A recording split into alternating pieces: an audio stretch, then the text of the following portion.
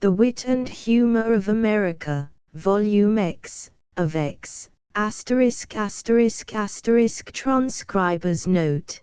The index is not linked, but to aid in finding items through the index, the following list contains the page numbers covered in each volume: Volume 1 to 1, 220, Volume 2 to 221, 402, Volume 3 to 403, 584, Volume 4 to 585, 802. Volume 5 is not library edition and has different page numbering. Volume 6 to 985, 1216, Volume 7 to 1217, 1398, Volume 8 to 1399, 1634, Volume 9 to 1635, 1800, Volume 10 to 1801, 2042 library edition. The Wit and Humor of America in 10 volumes. Vol. X. Frank L. Stanton. Frank L. Stanton. The Wit and Humor of America, edited by Marshall P. Wilder. Volume X. Funk and Wagnalls Company, New York and London. Copyright McKay, Bobbs Merrill Company. Copyright McKay, The Thwing Company. Contents page: Araminta and the Automobile, Charles Battelle Loomis. 1825 at Auntie's House, James Whitcomb Riley. 2007 Backsliding Brother, The Frank L. Stanton. 1972 Big Spa, Howard D. Sutherland. 1967 Bookworm's Plaint, A. Clinton Scollard. 1878 Brilliant Man in Politics, Charles Godfrey Leland. 1943 Concord Love Song, A. James Jeffrey Roche. 1913 Contentment, Oliver Wendell Holmes. 1952 Demon of the Study, The John Greenleaf Whittier. 1869 Der Oak und der Wein, Charles Follin Adams. 1823 Double-Dyed Deceiver, A.O. Henry. 1927 Dum Vivimus Vigilamus, John Paul. 2005 Evidence in the Case of Smith vs. Jones, The Samuel L. Clemens. 1918 Fall Styles in Faces, Wallace Irwin. 1992 Festina Lent, Robert J. Burdett. 2016 Genial Idiot discusses leap year, The John Kendrick Bangs. 2018 Great Prize Fight, The Samuel L. Clemens. 1903 Had a Set of Double Teeth, Holman F. Day. 1994 Height of the Ridiculous, The Oliver Wendell Holmes. 1832 Her Brother, Enfant Terrible, Edmund L. Sabin. 2001 Hezekiah Badot's Opinion, Francis M. Witcher. 1893 His Grandmother's Way, Frank L. Stanton. 1901 Invisible Prince, The Henry Harland. 1836 Jackpot, The Iron Quill. 2003 Jacob Carey. 1898 Johnny's Pa, Wilbur D. Nesbitt. 1802 Lay of Ancient Rome, A. Thomas Barra. 2013 Little Bo Peep and Little Boy Blue, Samuel Minturn Peck. 2015 Love Song, Charles Godfrey Leland. 1950 Maxims Benjamin Franklin. 1804 Meeting, The S.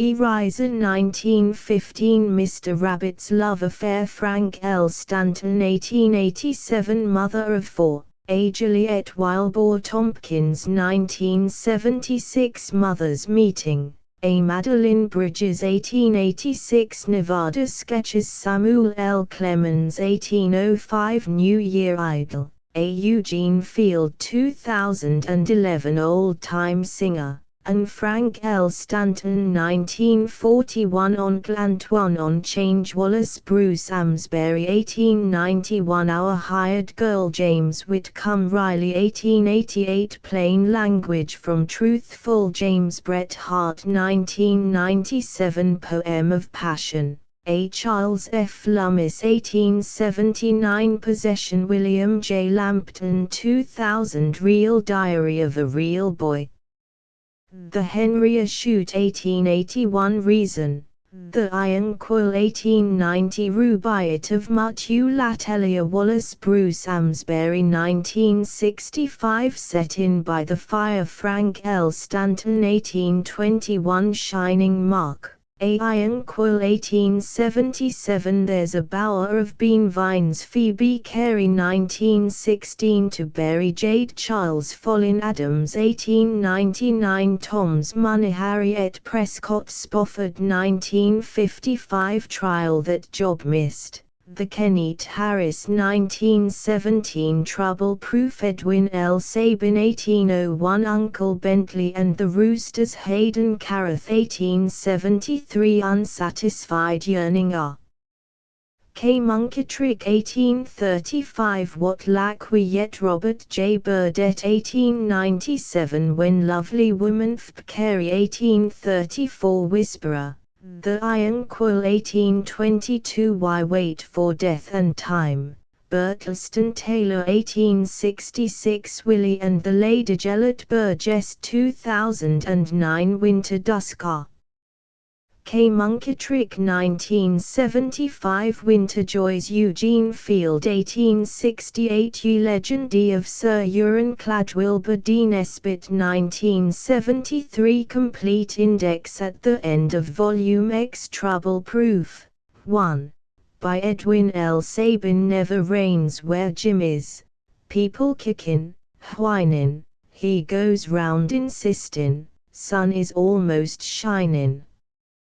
Never's hot where Jim is, when the town is sweatin', he jays sets and answers, well, I ain't a frettin'. Never's cold where Jim is, none of us misdoubt it, seeing we're nigh frozen. He ain't thought about it. Things that rile up others never seem to strike him. Trouble proof I call it. Wished that I was like him. Johnny's Pa by Wilbur D. Nesbitt My pa, he always went to school, he says, and studied hard. Why, when he's just as big as me he knew things by the yard. Arithmetic. He knew it all from dividend to sum, but when he tells me how it was, my grandma, she says My pa, he always got the prize for never being late, and when they studied geography he knew 'bout every state. He says he knew the rivers, and knew all their outs and ins, but when he tells me all o' that, my grandma, she just grins. My pa, he never missed a day going to the school, and never played no hooky, nor forgot the teacher's rule, and every class he's ever in, the rest he always led. My grandma, when pa talks that way, just laughs and shakes her head.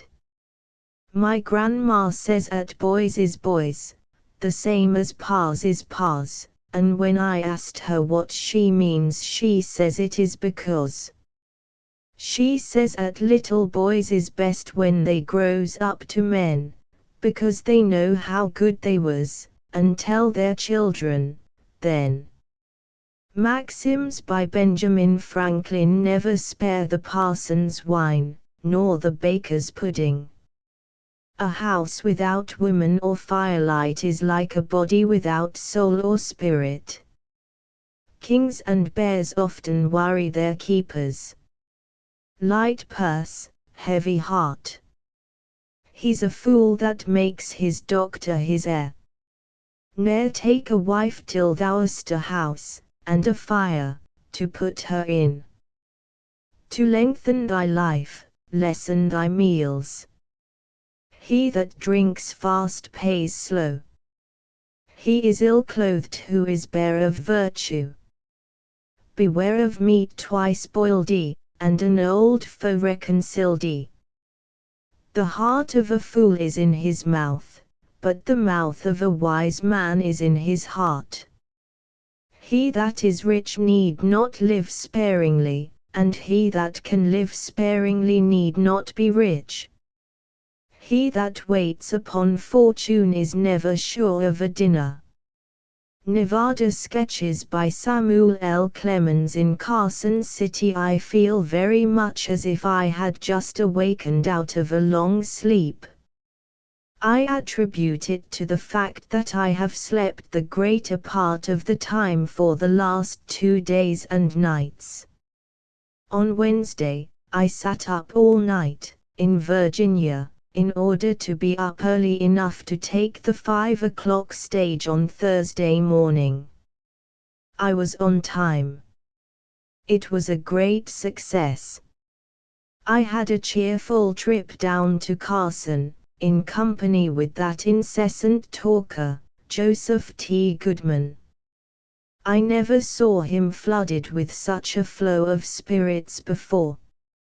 He restrained his conversation, though, until we had traveled 3 or 4 miles, and were just crossing the divide between Silver City and Spring Valley, when he thrust his head out of the dark stage, and allowed a pallid light from the coach lamps to illuminate his features for a moment, after which he returned to darkness again, and sighed and said, "Damn it," with some asperity. I asked him who he meant it for, and he said, "The weather out there." As we approached Carson, at about 7:30 o'clock, he thrust his head out again, and gazed earnestly in the direction of that city, after which he took it in again, with his nose very much frosted. He propped the end of that organ upon the end of his finger, and looked pensively upon it, which had the effect of making him cross-eyed, and remarked, "Oh, damn it," with great bitterness. I asked him what was up this time, and he said, "The cold, damp fog, it is worse than the weather." This was his last. He never spoke again in my hearing. He went on over the mountains with a lady fellow passenger from here. That will stop his chatter, you know, for he seldom speaks in the presence of ladies. In the evening I felt a mighty inclination to go to a party somewhere. There was to be one at Governor J. Neely Johnson's, and I went there and asked permission to stand around a while. This was granted in the most hospitable manner, and the vision of plain quadrilles soothed my weary soul.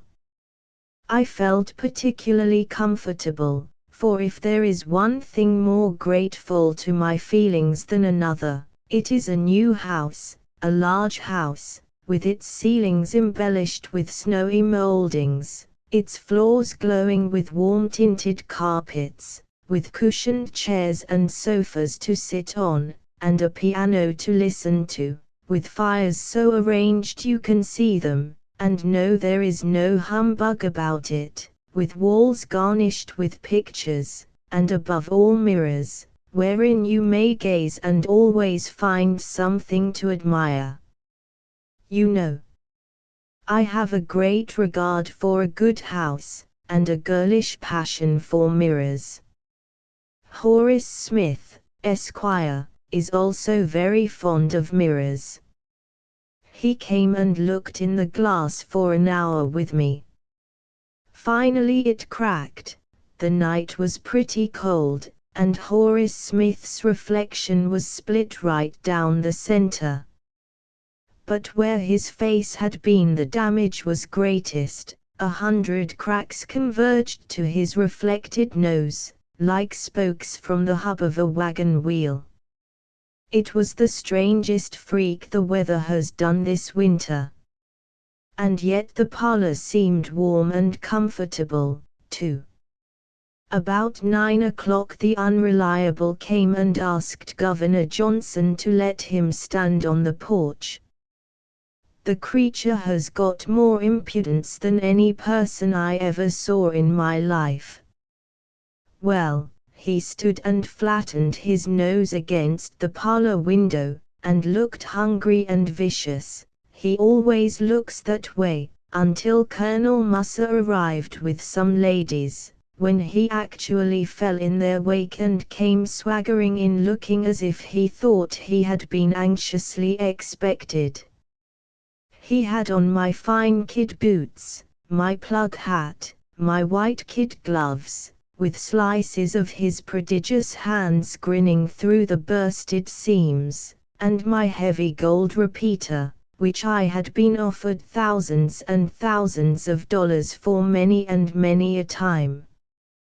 He took those articles out of my trunk, at Washoe City, about a month ago, when we went there to report the proceedings of the convention. The Unreliable intruded himself upon me in his cordial way, and said, "How are you, Mark, old boy? When do you come down? It's brilliant, ain't it? Appear to enjoy themselves, don't they? Lend a fellow 2 bits, can't you?" He always winds up his remarks that way. He appears to have an insatiable craving for 2 bits. The music struck up just then and saved me. The next moment I was far, far at sea in the plain quadrille. We carried it through with distinguished success, that is, we got as far as balance around and half a man left when I smelled hot whiskey punch, or something of that nature. I tracked the scent through several rooms, and finally discovered a large bowl from which it emanated. I found the omnipresent Unreliable there, also. He set down an empty goblet and remarked that he was diligently seeking the gentleman's dressing room. I would have shown him where it was, but it occurred to him that the supper table and the punch bowl ought not to be left unprotected, wherefore we stayed there and watched them until the punch entirely evaporated. A servant came in then, to replenish the bowl, and we left the refreshments in his charge. We probably did wrong, but we were anxious to join the hazy dance. The dance was hazier than usual, after that. 16 couples on the floor at once, with a few dozen spectators scattered around, is calculated to have its effect in a brilliantly lighted parlor, I believe. Everything seemed to buzz, at any rate. After all the modern dances had been danced several times, the people adjourned to the supper room. I found my wardrobe out there, as usual, with the Unreliable in it. His old distemper was upon him, he was desperately hungry. I never saw a man eat as much as he did in my life. I have various items of his supper here in my notebook.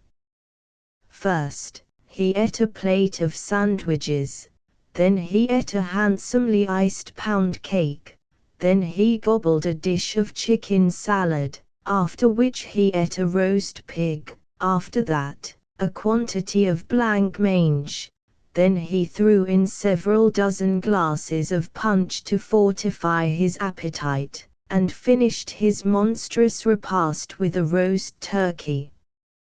Dishes of brandy grapes, and jellies, and such things, and pyramids of fruits melted away before him as shadows fly at the sun's approach. I am of the opinion that none of his ancestors were present when the 5,000 were miraculously fed in the old scriptural times. I base my opinion on the 12 bushels of scraps and the little fishes that remained over after that feast. If the Unreliable himself had been there, the provisions would just about have held out, I think. At about 2 o'clock in the morning the pleasant party broke up and the crowd of guests distributed themselves around town to their respective homes, and after thinking the fun all over again, I went to bed at 4 o'clock. So having been awake 48 hours, I slept 48, in order to get even again.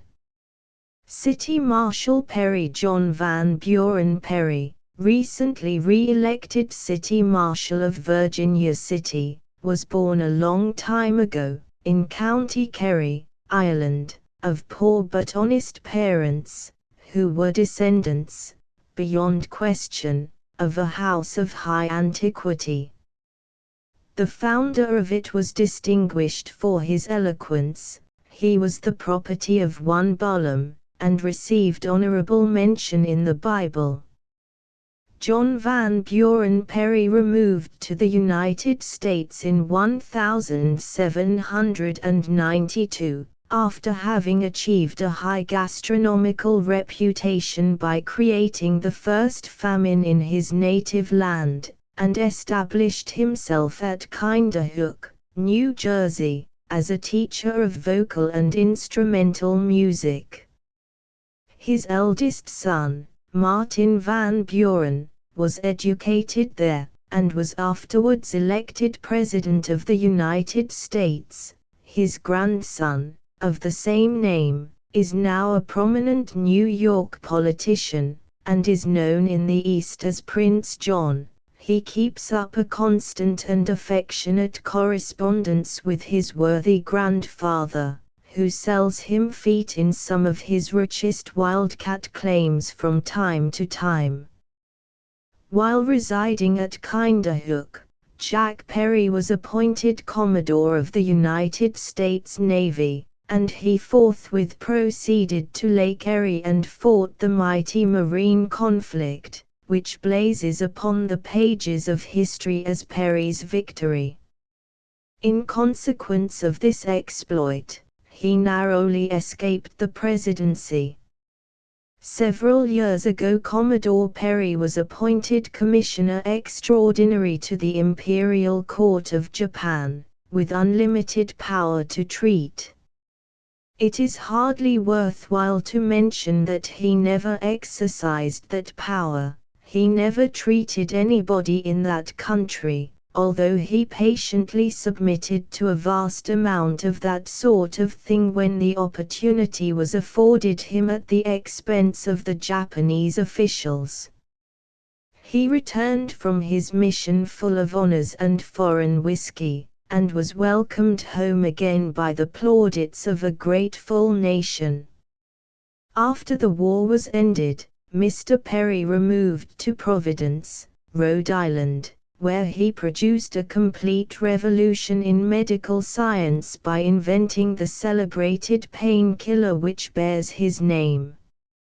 He manufactured this liniment by the shipload, and spread it far and wide over the suffering world. Not a bottle left his establishment without his beneficent portrait upon the label, whereby, in time, his features became as well known unto burned and mutilated children as Jack the Giant Killer's.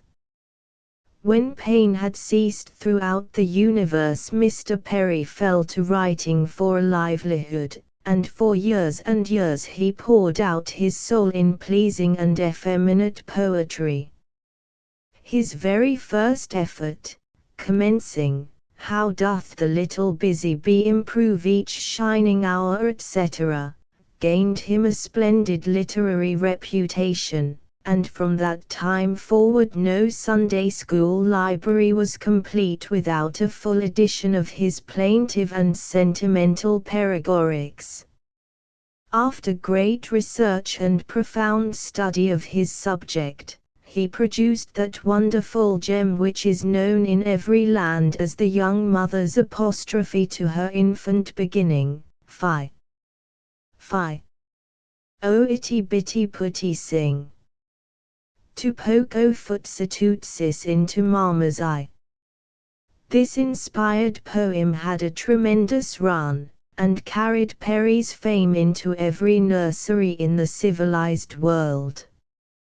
But he was not destined to wear his laurels undisturbed. England, with monstrous perfidy, at once claimed the apostrophe for her favorite son, Martin Farquhar Tupper, and sent up a howl of vindictive abuse from her polluted press against our beloved Perry.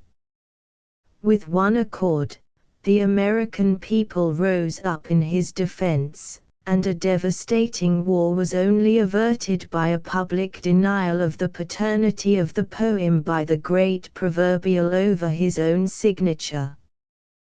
This noble act of Mr. Tupper gained him a high place in the affection of this people, and his sweet platitudes have been read here with an ever-augmented spirit of tolerance since that day.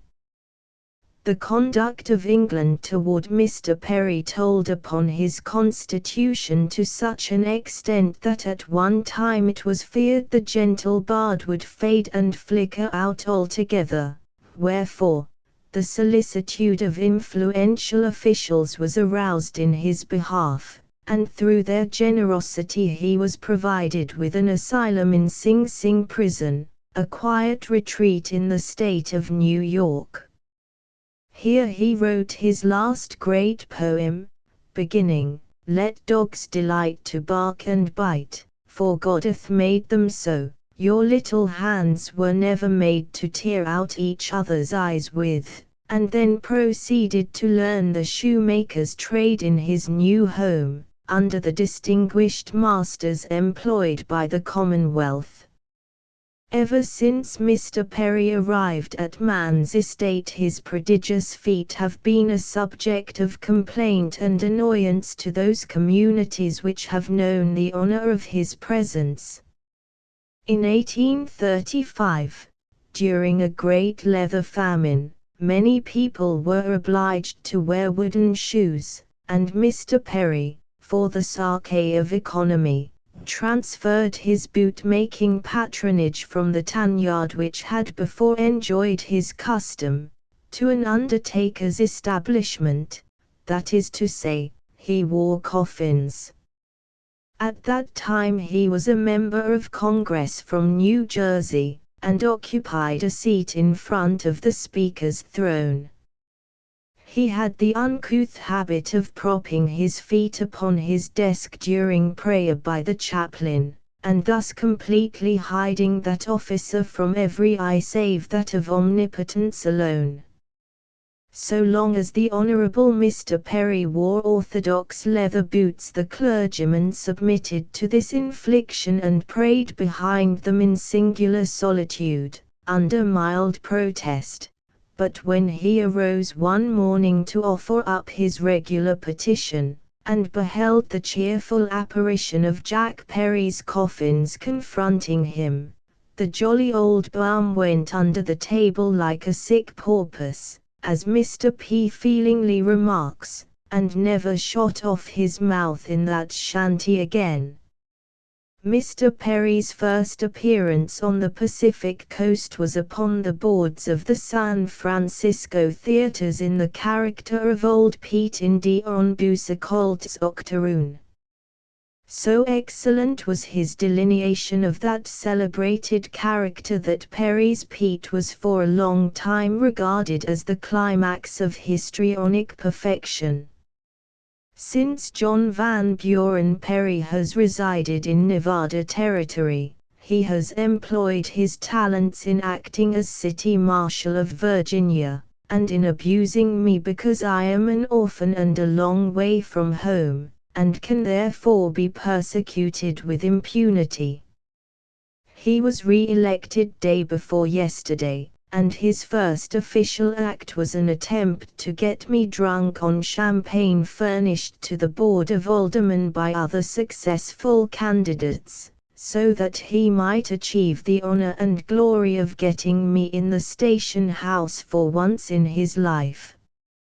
Although he failed in his object, he followed me down C Street and handcuffed me in front of Tom Peasley's, but officers Birdsall and Larkin and Brokaw rebelled against this unwarranted assumption of authority, and released me, whereupon I was about to punish Jack Perry severely, when he offered me 6 bits to hand him down to posterity through the medium of this biography, and I closed the contract.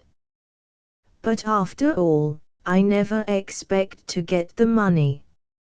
A Sunday in Carson I arrived in this noisy and bustling town of Carson at noon today, per Layton's Express. We made pretty good time from Virginia, and might have made much better, but for Horace Smith, Esquire, who rode on the box seat and kept the stage so much by the head she wouldn't steer. I went to church, of course. I always go to church when I go to church, as it were. I got there just in time to hear the closing hymn, and also to hear the Reverend Mr. White give out a long-meter doxology, which the choir tried to sing to a short-meter tune. But there wasn't music enough to go around, consequently, the effect was rather singular, than otherwise. They sang the most interesting parts of each line, though, and charged the balance to profit and loss. This rendered the general intent and meaning of the doxology considerably mixed, as far as the congregation were concerned. But inasmuch as it was not addressed to them, anyhow, I thought it made no particular difference. By an easy and pleasant transition, I went from church to jail. It was only just downstairs, for they save men eternally in the 2nd story of the new courthouse, and damn them for life in the 1st. Sheriff Gasherick has a handsome double office fronting on the street, and its walls are gorgeously decorated with iron convict jewelry. In the rear are 2 rows of cells, built of bomb-proof masonry and furnished with strong iron doors and resistless locks and bolts. There was but one prisoner, Swazi, the murderer of Derrickson, and he was writing. I do not know what his subject was, but he appeared to be handling it in a way which gave him great satisfaction. Advice to the unreliable on church going. In the first place, I must impress upon you that when you are dressing for church, as a general thing, you mix your perfumes too much, your fragrance is sometimes oppressive. You saturate yourself with cologne and bergamot, until you make a sort of Hamlet's ghost of yourself, and no man can decide, with the first whiff, whether you bring with you air from heaven or from hell. Now, rectify this matter as soon as possible. Last Sunday you smelled like a secretary to a consolidated drugstore and barber shop. And you came and sat in the same pew with me. Now don't do that again. In the next place, when you design coming to church, don't lie in bed until 10:30 o'clock and then come in looking all swelled and torpid, like a donut. Do reflect upon it, and show some respect for your personal appearance hereafter. There is another matter, also, which I wish to remonstrate with you about. Generally, when the contribution box of the missionary department is passing around, you begin to look anxious, and fumble in your vest pockets, as if you felt a mighty desire to put all your worldly wealth into it, yet when it reaches your pew, you are sure to be absorbed in your prayer book, or gazing pensively out of the window at far-off mountains, or buried in meditation, with your sinful head supported by the back of the pew before you.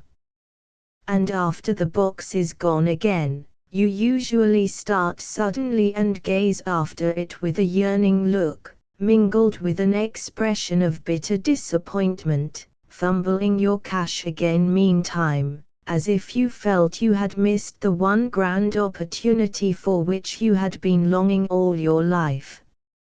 Now, to do this when you have money in your pockets is mean. But I have seen you do a meaner thing.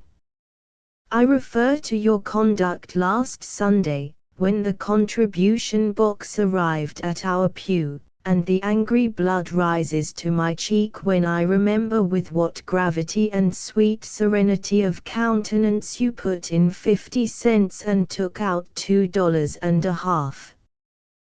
The unreliable EDS Enterprise. I received the following atrocious document the morning I arrived here. It was from that abandoned profligate, the unreliable, and I think it speaks for itself, Carson City, Thursday morning. To the unreliable, sir, observing the driver of the Virginia stage hunting after you this morning, in order to collect his fare, I infer you are in town. In the paper which you represent, I noticed an article which I took to be an effusion from your muddled brain, stating that I had cabbaged a number of valuable articles from you the night I took you out of the streets of Washoe City and permitted you to occupy my bed. I take this opportunity to inform you that I will compensate you at the rate of $20 per head for every one of these valuable articles that I received from you, providing you will relieve me of their presence. This offer can be either accepted or rejected on your part, but providing you don't see proper to accept it, you had better procure enough lumber to make a box 4x8, and have it made as early as possible. Judge Dixon will arrange the preliminaries if you don't accede. An early reply is expected by reliable. Not satisfied with wounding my feelings by making the most extraordinary reference to allusions in the above note, he even sent a challenge to fight, in the same envelope with it, hoping to work upon my fears and drive me from the country by intimidation. But I was not to be frightened. I shall remain in the territory. I guessed his object at once, and determined to accept his challenge, choose weapons and things, and scare him, instead of being scared myself. I wrote a stern reply to him, and offered him mortal combat with bootjacks at 100 yards. The effect was more agreeable than I could have hoped for. His hair turned black in a single night, from excess of fear. Then he went into a fit of melancholy, and while it lasted he did nothing but sigh, and sob, and snuffle, and slobber, and say he wished he was in the quiet tomb. Finally he said he would commit suicide, he would say farewell to the cold, cold world, with its cares and troubles, and go to sleep with his fathers, in perdition. Then rose up this young man, and threw his demijohn out of the window, and took up a glass of pure water, and drained it to the dregs. And then he fell to the floor in a swoon.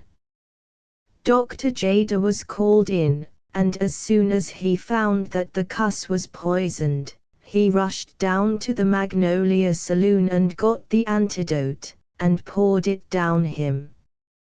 As he was drawing his last breath, he scented the brandy and lingered yet a while on earth, to take a drink with the boys.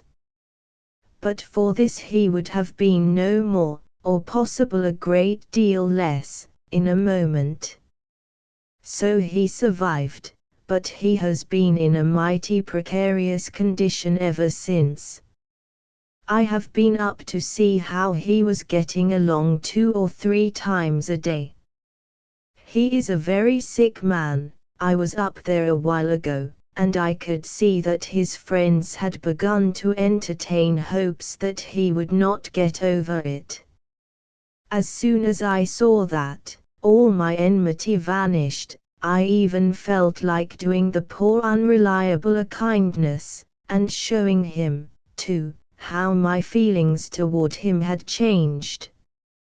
So I went and bought him a beautiful coffin, and carried it up and set it down on his bed and told him to climb in when his time was up. Well, sir, you never saw a man so affected by a little act of kindness as he was by that. He let off a sort of war whoop, and went to kicking things around like a crazy man, and he foamed at the mouth and went out of one fit into another faster than I could take them down in my notebook. I did not return to Virginia yesterday, on account of the wedding. The parties were Honorable James H. Sturtevant, one of the first Paiutes of Nevada, and Miss Emma Curry, daughter of the Honorable A. Curry, who also claims that his is a Paiute family of high antiquity. I had heard it reported that a marriage was threatened, so felt it my duty to go down there and find out the facts of the case. They said I might stay, as it was me. I promised not to say anything about the wedding, and I regard that promise as sacred. My word is as good as my bond. Father Bennet advanced and touched off the high contracting parties with the hymeneal torch, married them, you know, and at the word of command from Curry, the fiddle bows were set in motion, and the plain quadrilles turned loose. Thereupon, some of the most responsible dancing ensued that I ever saw in my life. The dance that Tam O'Shanter witnessed was slow in comparison to it. They kept it up for 6 hours, and then carried out the exhausted musicians on a shutter, and went down to supper. I know they had a fine supper, and plenty of it, but I do not know much else. They drank so much champagne around me that I got confused, and lost the hang of things, as it were. It was mighty pleasant, jolly and sociable, and I wish to thunder I was married myself. I took a large slice of bridal cake home with me to dream on, and dreamt that I was still a single man, and likely to remain so, if I live and nothing happens, which has given me a greater confidence in dreams than I ever felt before. I cordially wish my newly married couple all kinds of happiness and prosperity, though. Ye Sentimental Law Student eds. Enterprise. I found the following letter, or valentine, or whatever it is, lying on the summit, where it had been dropped unintentionally, I think.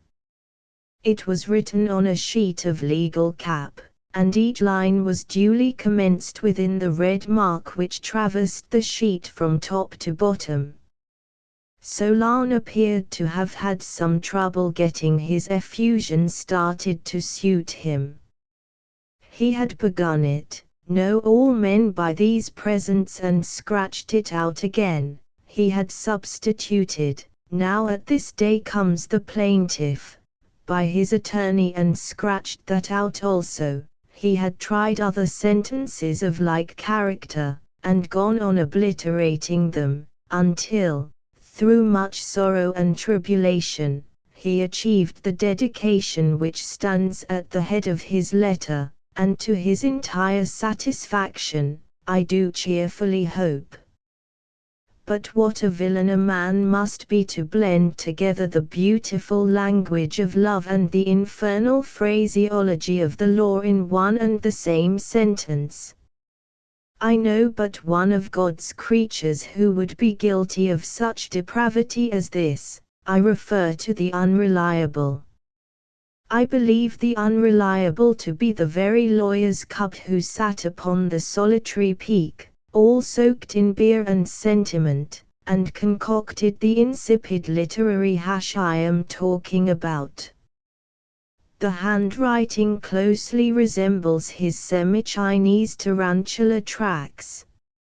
Sugarloaf Peak, the 14th of February, 1863. To the loveliness to whom these presents shall come, greeting. This is a lovely day, my own Mary. Its unencumbered sunshine reminds me of your happy face, and in the imagination the same doth now appear before me. Such sights and scenes as this ever remind me, the party of the second part, of you, my Mary, the peerless party of the first part.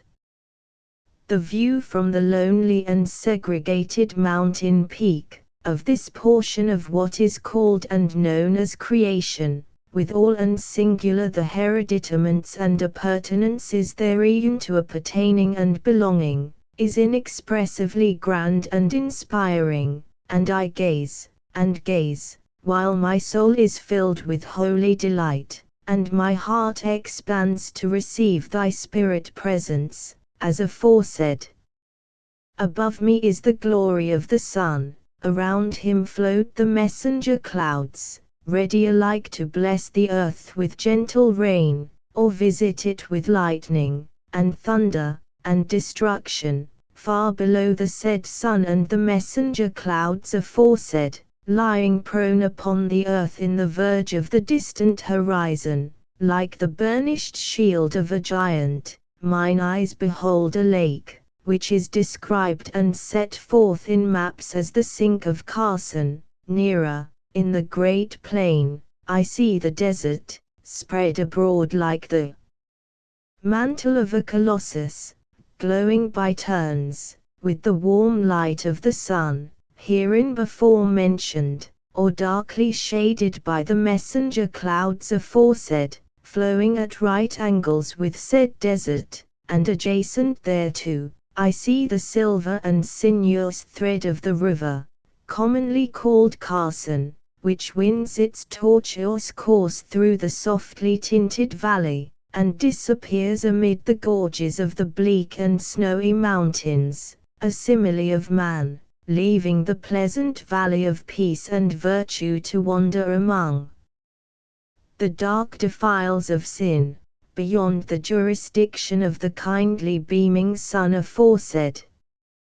And about said sun, and the said clouds, and around the said mountains, and over the plain and the river aforesaid, there floats a purple glory, a yellow mist, as airy and beautiful as the bridal veil of a princess, about to be wedded according to the rites and ceremonies pertaining to, and established by, the laws or edicts of the kingdom or principality wherein she doth reside, and whereof she hath been and doth continue to be, a lawful sovereign or subject. Ah, my Mary, it is sublime. It is lovely. I have declared and made known, and by these presents do declare and make known unto you, that the view from Sugarloaf Peak, as herein before described and set forth, is the loveliest picture with which the hand of the Creator has adorned the earth, according to the best of my knowledge and belief, so help me God. Given under my hand, and in the spirit presence of the bright being whose love has restored the light of hope to a soul once groping in the darkness of despair, on the day and year first above written.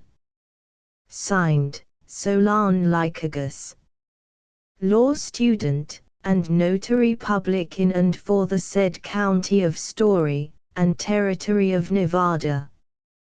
To Miss Mary Links, Virginia, and may the laws have her in their holy keeping. Set in by the fire by Frank L. Stanton, never much on stirring round, sick warn't he his desire, Allah's certain to be found set in by the fire. When the frost was coming down, Colwyn creeping nigher, spent each day just that-a-way, set in by the fire. When the dancing shook the ground, raised the old roof higher, never swung the gals around, sot thar by the fire. Same all corner night and day, never paired to tire, not a blessed word to say. Just sot by the fire. When he died, by slow degrees, folks said, he's gone higher, but it's my opinion he's set in by the fire. The whisperer by iron quill, he never tried to make a speech was far beyond his reach. He didn't even dare to try, he did his work upon the sly. He took the voter to the rear and gently whispered in his ear. He never wrote, he could not write, he never tried that style of fight. No argument of his was seen in daily press or magazine. He only tried to get up near and whisper in the voter's ear. It worked so well that he became a person of abundant fame. He couldn't write, he couldn't speak, but still pursued his course unique. He had a glorious career, he whispered in the voter's ear. Der Okund der Vine by Charles Follin Adams, I don't die was preaching women's rights, or anything like dot, und I likes to see all peoples just contented mit a lot, but I wants to contradict dot shap dot made this little shoke, a woman was der glinging vine, und man, der sturdy oak. Perhaps, some idioms, dot may be true, but, den dimes out of 9, I find me at dot man himself was peen der glinging vine, und wenn his friends they all was gone, und he was just Ted Proke dots wenn der woman steps right in, und peen der sturdy oak. Just go up to der baseball grounds und seed hose sturdy oaks all planted round you on der seats, just hear der laughs und shokes. Den seed hose womans at der tubs, mit gloves at on der lines, Vic was der sturdy oaks, mein friends, und Vic der glinging vines. When sickness in der household comes, und weeks he stays, who was id fights him might at rest, those very nights und days. Who bees und comfort alva is preings, und cools dot fod prow. More like id was der tender vine dot oak he glings to, now. Man wants but Liedl here below der beat von time said, Dears Liedl dot man he don die want, I dink id means, instead, und wenn der years keep rolling on, der cares und drubels preinging, he wants to pay der sturdy oak, und, also, do der glinging. Maybe, van oaks dagling some more, und don die so sturdy peen, der glinging vines they have some chance to help run life's machine. In health und sickness, showy und pain, in calm or stormy weather, was better dot hose oaks und vines should alva iskling together. A Raminter and the Automobile by Charles Patel Loomis. Some persons spend their surplus on works of art, some spend it on Italian gardens and pergolas, there are those who sink it in golf, and I have heard of those who expended it on charity. None of these forms of getting away with money appeal to Araminta and myself. As soon as it was ascertained that the automobile was practicable and would not cost a king's ransom, I determined to devote my savings to the purchase of one. Araminta and I lived in a suburban town, she because she loves nature and I because I love Araminta. We have been married for 5 years. I am a bank clerk in New York, and morning and night I go through the monotony of railway travel, and for one who is forbidden to use his eyes on the train and who does not play cards it is monotony, for in the morning my friends are either playing cards or else reading their papers, and one does not like to urge the claims of conversation on one who is deep in politics or the next play of his antagonist, so my getting to business and coming back are in the nature of purgatory. I therefore hailed the automobile as a heaven-sent means of swift motion with an agreeable companion, and with no danger of encountering either newspapers or cards. I have seen neither reading nor card-playing going on in any automobile.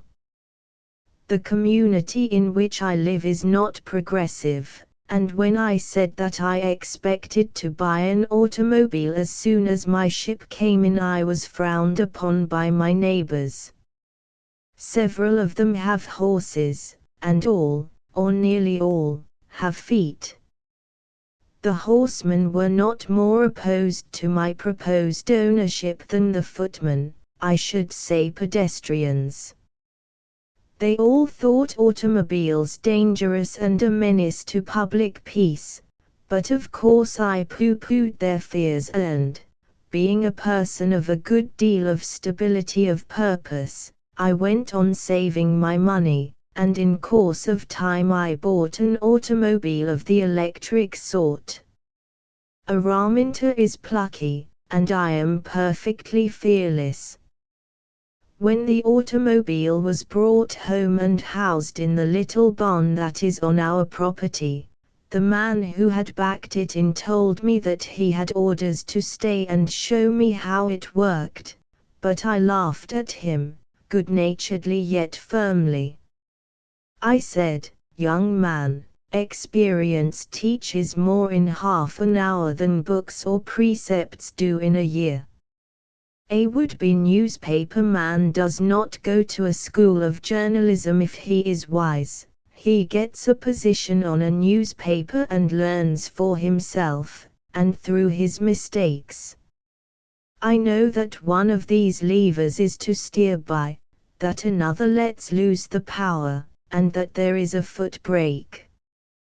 I also know that the machine is charged, and I need to know no more. Good day." Thus did I speak to the young man, and he saw that I was a person of force and discretion, and he withdrew to the train and I never saw him again. Araminta had been to Passaic shopping, but she came back while I was out in the barn looking at my new purchase, and she joined me there. I looked at her lovingly, and she returned the look. Our joint ambition was realized, we were the owners of an automobile, and we were going out that afternoon. Why is it that cheap barns are so flimsily built?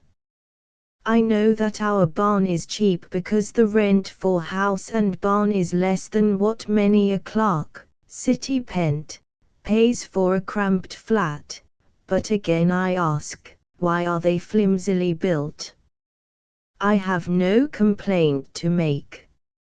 If my barn had been built of good stout oak I might today be in a hospital. It happened this way. Araminta said, "Let me get in, and we will take just a little ride to see how it goes," and I out of my love for her said, "Wait just a few minutes, dearest, until I get the hang of the thing. I want to see how much go she has and just how she works. Araminta has learned to obey my slightest word, knowing that love is at the bottom of all my commands, and she stepped to one side while I entered the gala-painted vehicle and tried to move out of the barn. I moved out. But I backed. Oh, blessed, cheaply built barn. My way was not restricted to any appreciable extent. I shot gaily through the barn into the hen yard, and the sound of the whooping clapboards frightened the silly hens who were enjoying a dust bath, and they fled in more directions than there were fowls. I had not intended entering the hen yard, and I did not wish to stay there, so I kept on out, the wire netting not being what an automobile would call an obstruction. I never lose my head, and when I heard Araminta screaming in the barn, I called out cheerily to her, "I'll be back in a minute, dear, but I'm coming another way." And I did come another way. I came all sorts of ways. I really don't know what got into the machine, but she now turned to the left and made for the road, and then she ran along on her two left wheels for a moment, and then seemed about to turn a somersault, but changed her mind, and, still veering to the left, kept on up the road, passing my house at a furious speed, and making for the open country. With as much calmness as I could summon I steered her, but I think I steered her a little too much, for she turned toward my house. I reached one end of the front piazza at the same time that Araminta reached the other end of it. I had the right of way, and she deferred to me just in time. I removed the vestibule storm door. It was late in March, and I did not think we should have any more use for it that season. And we didn't. I had ordered a strongly built machine, and I was now glad of it, because a light and weak affair that was merely meant to run along on a level and unobstructed road would not have stood the assault on my piazza. Why, my piazza did not stand it. It caved in, and made work for an already overworked local carpenter who was behindhand with his orders. After I had passed through the vestibule, I applied the brake, and it worked. The path is not a cinder one, as I think them untidy, so I was not more than muddied. I was up in an instant, and looked at the still enthusiastic machine with admiration. "Have you got the hang of it?" said Araminta. Now that's one thing I like about Araminta. She does not waste words over non-essentials. The point was not that I had damaged the piazza. I needed a new one, anyway. The main thing was that I was trying to get the hang of the machine, and she recognized that fact instantly. I told her that I thought I had, and that if I had pushed the lever in the right way at first, I should have come out of the barn in a more conventional way.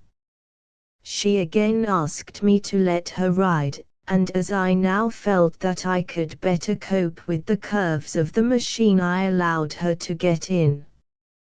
"Don't lose your head," said I. "I hope I shan't," said she dryly. "Well, if you have occasion to leave me, drop over the back. Never jump ahead. That is a fundamental rule in runaways of all kinds." Then we started, and I ran the motor along for upward of half a mile after I had reached the highway, which I did by a short cut through a field at the side of our house.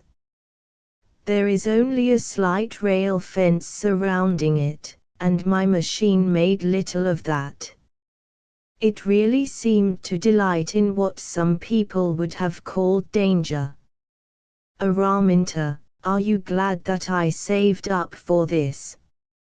I am mad with joy, said the dear thing, her face flushed with excitement mixed with expectancy. Nor were her expectations to be disappointed.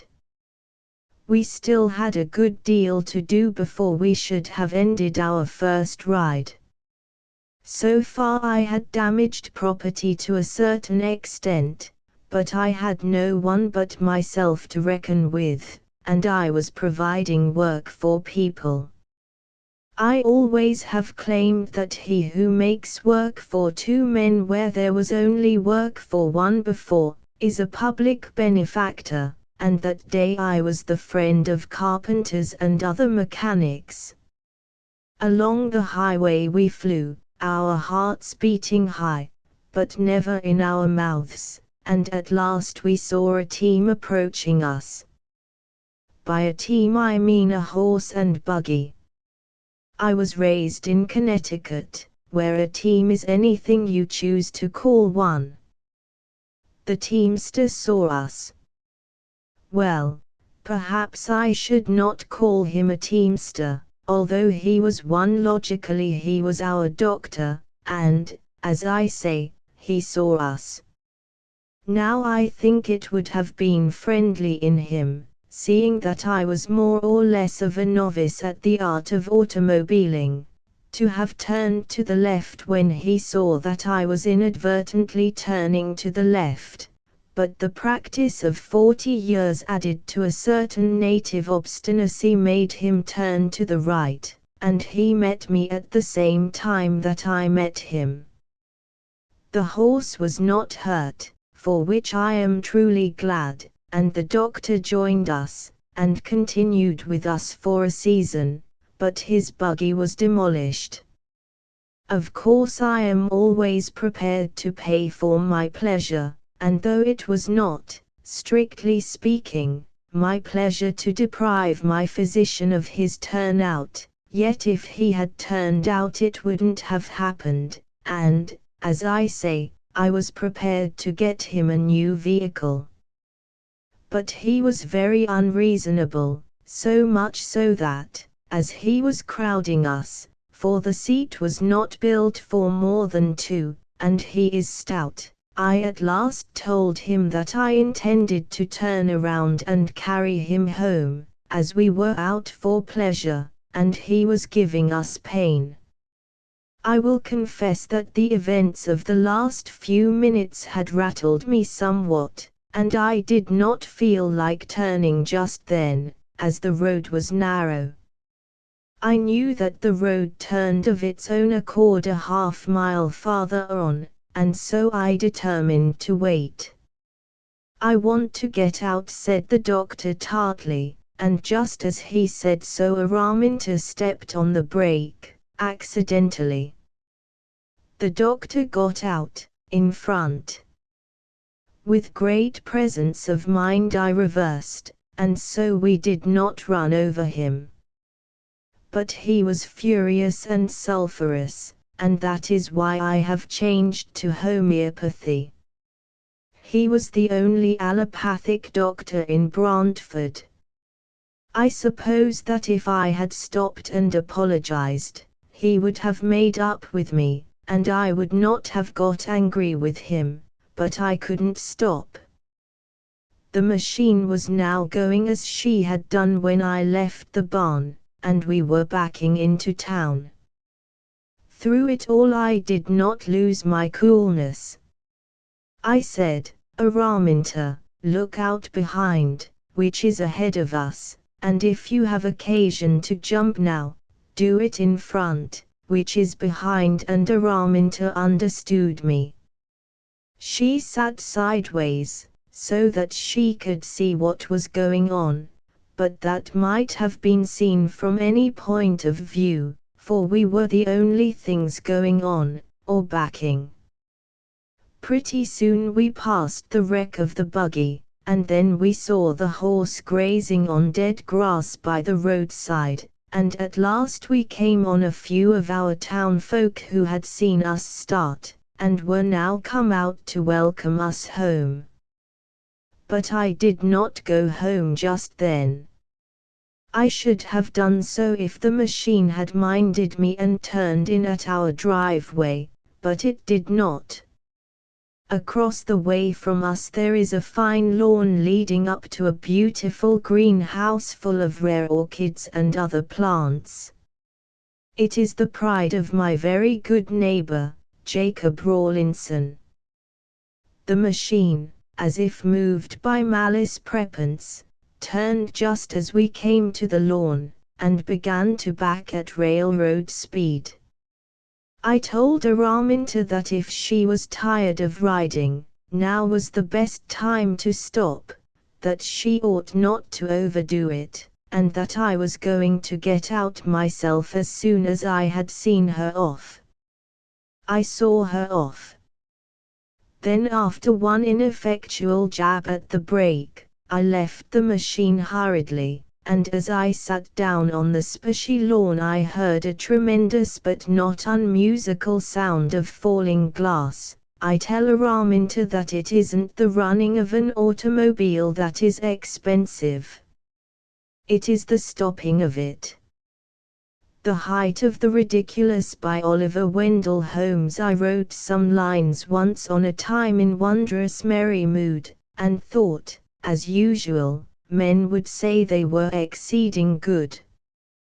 They were so queer, so very queer, I laughed as I would die, albeit, in the general way, a sober man am I. I called my servant, and he came. How kind it was of him to mind a slender man like me, he of the mighty limb. These to the printer I exclaimed, and, in my humorous way, I added, as a trifling jest, there'll be the devil to pay.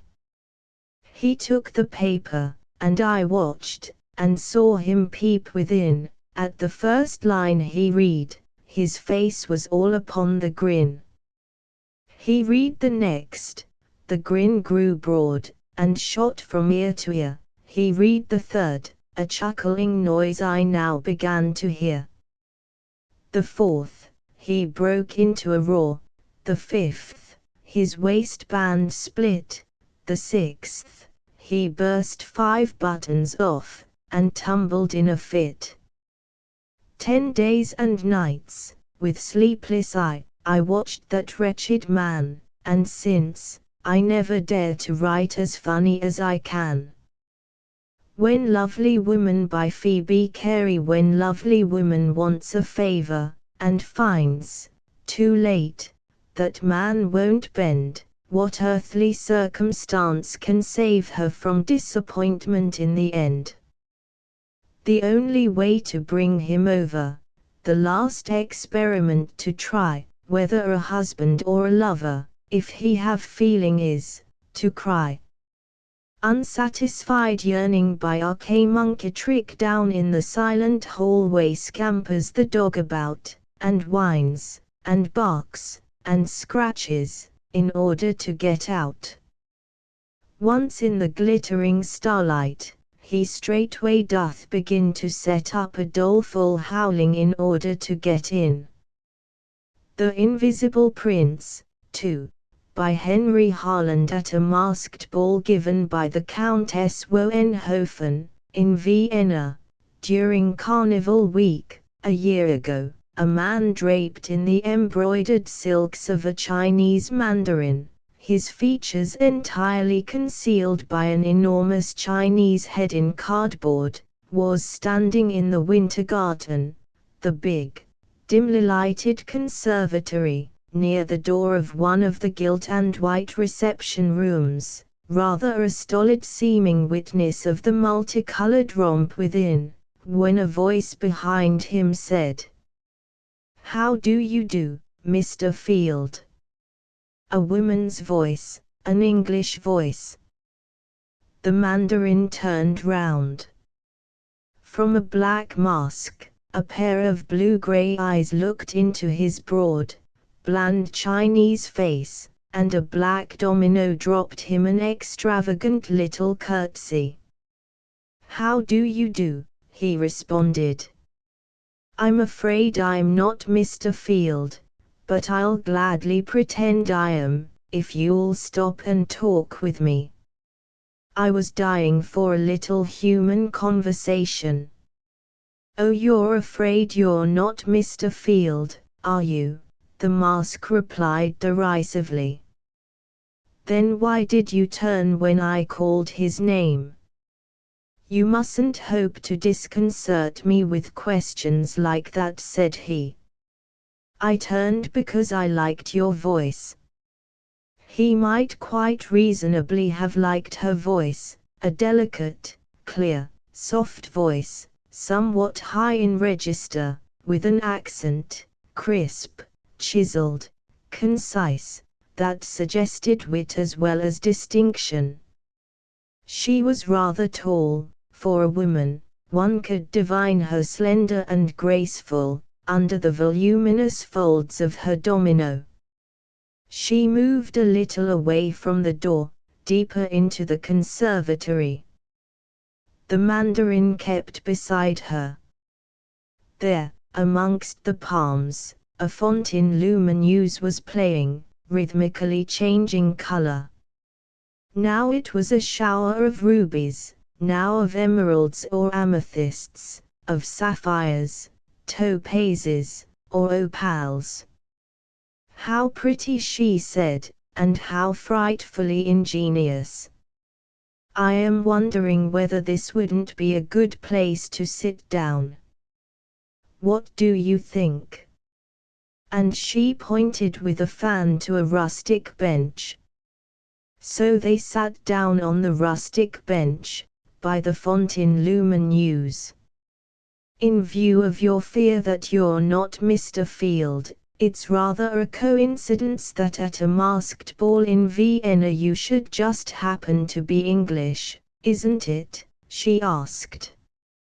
"Oh, everybody's more or less English, in these days, you know," said he. "There's some truth in that," she admitted, with a laugh. "What a diverting piece of artifice this winter garden is, to be sure. Fancy arranging the electric lights to shine through a dome of purple glass, and look like stars. They do look like stars, don't they? Slightly overdressed, showy stars, indeed, stars in the German taste, but stars, all the same.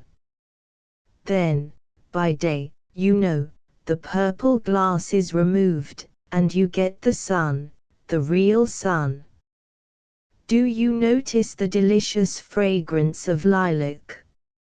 If one hadn't too exacting an imagination, one might almost persuade oneself that one was in a proper open-air garden, on a night in May. Yes, everybody is more or less English, in these days.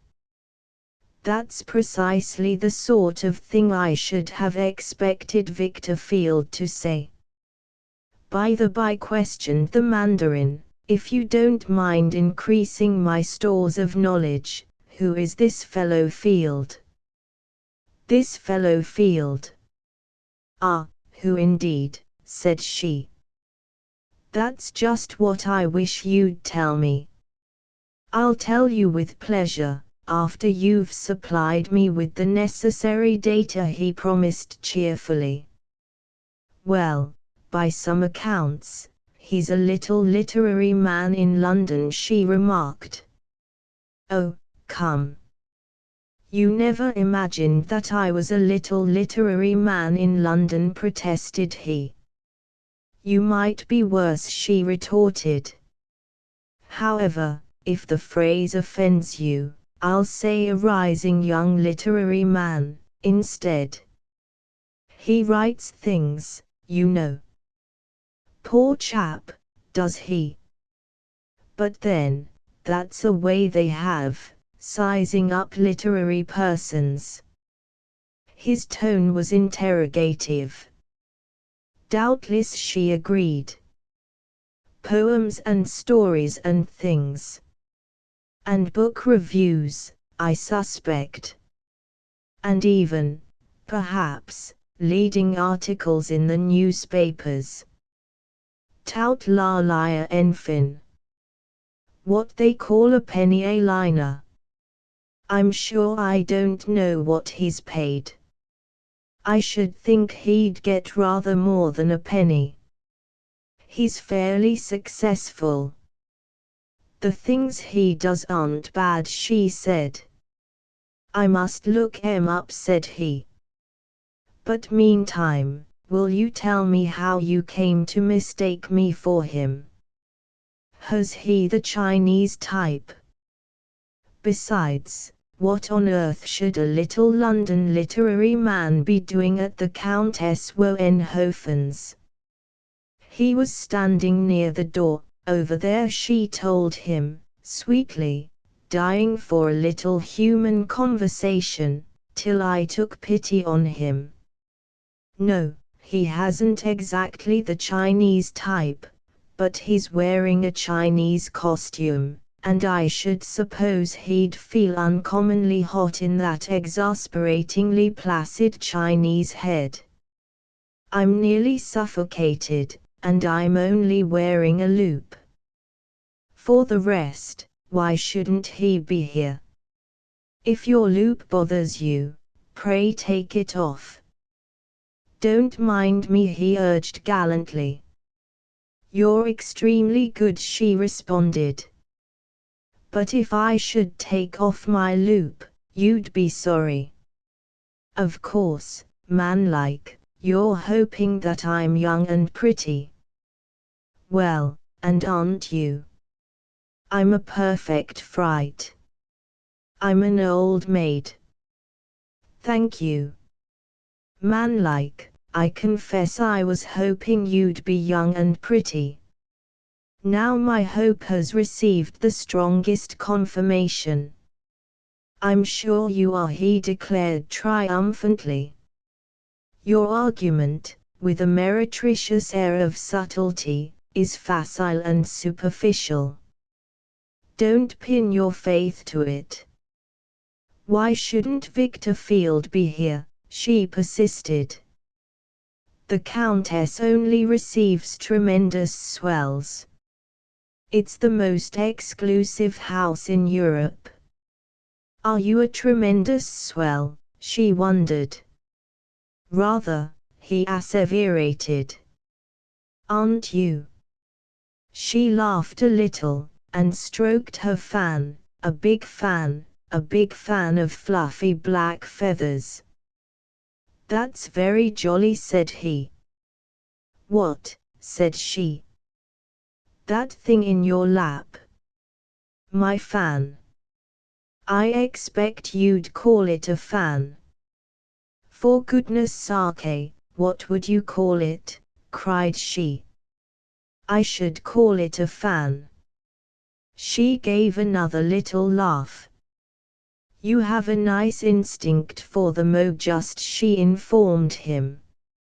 Oh, no, he disclaimed, modestly. But I can call a fan, when I think it won't shock the sensibilities of my hearer. If the Countess only receives tremendous swells, said she, you must remember that Victor Field belongs to the aristocracy of talent. Oh, quant aca, so, from the Woenhofen's point of view, do the barber and the horse leech. In this house, the aristocracy of talent dines with the butler. Is the Countess such a snob? She asked. No, she's an Austrian. They draw the line so absurdly tight in Austria.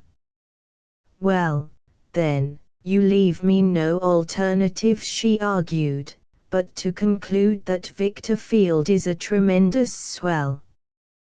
Didn't you notice, I bobbed him a curtsy. I took the curtsy as a tribute to my oriental magnificence, he confessed. Field doesn't sound like an especially patrician name. I'd give anything to discover who you are. Can't you be induced to tell me? I'll bribe, entreat, threaten, I'll do anything you think might persuade you. I'll tell you at once, if you'll own up that you're Victor Field, said she. Oh, I'll own up that I'm Queen Elizabeth if you'll tell me who you are. The end justifies the means. Then you are Victor Field, she pursued him eagerly. If you don't mind suborning perjury, why should I mind committing it, he reflected. Yes. And now, who are you? No, I must have an unequivocal avowal, she stipulated. Are you or are you not Victor Field? Let us put it at this, he proposed, that I'm a good serviceable imitation, an excellent substitute when the genuine article is not procurable. Of course, your real name isn't anything like Victor Field, she declared, pensively. I never said it was. But I admire the way in which you give with one hand and take back with the other. Your real name, she began. Wait a moment, yes, now I have it. Your real name, it's rather long. You don't think it will bore you? Oh, if it's really my real name, I dare say I'm hardened to it, said he. Your real name is Louis Charles Ferdinand Stanislas John Joseph Emmanuel Maria Anna. Mercy upon me, he cried, what a name! You ought to have broken it to me in installments. And it's all Christian name at that. Can't you spare me just a little rag of a surname, for decency's sake, he pleaded. The surnames of royalties don't matter, Monseigneur, she said, with a flourish. Royalties? What? Dear me, here's rapid promotion. I am royal now. And a moment ago I was a little penny A-liner in London. L'unnem pas l'autre. Have you never heard the story of the Invisible Prince? She asked. I adore irrelevancy, said he. I seem to have read something about an invisible prince, when I was young. A fairy tale, wasn't it? The irrelevancy is only apparent. The story I mean is a story of real life. Have you ever heard of the Duke of Zul? Zul. Zul, he repeated, reflectively. No, I don't think so. She clapped her hands. Really, you do it admirably. If I weren't perfectly sure of my facts, I believe I should be taken in. Zul, as any history would tell you, as any old atlas would show you, was a little independent duchy in the center of Germany. Poor dear thing. Like Jonah in the center of the whale, he murmured, sympathetically. Hush. Don't interrupt. Zul was a little independent German duchy, and the Duke of Zul was its sovereign. After the war with France it was absorbed by Prussia. But the ducal family still rank as Royal Highness. Of course, you've heard of the Leczinskis. Lich, what? Said he. Leczinskis, she repeated. How do you spell it? Leczinski. Good. Capital. "You have a real gift for spelling," he exclaimed. "Will you be quiet," she said, severely, "and answer my question? Are you familiar with the name?" "I should never venture to be familiar with a name I didn't know," he asserted. "Ah, you don't know it. You have never heard of Stanislas Leszczyński, who was King of Poland. Of Marie Leszczyńska, who married Louis VI. Oh, to be sure. I remember. The lady whose portrait one sees at Versailles." "Quite so. Very well," she continued. "The last representative of the Leszczynskis, in the elder line, was the Princess Anna Leszczyńska, who, in 1858, married the Duke of Zell. She was the daughter of John Leszczyński, Duke of Grodnia and Governor of Galicia, and of the Archduchess Henrietta d'Este, a cousin of the Emperor of Austria. She was also a great heiress, and an extremely handsome woman.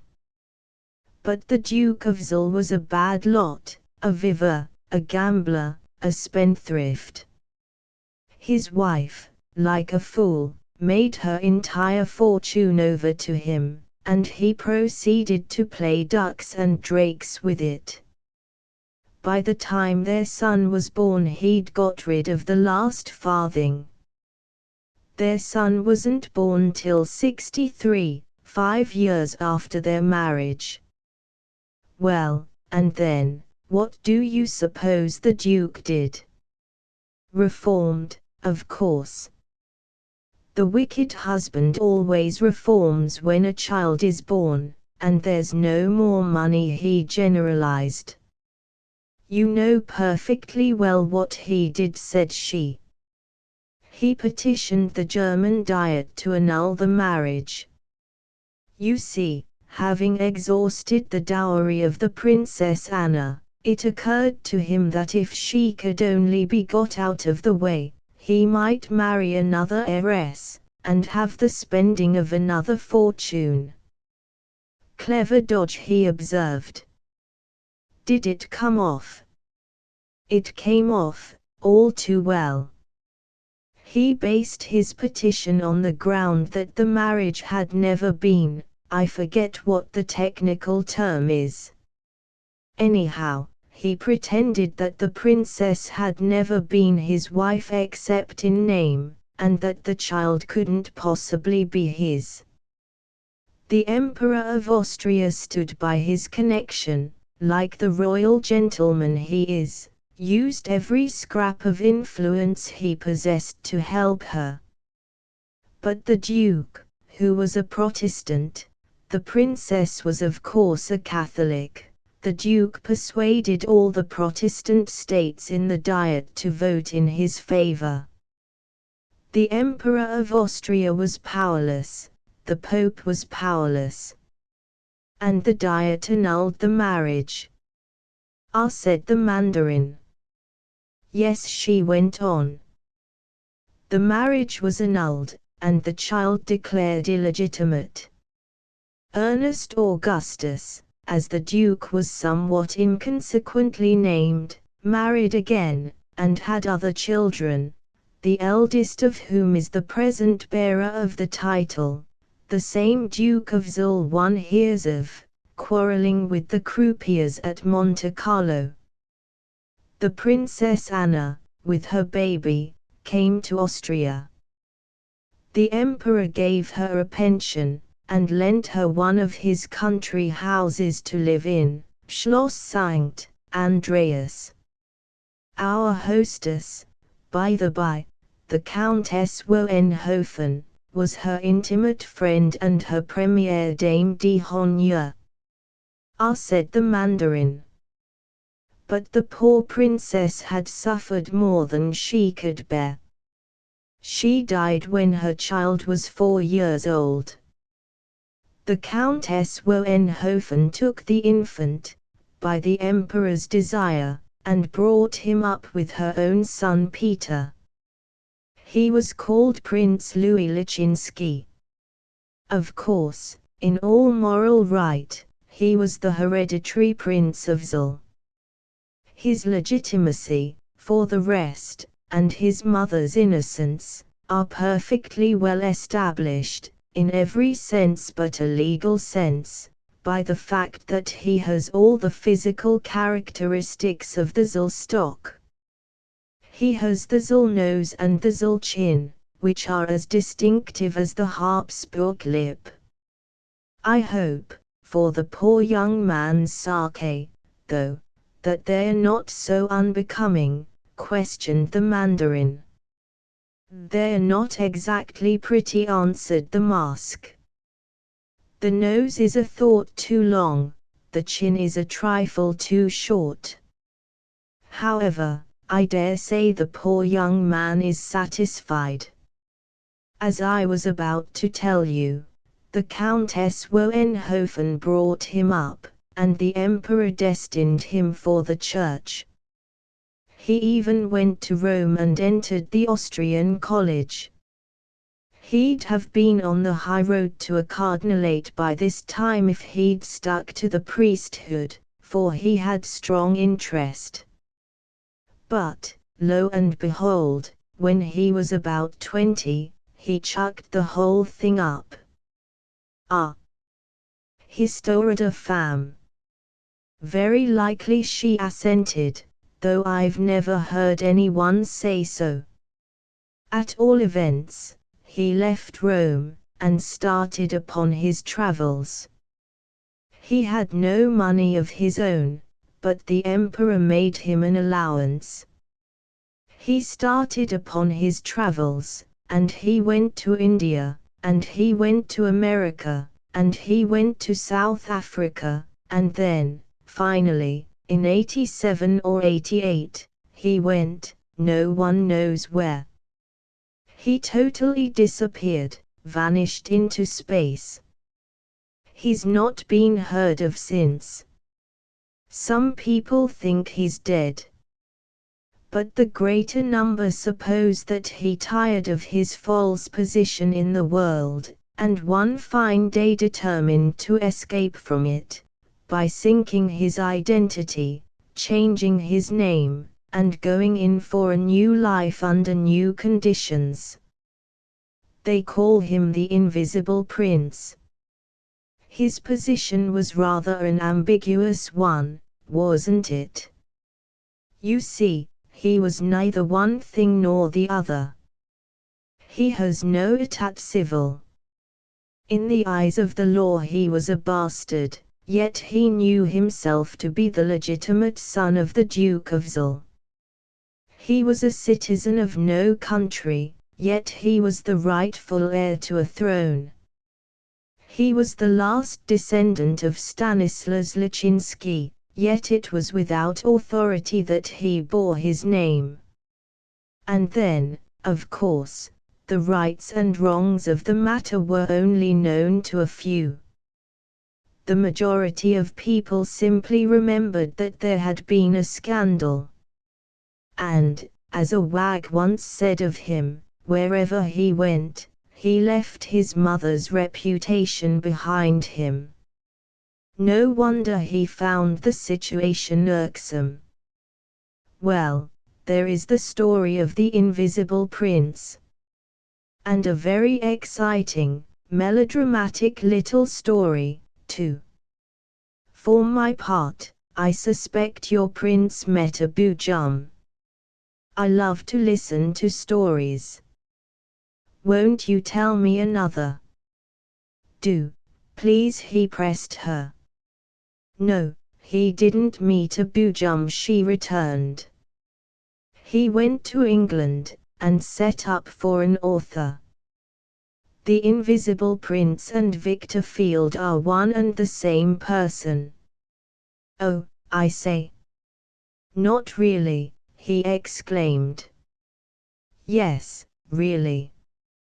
What makes you think so, he wondered. I'm sure of it, said she. To begin with, I must confide to you that Victor Field is a man I've never met. Never met, he gasped. But, by the blithe way in which you were laying his sins at my door, a little while ago, I supposed you were sworn confederates.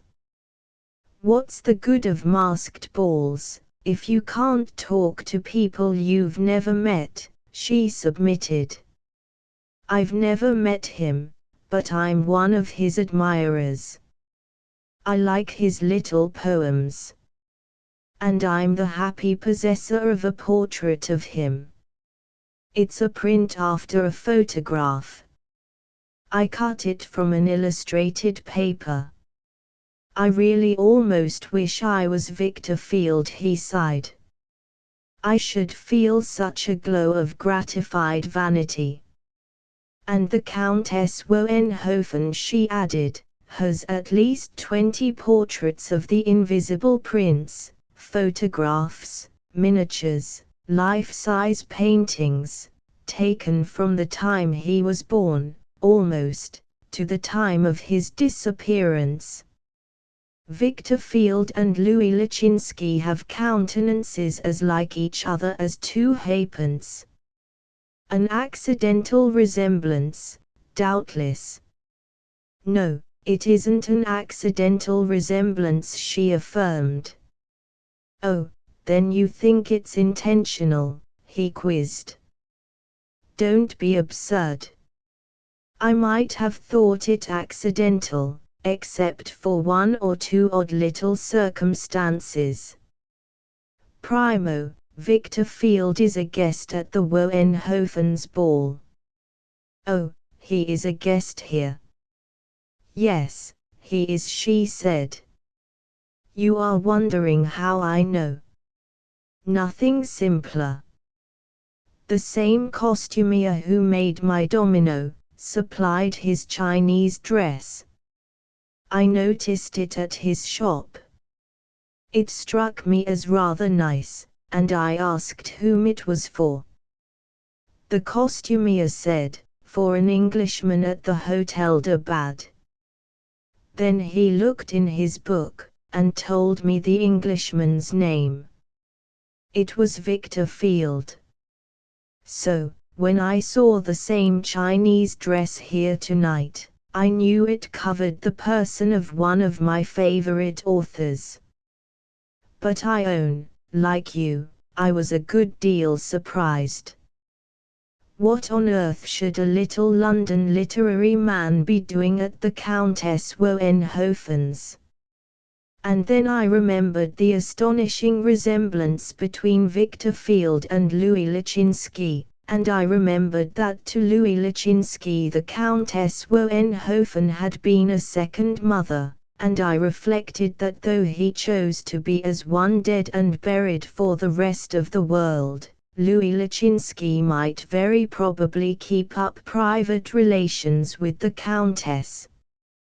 He might very probably come to her ball, incognito, and safely masked. I observed also that the Countess's rooms were decorated throughout with white lilac.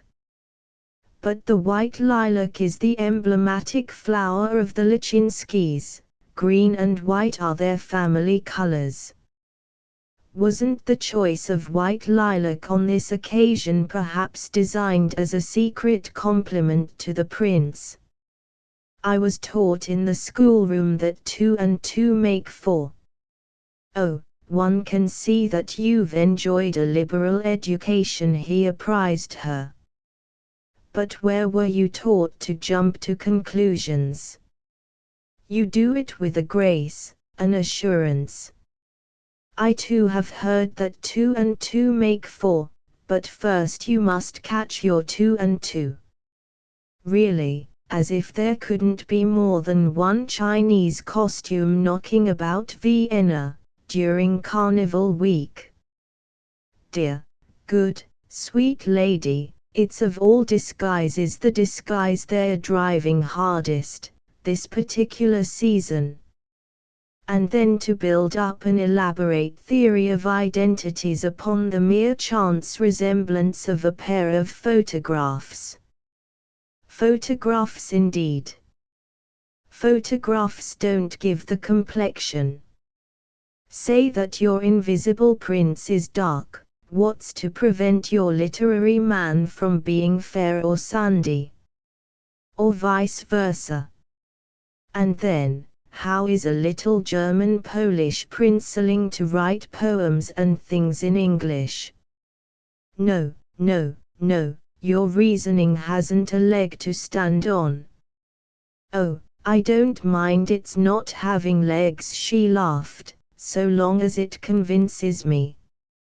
As for writing poems and things in English, you yourself said that everybody is more or less English, in these days. German princes are especially so. They all learn English, as a second mother tongue. You see, like Circassian beauties, they are mostly bred up for the marriage market, and nothing is a greater help towards a good sound remunerative English marriage, than a knowledge of the language. However, don't be frightened. I must take it for granted that Victor Field would prefer not to let the world know who he is. I happen to have discovered his secret. He may trust to my discretion. You still persist in imagining that I'm Victor Field, he murmured sadly. I should have to be extremely simple-minded, she announced, to imagine anything else. You wouldn't be a male human being if you had sat here for half an hour patiently talking about another man. Your argument, said he, with a meretricious air of subtlety, is facile and superficial. I thank you for teaching me that word. I'd sit here till doomsday talking about my worst enemy, for the pleasure of talking with you. Perhaps we have been talking of your worst enemy. Whom do the moralists pretend a man's worst enemy is wont to be? She asked. I wish you would tell me the name of the person the moralists would consider your worst enemy, he replied. I'll tell you directly, as I said before, if you'll own up, she offered. Your price is prohibitive. I've nothing to own up to. Well then, good night, she said. Lightly, swiftly, she fled from the conservatory, and was soon irrecoverable in the crowd. The next morning Victor Field left Vienna for London, but before he left he wrote a letter to Peter Woenhofen. In the course of it he said, there was an Englishwoman at your ball last night with the reasoning powers of a detective in a novel. By divers processes of elimination and induction, she had formed all sorts of theories about no end of things.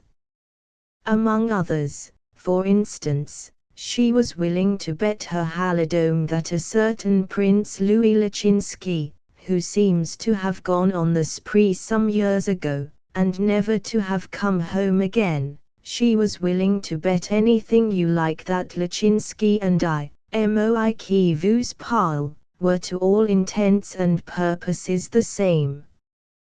Who was she, please? Rather a tall woman, in a black domino, with grey eyes, or greyish-blue, and a nice voice.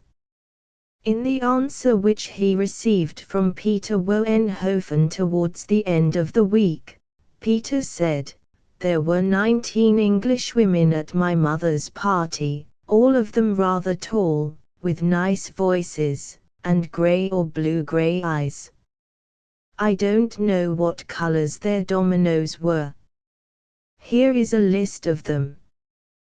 The names that followed were names of people whom Victor Field almost certainly would never meet. The people Victor knew in London were the sort of people a little literary man might be expected to know. Most of them were respectable, some of them even deemed themselves rather smart, and patronized him right Britishly. But the 19 names in Peter Woenhofen's list, oh, me. Oh, my, cried Victor, were names to make you gasp. All the same, he went a good deal to Hyde Park during the season, and watched the driving. Which of all those haughty high-born beauties is she, he wondered futilely. And then the season passed, and then the year, and little by little, of course, he ceased to think about her. One afternoon last May, a man, habited in accordance with the fashion of the period, stopped before a hairdresser's shop in Knightsbridge somewhere, and, raising his hat, bowed to the 3 waxen ladies who simpered from the window. "Oh, it's Mr. Field," a voice behind him cried. "What are those cryptic rites that you're performing? What on earth are you bowing into a hairdresser's window for?" A smooth, melodious voice, tinged by an inflection that was half ironical, half bewildered. "I was saluting the type of English beauty," he answered, turning. "Fortunately, there are divergences from it," he added, as he met the puzzled smile of his interlocutrice, a puzzled smile, indeed, but, like the voice, by no means without its touch of irony. She gave a little laugh, and then, examining the models critically, "Oh," she questioned. "Would you call that the type? You place the type high. Their features are quite faultless, and whoever saw such complexions?" "It's the type, all the same," said he. "Just as the imitation marionette is the type of English breeding." "The imitation marionette? I'm afraid I don't follow," she confessed. "The imitation marionettes? You've seen them at little theatres in Italy. They're actors who imitate puppets. Men and women who try to behave as if they weren't human, as if they were made of starch and whalebone, instead of flesh and blood." "Ah, yes," she assented, with another little laugh. "That would be rather typical of our insular methods. But do you know what an engaging, what a reviving spectacle you presented, as you stood there flourishing your hat? What do you imagine people thought? And what would have happened to you if I had just chanced to be a policeman instead of a friend? Would you have clapped your handcuffs on me?" he inquired. "I suppose my conduct did seem rather suspicious. I was in the deepest depths of dejection. One must give some expression to one's sorrow." "Are you going towards Kensington?" she asked, preparing to move on. "Before I commit myself, I should like to be sure whether you are," he replied. "You can easily discover with a little perseverance." He placed himself beside her, and together they walked towards Kensington. She was rather taller than the usual woman, and slender. She was exceedingly well dressed, smartly, becomingly, a jaunty little hat of strangely twisted straw, with an aigrette springing defiantly from it, a jacket covered with mazes and labyrinths of embroidery, at her throat a big knot of white lace, the ends of which fell winding in a creamy cascade to her waist. "Do they call the thing a jabot?" And then, But what can a man trust himself to write of these esoteric matters? She carried herself extremely well, too, with grace, with distinction, her head held high, even thrown back a little, superciliously. She had an immense quantity of very lovely hair. Red hair. Yellow hair. Red hair with yellow lights burning in it. Yellow hair with red fires shimmering through it. In a single loose, full billow it swept away from her forehead, and then flowed into a 1,000 rippling, crinkling, capricious undulations. And her skin had the sensitive coloring, the fineness of texture, that are apt to accompany red hair when it's yellow, yellow hair when it's red.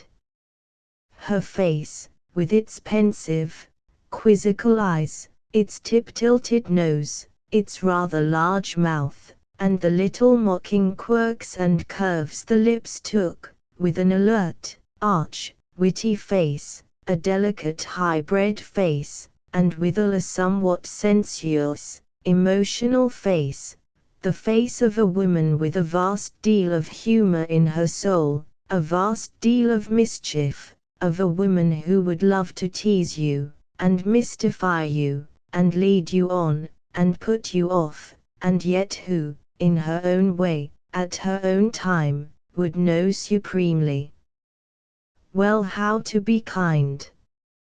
But it was mischief rather than kindness that glimmered in her eyes at present, as she asked, "You were in the deepest depths of dejection?" "Poor man." "Why?" "I can't precisely determine," said he, "whether the sympathy that seems to vibrate in your voice is genuine or counterfeit." "Perhaps it's half and half," she suggested. "But my curiosity is unmixed. Tell me your troubles. The catalogue is long. I've 1,600 million. The weather, for example.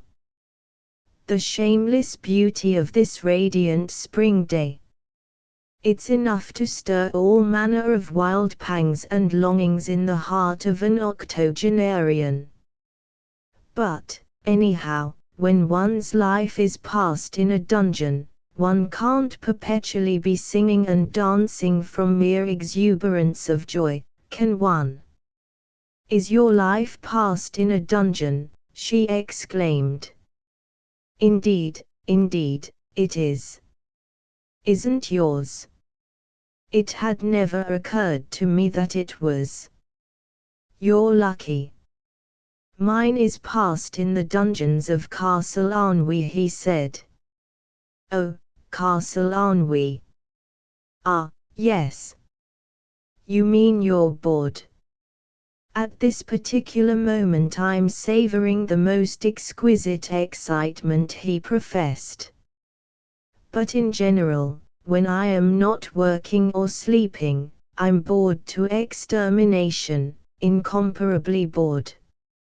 If only one could work and sleep alternately, 24 hours a day, the year round. There's no use trying to play in London. It's so hard to find a playmate. The English people take their pleasures without salt." "The dungeons of Castle Ennui," she repeated meditatively. "Yes, we are fellow prisoners. I'm bored to extermination too. Still," she added, "one is allowed out on parole, now and again. And sometimes one has really quite delightful little experiences. It would ill become me, in the present circumstances, to dispute that," he answered, bowing. "But the castle waits to reclaim us afterwards, doesn't it?" she mused. "That's rather a happy image, Castle Ennui. I'm extremely glad you approve of it." Castle Ennui is the Bastille of modern life. It is built of prunes and prisms, it has its outer court of convention, and its inner court of propriety, it is moated round by respectability, and the shackles its inmates wear are forged of dull little duties and arbitrary little rules. You can only escape from it at the risk of breaking your social neck, or remaining a fugitive from social justice to the end of your days. Yes, it is a fairly decent little image. A bit out of something you're preparing for the press, she hinted. Oh, how unkind of you, he cried. It was absolutely extemporaneous. One can never tell, with vous autres gens de lettres, she laughed. It would be friendlier to say nous autres gens d'esprit, he submitted. Aren't we proving to what degree nous autres gens d'esprit sunt bêtes, she remarked, by continuing to walk along this narrow pavement, when we can get into Kensington Gardens by merely crossing the street? Would it take you out of your way? I have no way. I was sauntering for pleasure, if you can believe me. I wish I could hope that you have no way either. Then we could stop here, and crack little jokes together the livelong afternoon, he said, as they entered the gardens. Alas, my way leads straight back to the castle. I've promised to call on an old woman in Camden Hill, said she. Disappoint her. It's good for old women to be disappointed. It whips up their circulation. I shouldn't much regret disappointing the old woman, she admitted, and I should rather like an hour or two of stolen freedom. I don't mind owning that I've generally found you, as men go, a moderately interesting man to talk with. But the deuce of it is, you permit the expression. I'm devoted to the expression. The deuce of it is, I'm supposed to be driving, she explained. Oh, that doesn't matter. So many suppositions in this world are baseless, he reminded her. But there's the prison van, she said. It's one of the tiresome rules in the female wing of Castle Ennui that you're always supposed, more or less, to be driving.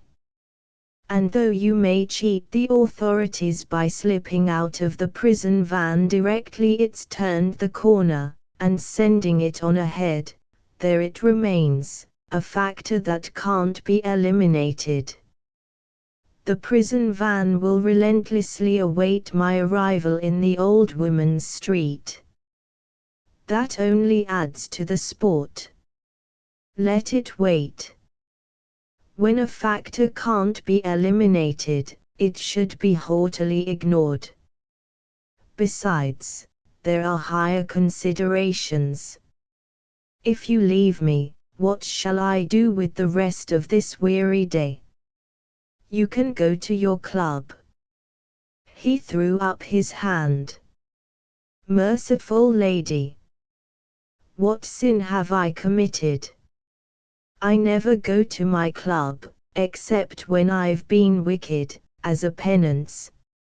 If you will permit me to employ a metaphor, oh, but a tried and trusty metaphor, when one ship on the sea meets another in distress, it stops and comforts it, and forgets all about its previous engagements and the prison van and everything.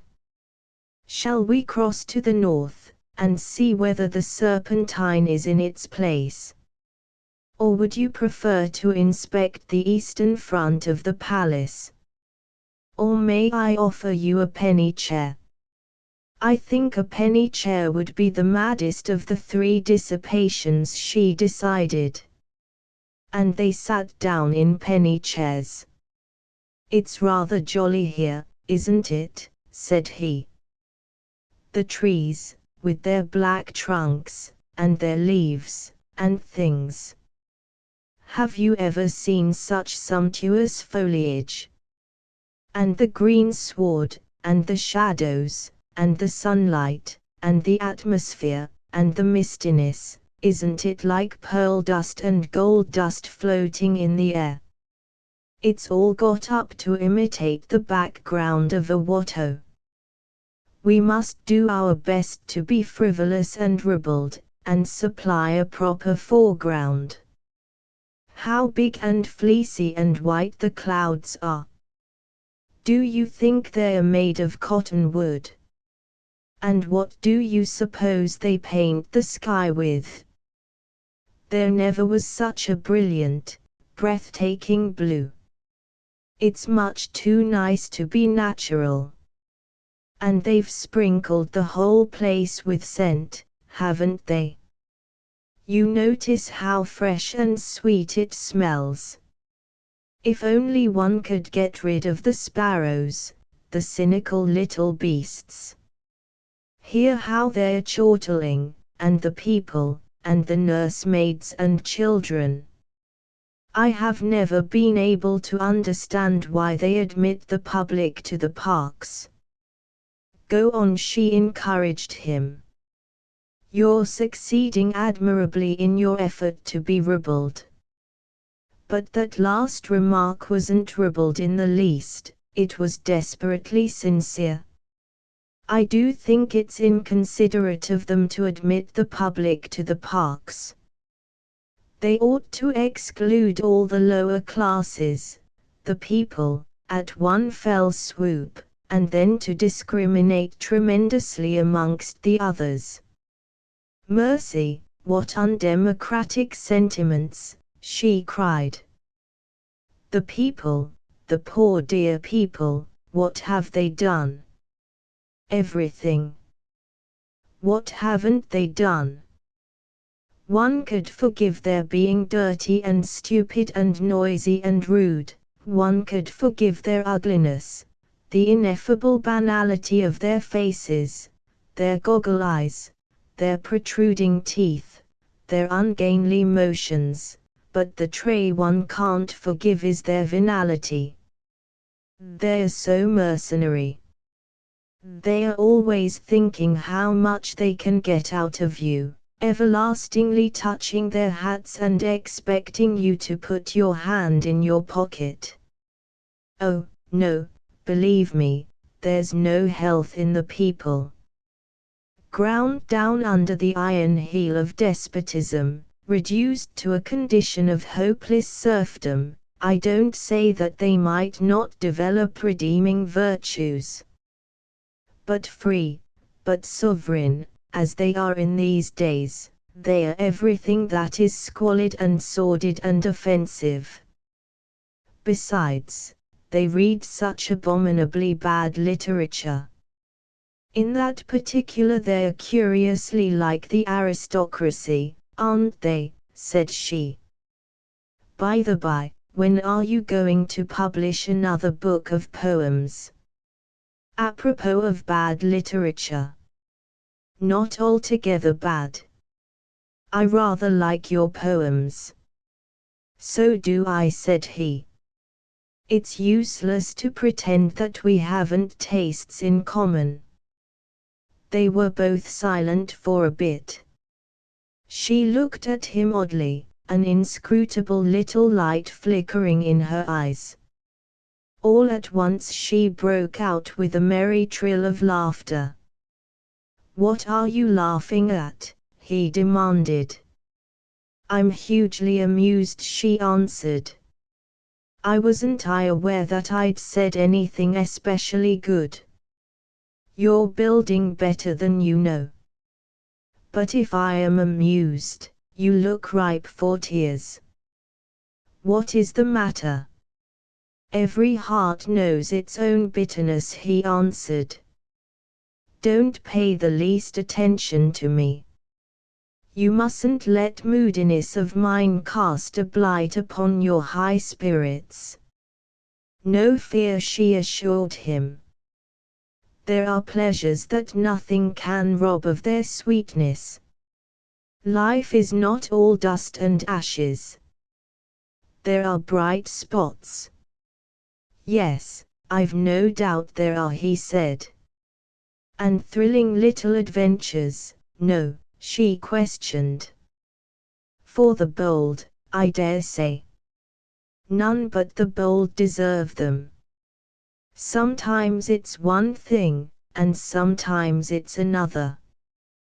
That's very certain, he agreed. Sometimes, for instance, she went on, one meets a man one knows, and speaks to him. And he answers with a glibness. And then, almost directly, what do you suppose one discovers? What? He asked. One discovers that the wretch hasn't a ghost of a notion who one is, that he's totally and absolutely forgotten one. Oh, I say. Really, he exclaimed. Yes, really. You can't deny that that's an exhilarating little adventure. I should think it might be. One could enjoy the man's embarrassment, he reflected. Or his lack of embarrassment. Some men are of an assurance, of a sang-froid. They'll place themselves beside you, and walk with you, and talk with you, and even propose that you should pass the livelong afternoon cracking jokes with them in a garden, and never breathe a hint of their perplexity. They'll brazen it out. That's distinctly heroic, Spartan, of them, don't you think? He said. Intentionally, poor dears, they're very likely suffering agonies of discomfiture. We'll hope they are. Could they decently do less, said she. And fancy the mental struggles that must be going on in their brains, he urged. If I were a man in such a situation, I'd throw myself upon the woman's mercy. I'd say, beautiful, sweet lady. I know you. Your name, your entirely charming and appropriate name, is trembling on the tip of my tongue. But, for some unaccountable reason, my brute of a memory chooses to play the fool. If you've a spark of Christian kindness in your soul, you'll come to my rescue with a little clue. If the woman had a Christian sense of the ridiculous in her soul, I fear you'd throw yourself on her mercy in vain, she warned. What is the good of tantalizing people? Besides, she continued, the woman might reasonably feel slightly humiliated to find herself forgotten in that barefaced manner. The humiliation would be surely all the man's. Have you heard from the Woenhofens lately? The what? The who? She raised her eyebrows. The Woenhofens, he repeated. What are the Woenhofens? Are they persons? Are they things? Oh, nothing. My inquiry was merely dictated by a thirst for knowledge. It occurred to me that you might have won a black domino at the masked ball they gave, the Woenhofens. Are you sure you didn't? I've a great mind to punish your forgetfulness by pretending that I did, she teased. She was rather tall, like you, and she had grey eyes, and a nice voice, and a laugh that was sweeter than the singing of nightingales. She was monstrously clever, too, with a flow of language that would have made her a leader in any sphere. She was also a perfect fiend. I have always been anxious to meet her again, in order that I might ask her to marry me. I'm strongly disposed to believe that she was you. Was she? He pleaded. If I say yes, will you at once proceed to ask me to marry you? She asked. Try it and see. Si enist pas la peine. It occasionally happens that a woman's already got a husband. She said she was an old maid. Do you dare to insinuate that I look like an old maid? She cried. Yes. Upon my word. Would you wish me to insinuate that you look like anything so insipid as a young girl? Were you the woman of the black domino? He persisted. I should need further information, before being able to make up my mind. What's their name? Wohenheimer. Are the Wohenheimers people one can safely confess to knowing? Oh, you're a man, and don't count. But a woman. It sounds a trifle Jewish, Wohenheimer. But of course there are Jews and Jews. You're playing with me like the cat in the adage, he sighed. It's too cruel. No one is responsible for his memory. And to think that this man took me down to dinner not 2 months ago, she murmured in her veil. You're as hard as nails. In whose house? Or, stay. Prompt me a little. Tell me the first syllable of your name. Then the rest will come with a rush. My name is Matilda Muggins. I've a great mind to punish your untruthfulness by pretending to believe you, said he. Have you really got a husband? Why do you doubt it? Said she. I don't doubt it. Have you? I don't know what to answer. Don't you know whether you've got a husband? He protested.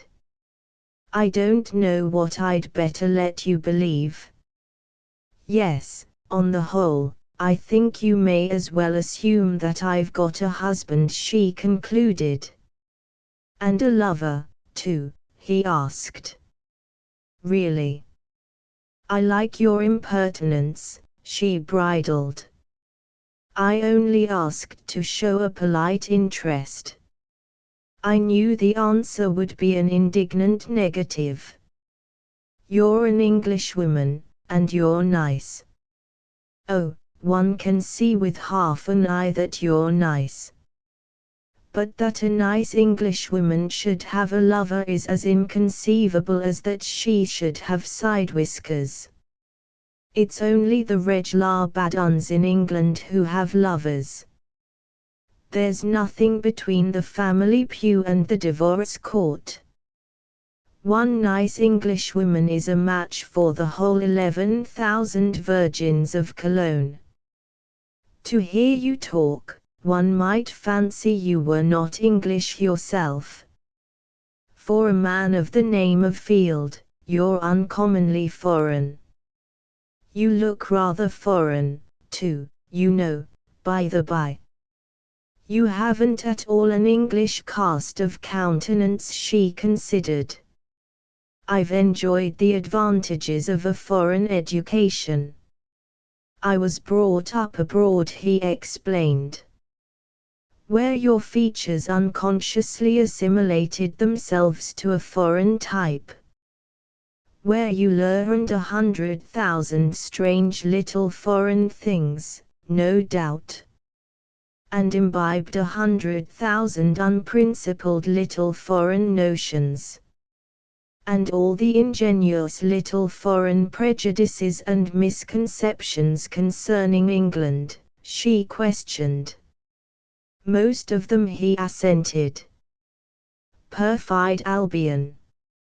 English hypocrisy, she pursued. Oh, yes, the English are consummate hypocrites. But there's only one objection to their hypocrisy: it so rarely covers any wickedness. It's such a disappointment to see a creature stalking toward you, laboriously draped in sheep's clothing, and then to discover that it's only a sheep. You, for instance, as I took the liberty of intimating a moment ago, in spite of your perfectly respectable appearance, are a perfectly respectable woman. If you weren't, wouldn't I be making furious love to you, though? As I am, I can see no reason why you shouldn't make furious love to me, if it would amuse you. There's no harm in firing your pistol at a person who's bulletproof, she laughed. No, it's merely a wanton waste of powder and shot, said he. However, I shouldn't stick at that. The deuce of it is, you permit the expression. I'm devoted to the expression. The deuce of it is, you profess to be married. Do you mean to say that you, with your unprincipled foreign notions, would be restrained by any such consideration as that? She wondered. I shouldn't be for an instant, if I weren't in love with you. Comment donc. Déjà, she cried with a laugh. Oh, déjà. Why not? Consider the weather, consider the scene. Is the air soft, is it fragrant? Look at the sky, good heavens, and the clouds, and the shadows on the grass, and the sunshine between the trees. The world is made of light today, of light and color, and perfume and music. Tout in tonneau canter amour, amour, amour. What would you have? One recognizes one's affinity. One doesn't need a lifetime. You began the business at the Woenhofen's ball. Today you've merely put on the finishing touches. Oh, then I am the woman you met at the masked ball, she cried. Look me in the eye, and tell me you're not. He defied her. I haven't the faintest interest in telling you I'm not. On the contrary, it rather pleases me to let you imagine that I am. She owed me a grudge, you know. I hoodwinked her like everything he confided. Oh, did you? Then, as a sister woman, I should be glad to serve as her instrument of vengeance. Do you happen to have such a thing as a watch about you? She inquired. Yes, he said. Will you be good enough to tell me what o'clock it is? What are your motives for asking? I'm expected at home at 5. Where do you live? What are the motives for asking? I want to call upon you. You might wait till you're invited. Well, invite me, quick. Never. Never. Never, never, never, she asseverated. A man who's forgotten me as you have. But if I've only met you once at a masked ball, can't you be brought to realize that every time you mistake me for that woman of the masked ball you turn the dagger in the wound? She demanded. But if you won't invite me to call upon you, how and when am I to see you again? I haven't an idea, she answered, cheerfully. I must go now. Goodbye. She rose. One moment, he interposed. Before you go, will you allow me to look at the palm of your left hand? What for? I can tell fortunes. I'm extremely good at it, he boasted. I'll tell you yours. Oh, very well, she assented, sitting down again, and guilelessly she pulled off her glove. He took her hand, a beautifully slender, nervous hand, warm and soft, with rosy, tapering fingers. "Oh! You are an old maid after all," he cried. "There's no wedding ring." "You villain," she gasped, snatching the hand away. "I promised to tell your fortune.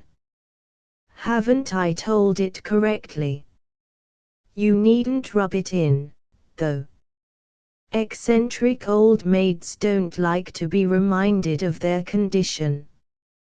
Will you marry me?" "Why do you ask?" "Partly for curiosity. Partly because it's the only way I can think of, to make sure of seeing you again. And then, I like your hair. Will you?" "I can't," she said. "Why not?" "The stars forbid. And I'm ambitious. In my horoscope it is written that I shall either never marry at all, or marry royalty." "Oh, bother ambition. Cheat your horoscope. Marry me. Will you?" "If you care to follow me," she said, rising again, "you can come and help me to commit a little theft." He followed her to an obscure and sheltered corner of a flowery path, where she stopped before a bush of white lilac. "There are no keepers in sight, are there?" she questioned. "I don't see any," he said. "Then allow me to make you a receiver of stolen goods," said she, breaking off a spray, and handing it to him. "Thank you. But I'd rather have an answer to my question." "Isn't that an answer?" "Is it?" "White lilac, to the invisible prince." "The invisible prince? Then you are the black domino," he exclaimed. "Oh, I suppose so," she consented. "And you will marry me?" "I'll tell the aunt I live with to ask you to dinner." "But will you marry me?" "I thought you wished me to cheat my horoscope." "How could you find a better means of doing so?" "What? If I should marry Louis Lachinsky?" "Oh, to be sure. You will have it that I was Louis Lachinsky. But, on that subject, I must warn you seriously." "One instant," she interrupted.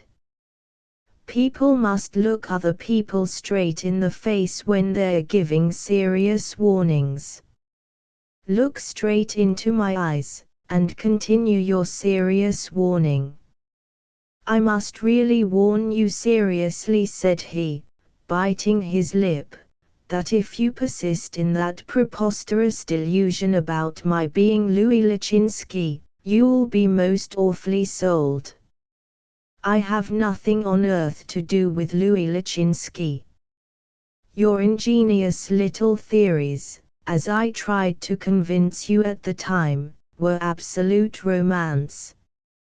Her eyebrows raised a little, she kept her eyes fixed steadily on his, in the drollest fashion, with a gaze that seemed to say, "How admirably you do it. I wonder whether you imagine I believe you. Oh, you fibber. Aren't you ashamed to tell me such abominable fibs?" They stood still, eyeing each other thus, for something like 20 seconds, and then they both laughed and walked on. "Why wait for death and time?" By Bertelston Taylor. I hold it truth with him who weakly sings brave songs of hope, the music of the sphere, that deathless tomes the living present brings, great literature is with us year on year. Books of the mighty dead, whom men revere, remind me I can make my books sublime. But, prithee, bay my brow while I am here, why do we ever wait for death and time? Shakespeare, great spirit, beat his mighty wings, as I beat mine, for the occasion near. He knew, as I, the worth of present things, great literature is with us year on year. Methinks I meet across the gulf his clear and tranquil eye, his calm reflections chime with mine. Why do we at the present flee? Why do we ever wait for death and time? The reading world with acclamation rings for my last book. It led the list at Weir, Altoona, Rahway, Painted Post, Hot Springs. Great literature is with us year on year. The bookman gives me a vociferous cheer.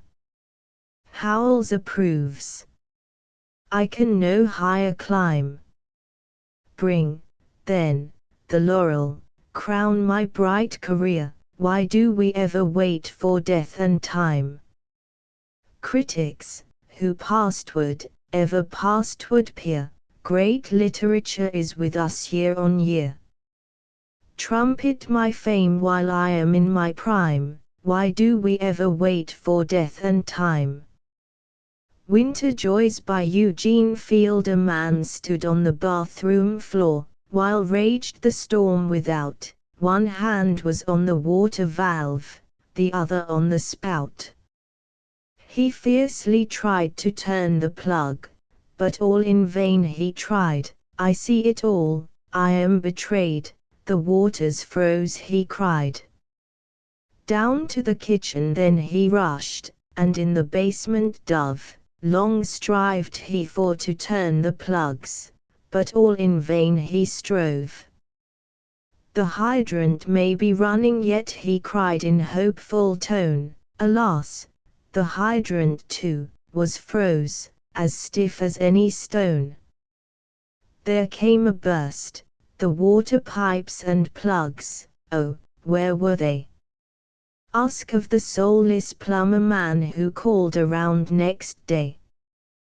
The Demon of the Study by John Greenleaf Whittier. The brownie sits in the Scotchman's room, and eats his meat and drinks his ale, and beats the maid with her unused broom, and the lazy lout with his idle flail. But he sweeps the floor and threshes the corn, and hies him away ere the break of dawn. The shade of Denmark fled from the sun, and the Cocklane ghost from the barn loft cheer. The fiend of Faust was a faithful one, Agrippa's demon wrought in fear, and the devil of Martin Luther sat by the stout monk's side in social chat. The old man of the sea, on the neck of him who 7 times crossed the deep, twined closely each lean and withered limb, like the nightmare in one's sleep. But he drank of the wine, and Sinbad cast the evil weight from his back at last. But the demon that cometh day by day to my quiet room and fireside nook, where the casement light falls dim and grey on faded painting and ancient book, is a sorrier one than any whose names are chronicled well by good King James. No bearer of burdens like Caliban, no runner of errands like Ariel, he comes in the shape of a fat old man, without rap of knuckle or pull of bell, and whence he comes, or whither he goes, I know as I do of the wind which blows. A stout old man with a greasy hat slouched heavily down to his dark, red nose, and 2 grey eyes enveloped in fat, looking through glasses with iron bows. Read ye, and heed ye, and ye who can, guard well your doors from that old man. he comes with a careless how do ye do, and seats himself in my elbow chair, and my morning paper and pamphlet new fall forthwith under his special care, and he wipes his glasses and clears his throat, and, button by button, unfolds his coat. And then he reads from paper and book, in a low and husky asthmatic tone, with the stolid sameness of posture and look of one who reads to himself alone, and hour after hour on my senses come that husky wheeze and that dolorous hum. The price of stocks, the auction sales, the poet's song and the lover's glee, the horrible murders, the seaboard gales, the marriage list, and the jeu d'esprit, all reach my ear in the self-same tone. I shudder at each, but the fiend reads on. Oh, sweet as the lapse of water at noon o'er the mossy roots of some forest tree, the sigh of the wind in the woods of June, or sound of flutes o'er a moonlight sea, or the low soft music, perchance, which seems to float through the slumbering singer's dreams. So sweet, so dear is the silvery tone of her in whose features I sometimes look, as I sit at eve by her side alone, and we read by turns, from the self-same book, some tale perhaps of the olden time, some lover's romance or quaint old rhyme. Then when the story is one of woe, some prisoner's plaint through his dungeon bar, her blue eye glistens with tears, and lo, her voice sinks down like a moan afar, and I seem to hear that prisoner's wail, and his face looks on me worn and pale. And when she reads some merrier song, her voice is glad as an April bird's, and when the tale is of war and wrong, a trumpet's summons is in her words, and the rush of the hosts I seem to hear, and see the tossing of plume and spear.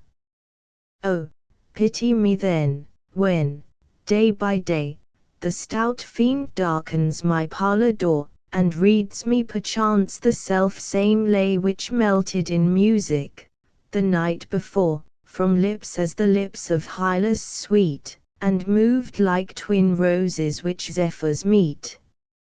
I cross my floor with a nervous tread, I whistle and laugh and sing and shout, I flourish my cane above his head, and stir up the fire to roast him out, I topple the chairs, and drum on the pane, and press my hands on my ears, in vain.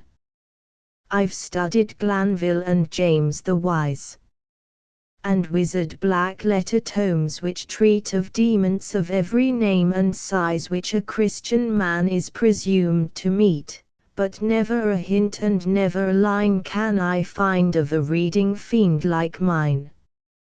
I've crossed the Psalter with Brady and Tate, and laid the primer above them all, I've nailed a horseshoe over the grate, and hung a wig to my parlour wall once worn by a learned judge, they say, at Salem Court in the witchcraft day. Conjuro te, celeritis I'm, abi ad tuum locum. Still like a visible nightmare he sits by me, the exorcism has lost its skill, and I hear again in my haunted room the husky wheeze and the dolorous hum. Ah! Commend me to Mary Magdalene with her sevenfold plagues, to the wandering Jew, to the terrors which haunted aurists when the Furies his midnight curtains drew, but charm him off, ye who charm him can, that reading demon, that fat old man. Uncle Bentley and the Roosters by Hayden Carruth. The burden of Uncle Bentley has always rested heavily on our town. Having not a shadow of business to attend to, he has made other people's business his own, and looked after it in season and out, especially out. If there is a thing which nobody wants done, to this Uncle Bentley applies his busy hand. One warm summer Sunday we were all at church. Our pastor had taken the passage on turning the other cheek, or one akin to it, for his text, and was preaching on peace and quiet and non-resistance. He soon had us in a devout mood which must have been beautiful to see and encouraging to the good man. Of course, Uncle Bentley was there, he always was, and forever in a front pew, with his neck craned up looking backward to see if there was anything that didn't need doing which he could do. He always tinkered with the fires in the winter and fussed with the windows in the summer, and did his worst with each. His strongest church point was ushering. Not content to usher the stranger within our gates, he would usher all of us, and always thrust us into pews with just the people we didn't want to sit with. If you failed to follow him when he took you in tow, he would stop and look back reproachfully, describing mighty indrawing curves with his arm, and if you pretended not to see him, he would give a low whistle to attract your attention, the arm working right along, like a Holland windmill. On this particular warm summer Sunday Uncle Bentley was in place wearing his long, full-skirted coat, a queer, dark, bottle green, purplish blue. He had ushered to his own exceeding joy, and got two men in one pew, and given them a single hymn book, who wouldn't on weekdays speak to each other. I ought to mention that we had long before made a verb of Uncle Bentley. To Uncle Bentley was to do the wrong thing. It was a regular verb, Uncle Bentley, Uncle Bentleyed, Uncle Bentleying. Those two rampant enemies in the same pew had been Uncle Bentleyed. The minister was floating along smoothly on the subject of peace when Uncle Bentley was observed to throw up his head. He had heard a sound outside. It was really nothing but one of Deacon Plummer's young roosters crowing. The deacon lived near, and vocal offerings from his poultry were frequent and had ceased to interest anyone except Uncle Bentley. Then in the pauses between the preacher's periods we heard the flapping of wings, with sudden stoppings and startings. Those unregenerate fowls, unable to understand the good man's words, were fighting. Even this didn't interest us, we were committed to peace. But Uncle Bentley shot up like a jack-in-a-box and cantered down the aisle. Of course, his notion was that the roosters were disturbing the services, and that it was his duty to go out and stop them. We heard vigorous shoes, and take that's, and concerns, and then Uncle Bentley came back looking very important, and as he stalked up the aisle he glanced around and nodded his head, saying as clearly as words, "There, where would you be without me?" Another defiant crow floated in at the window. The next moment the rushing and beating of wings began again, and down the aisle went Uncle Bentley, the long tails of that coat fairly floating like a cloud behind him. There was further uproar outside, and Uncle Bentley was back in his place, this time turning around and whispering hoarsely, "I fixed 'em." But such was not the case, for twice more the very same thing was repeated. The last time Uncle Bentley came back he wore a calm, snug expression, as who should say, "Now I have fixed 'em." We should have liked it better if the roosters had fixed Uncle Bentley. But nobody paid much attention except Deacon Plummer. The thought occurred to him that perhaps Uncle Bentley had killed the fowls. But he hadn't. However, there was no more disturbance without, and after a time the sermon closed. There was some sort of a special collection to be taken up. Of course, Uncle Bentley always insisted on taking up all the collections. He hopped up on this occasion and seized the plate with more than usual vigor. His struggles with the roosters had evidently stimulated him. He soon made the rounds and approached the table in front of the pulpit to deposit his harvest. As he did so, we saw to our horror that the long tails of that ridiculous coat were violently agitated. A sickening suspicion came over us. The next moment one of those belligerent young roosters thrust a head out of either of those coat-tail pockets. One uttered a raucous crow, the other made a vicious dab. Uncle Bentley dropped the plate with a scattering of coin, seized a coat skirt in each hand, and drew it front. This dumped both fowls out on the floor, where they went at it hammer and tongs. What happened after this is a blur in most of our memories. All that is certain is that there was an uproar in the congregation, especially the younger portion, that the deacon began making unsuccessful dives for his poultry, that the organist struck up onward, Christian soldiers, and that the minister waved us away without a benediction amid loud shouts of, "Shoo! I swanny," and, "Drat the pesky critters," from your Uncle Bentley. Did it serve to subdue Uncle Bentley? Not in the least. He survived to do worse things. A shining mark by iron quiller man came here from Idaho, with lots of mining stock. He brought along as specimens a lot of mining rock. The stock was worth a cent a pound if stacked up in a pile. The rock was worth $1.50 per cubic mile. We planted him at Eventide, mid shadows dim and dark. We fixed him up an epitaph, "Death loves a mining shark."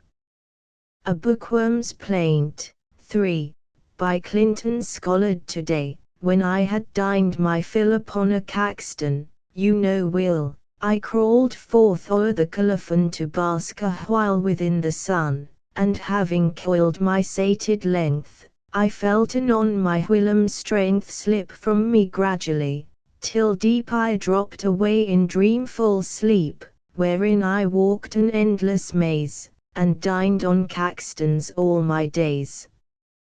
Then I woke suddenly. Alas! What in my sleep had come to pass? That priceless first edition row, squat quarto and tall folio, had, in my slumber, vanished quite. Instead, on my astonished sight the newest novels burst, a gay and most unpalatable array. I, that have battened on the best, why should I thus be dispossessed and with starvation, or the worst of diets, cruelly be cursed? A poem of passion by Charles F. Lummis. It was many and many a year ago, on an island near the sea, that a maiden lived whom you mightn't know by the name of Cannibale, and this maiden she lived with no other thought than a passionate fondness for me. I was a child, and she was a child, though her tastes were adult Fiji, but she loved with a love that was more than love, my yearning Cannibale, with a love that could take me roast or fried or raw, as the case might be. And that is the reason that long ago, in that island near the sea, I had to turn the tables and eat my ardent Cannibale, not really because I was fond of her, but to check her fondness for me. But the stars never rise, but I think of the size of my hot-potted cannibale, and the moon never stares, but it brings me nightmares of my sperib cannibale, and all the night tide she is restless inside, is my still indigestible dinner bell bride, in her pallid tomb, which is me, in her solemn sepulture, me. The Real Diary of a Real Boy by Henry Shute. The 11th of March, 186, went to church in the morning. The furnace was all right. Mr. Leonard preached about loving our enemies, and told everyone if he had any angry feelings towards Inoyne to go to him and shake hands and see how much better you would feel. I know how it is, because when me and Beanie are mad we don't have any fun, and when we make up, the one who is to blame always wants to treat. Why, when Beanie was mad with me because I went home from Gil Steele's surprise party with Lizzie Toll, Ed Toll's sister, he wouldn't speak to me for 2 days. And when we made up he treated me to ice cream with 2 spoons, and he let me dip twice to his once. He took pretty big dips to make up. Beanie is mad if any of the fellas go with Lizzie Toll. She likes Beanie better than she does any of the fellas, and Beanie ought to be satisfied. But sometimes he acts mad when I go down there to fight roosters with Ed. I guess he needn't worry much, no fella isn't going to leave of fitting roosters to go with no girls. Well, I most forgot that I was going to say, but after church I went up to Mickey Gould, who was going to fight me behind the schoolhouse, and said, "Mickey, let's be friends." And Mickey said, "How old Skinny, I can lick you in 2 minutes." And I said, "You ain't man enough." And he called me a knock-kneed puke, and I called him a wall-eyed lummox, and he give me a paste in the eye, and I gave him a good one in the mouth, and then we wrestled, and Mickey threw me and I turned him, and he got hold of my new false bosom, and I got hold of his hair, and the fellas all hollered, "Hit him, Mickey! Paste him, Skinny!" And Mr. Purington, Pute's father, pulled us apart, and I had Mickey's paper collar and necktie and some of his hair, and he had my false bosom. And when I got home father made me go to bed and stay there all the afternoon for fitting, but I guess he didn't like my losing my false bosom. Anyway, he asked me how many times I hit Mickey and which licked. He let me get up at supper time. Next time I try to love my enemy, I am going to lick him first. Went to a Sunday school concert in the evening.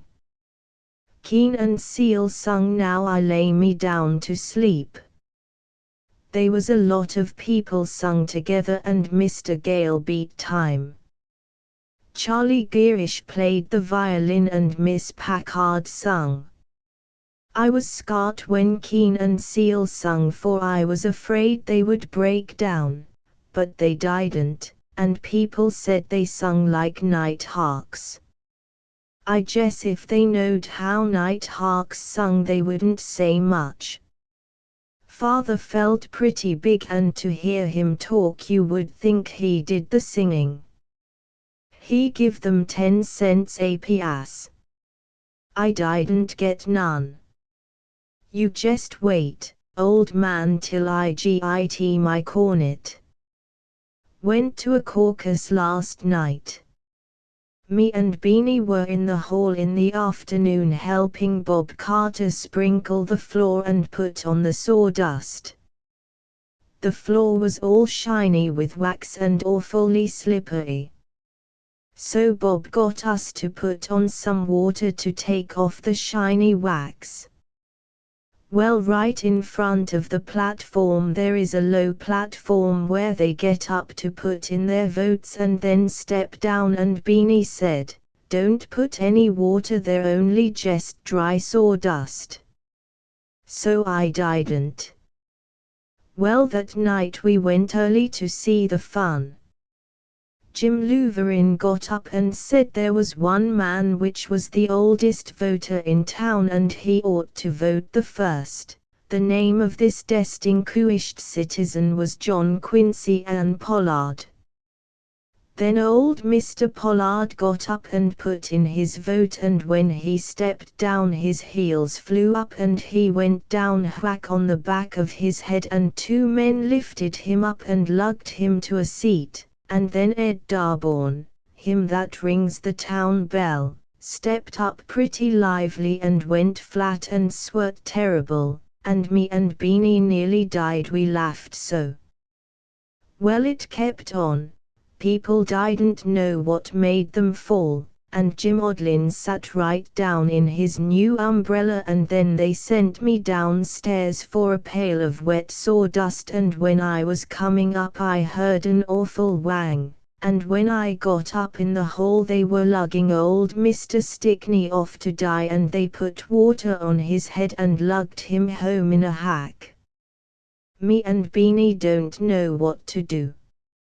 If we don't tell, Bob will lose his place, and if we do we will get licked. The 31st of March. April Fool Day tomorrow. I am laying for Beanie. Old Francis licked 5 fellas today because they sung wrong when we was singing "Speak Kindly, it is better for to rule by love than fear." The 14th of June. Rush Belknap and Horace Cobbs go in swimming every morning at 6 o'clock. I got a licking today that beat the one Beanie got. Last summer me and Tomtit Thompson and Caw Harding and Whack and Poz and Book Chadwick went in swimming in May and all through the summer until October. One day I went in 10 times. Well, I didn't say anything about it to father so as not to scare him. Well, today he didn't go to Boston and he said, "I am going to teach you to swim."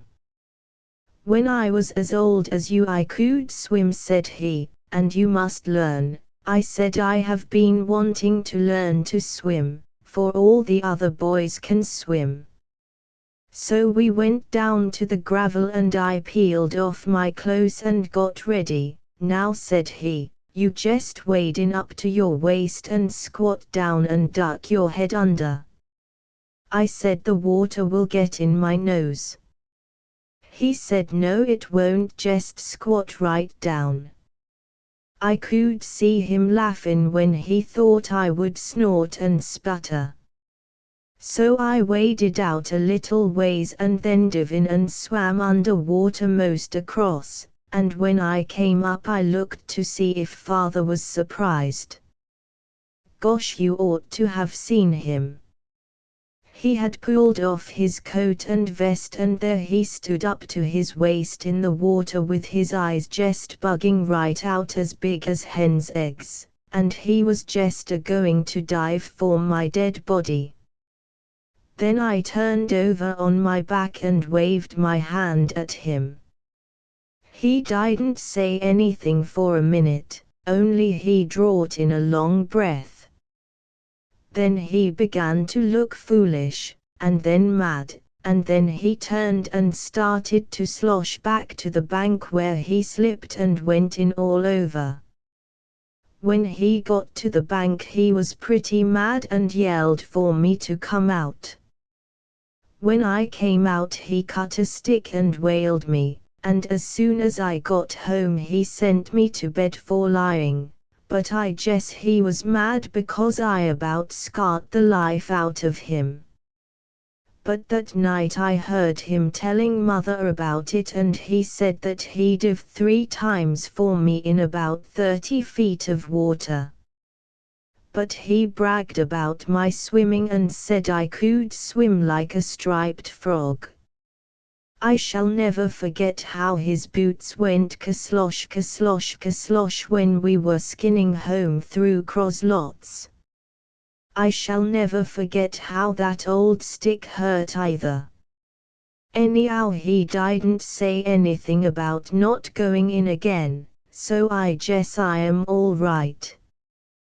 The 15th of June, 186, Johnny Heald, a student, came to me and wanted me to carry some tickets to a dance round to the girls in the town. There was about 100 of them. He read the names over to me and I said I knew them all. So after school me and Beanie started out and walked all over town and give out the tickets. I had a long string of names and every time I would leave one I would mark out the name. I didn't give the head girls any because they told father about some things that me and Beanie and Pute did, and the Palmer girls and the silly girls lived way up on the plains and I didn't want to walk up there, so when I went over to Hemlock Side to give one, I went over to the factory boarding house and give some to them. They was awful glad to get them too and said they would go to the dance. Some people was not at home and so I gave their tickets to the next house. It took me till 8 o'clock and I got $1 for it. I don't believe those girls that didn't get their tickets will care much about going anyway. I guess the head girls won't want to tell on me another time. The 23rd of June. There is a dead rat in the wall in my room. It smells awful.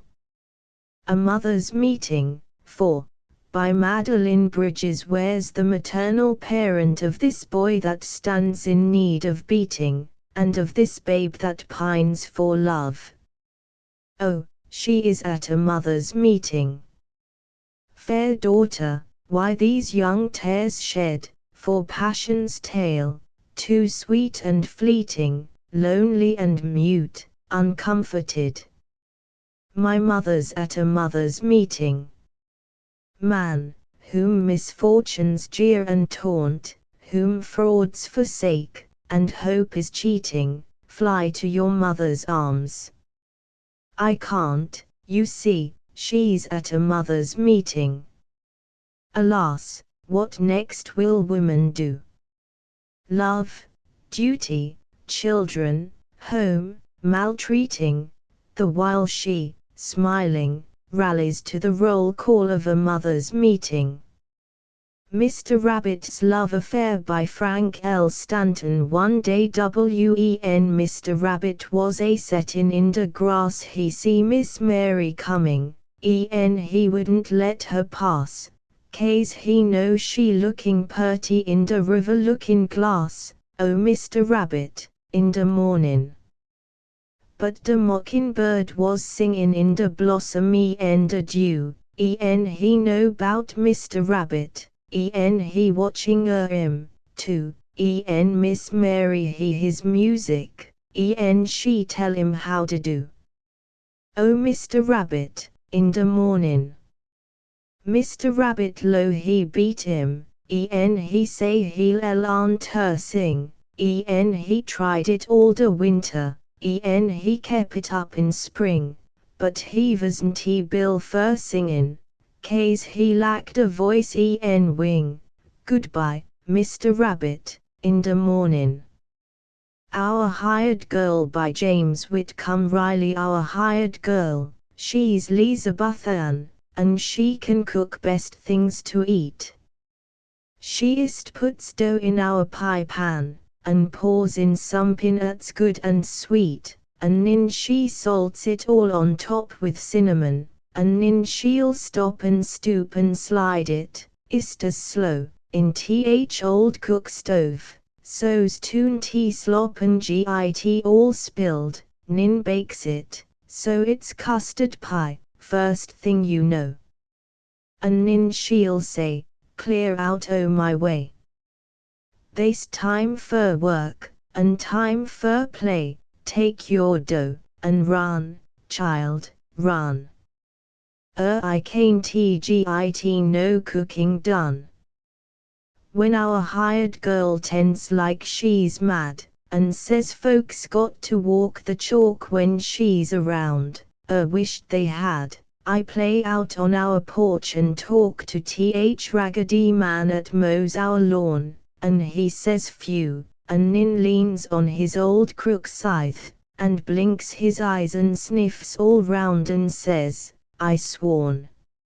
If my old nose don't tell me lies, it pears like I smell custard pies. And nin he'll say, clear out o' my way. They's time fer work and time fer play. Take your dough, and run, child, run. She can't get no cooking done.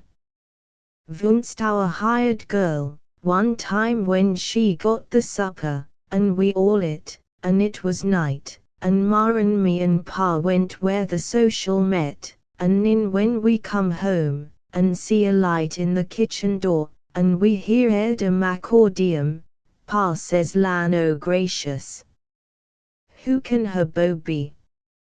And I marched in, and Lizabeth Ann was parchin' corn fer the Raggedy Man. Better say clear out o' the way. They's time fer work, and time fer play. Take the hint, and run, child, run. We can't get no courtin' done. The reason by Iron Quill says John last night, William, by grab. I'm beat to know why stolen kisses taste so sweet. Says William, show.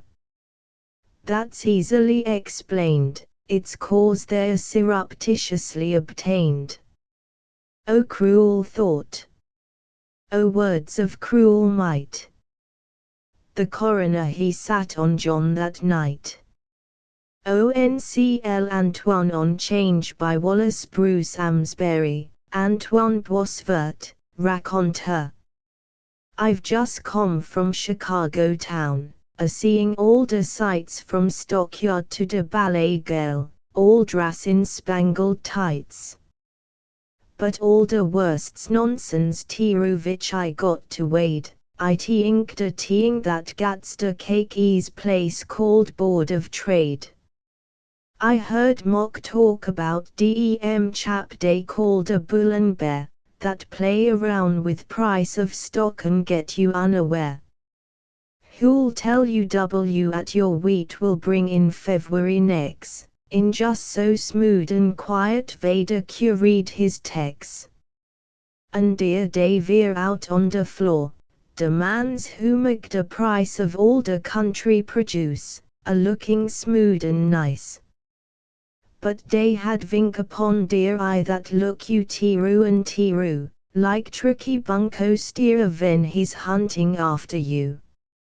They got the ball to roll the swift and furs fall from the dock vas bottom off on July pork, and him that held the stock commenced to hiss and wriggle like a yellow rattlesnake, the rest buzz just like bumblebee stirred up vit hay and rake. Dis bottom off on July pork is strike me kin of queer, I's think that hogs is good for eat mows all of the whole year. Dose fella on Chicago town is make such funny phrase that, enter nouse, I sometimes think that som of demes craz. Den there is something happen that make em more excite. WEN news is come over rea de vires that born Britain fight. I never rea saw such meeks up yet, in days since I be born. They scowl and call one not a names, dear faces show mock scorn. One man grow wild and mosely craz, the tears stream off his eyes, dear's not a man that's laugh and shout, it's make me most surprise. I guess it make some difference which side you're on the fence, but in despair and bull meeks up I see not the mock sense. Hezekiah Bedot's opinion by Francis M. Witcher. He was a wonderful hand to moralize, husband was, specially after he begun to enjoy poor health. He made an observation once when he was in one of his poor turns, that I never shall forget the longest day I live. He says to me one winter evening as we was a-settin' by the fire, I was a-knittin', I was always a wonderful great knitter, and he was a-smoking, he was a master hand to smoke, though the doctor used to tell him he'd be better off to let tobacco alone. When he was well he used to take his pipe and smoke a spell after he'd got the chores done up, and when he wa'n't well, used to smoke the biggest part of the time. Well, he took his pipe out of his mouth and turned toward me, and I knowed something was coming, for he had a particular way of looking round when he was gwine to say anything uncommon. Well, he says to me, says he, silly, my name was Priscilla naturally, but he generally called me silly 'cause 'twas handier, you know.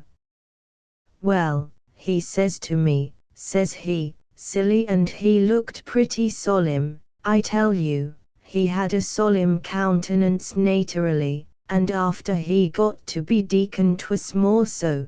But since he'd lost his health he looked solemner than ever, and certainly you wouldn't wonder at it if you knowed how much he underwent. He was troubled with a wonderful pain in his chest, and amazing weakness in the spine of his back, besides the pleurisy in the side, and having the ague a considerable part of the time, and being broke of his rest o' nights 'cause he was so put to for breath when he laid down. Why, it's an unaccountable fact that when that man died he hadn't seen a well day in 15 year, though when he was married and for 5 or 6 years after I shouldn't desire to see a ruggeder man that he was. But the time I'm speaking of he'd been out o' health nigh upon 10 year, and oh dear sakes, how he had altered since the first time I ever see him. That was to a Quilton to Squire Smith's a spell afore Sally was married. I'd no idea then that Sal Smith was a-gwine to be married to Sam Pendergrass. She'd been keeping company with Mose Hewlett for better'n a year, and everybody said that was a settled thing, and lo and behold, all of a sudden she up and took Sam Pendergrass.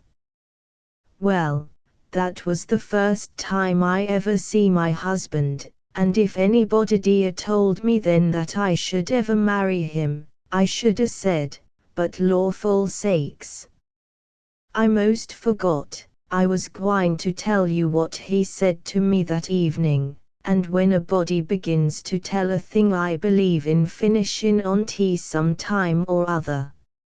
Some folks have a way of talking round and round and round forevermore, and never come to the pint. Now there's Miss Jinkins, she that was Poll Bingham afore she was married. She is the tejusest individual to tell a story that ever I see in all my born days. But I was a-gwine to tell you what husband said. He says to me, says he, silly, says I, what?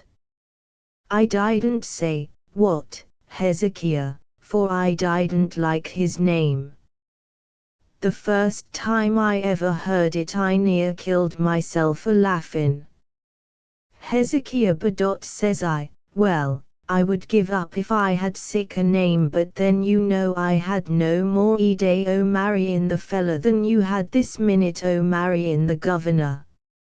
I suppose you think it's curious we should a named our oldest son Hezekiah, Well, we done it to please Father and Mother Bedott. It's Father Bedott's name, and he and Mother Bedott both used to think that names had ought to go down from generation to generation.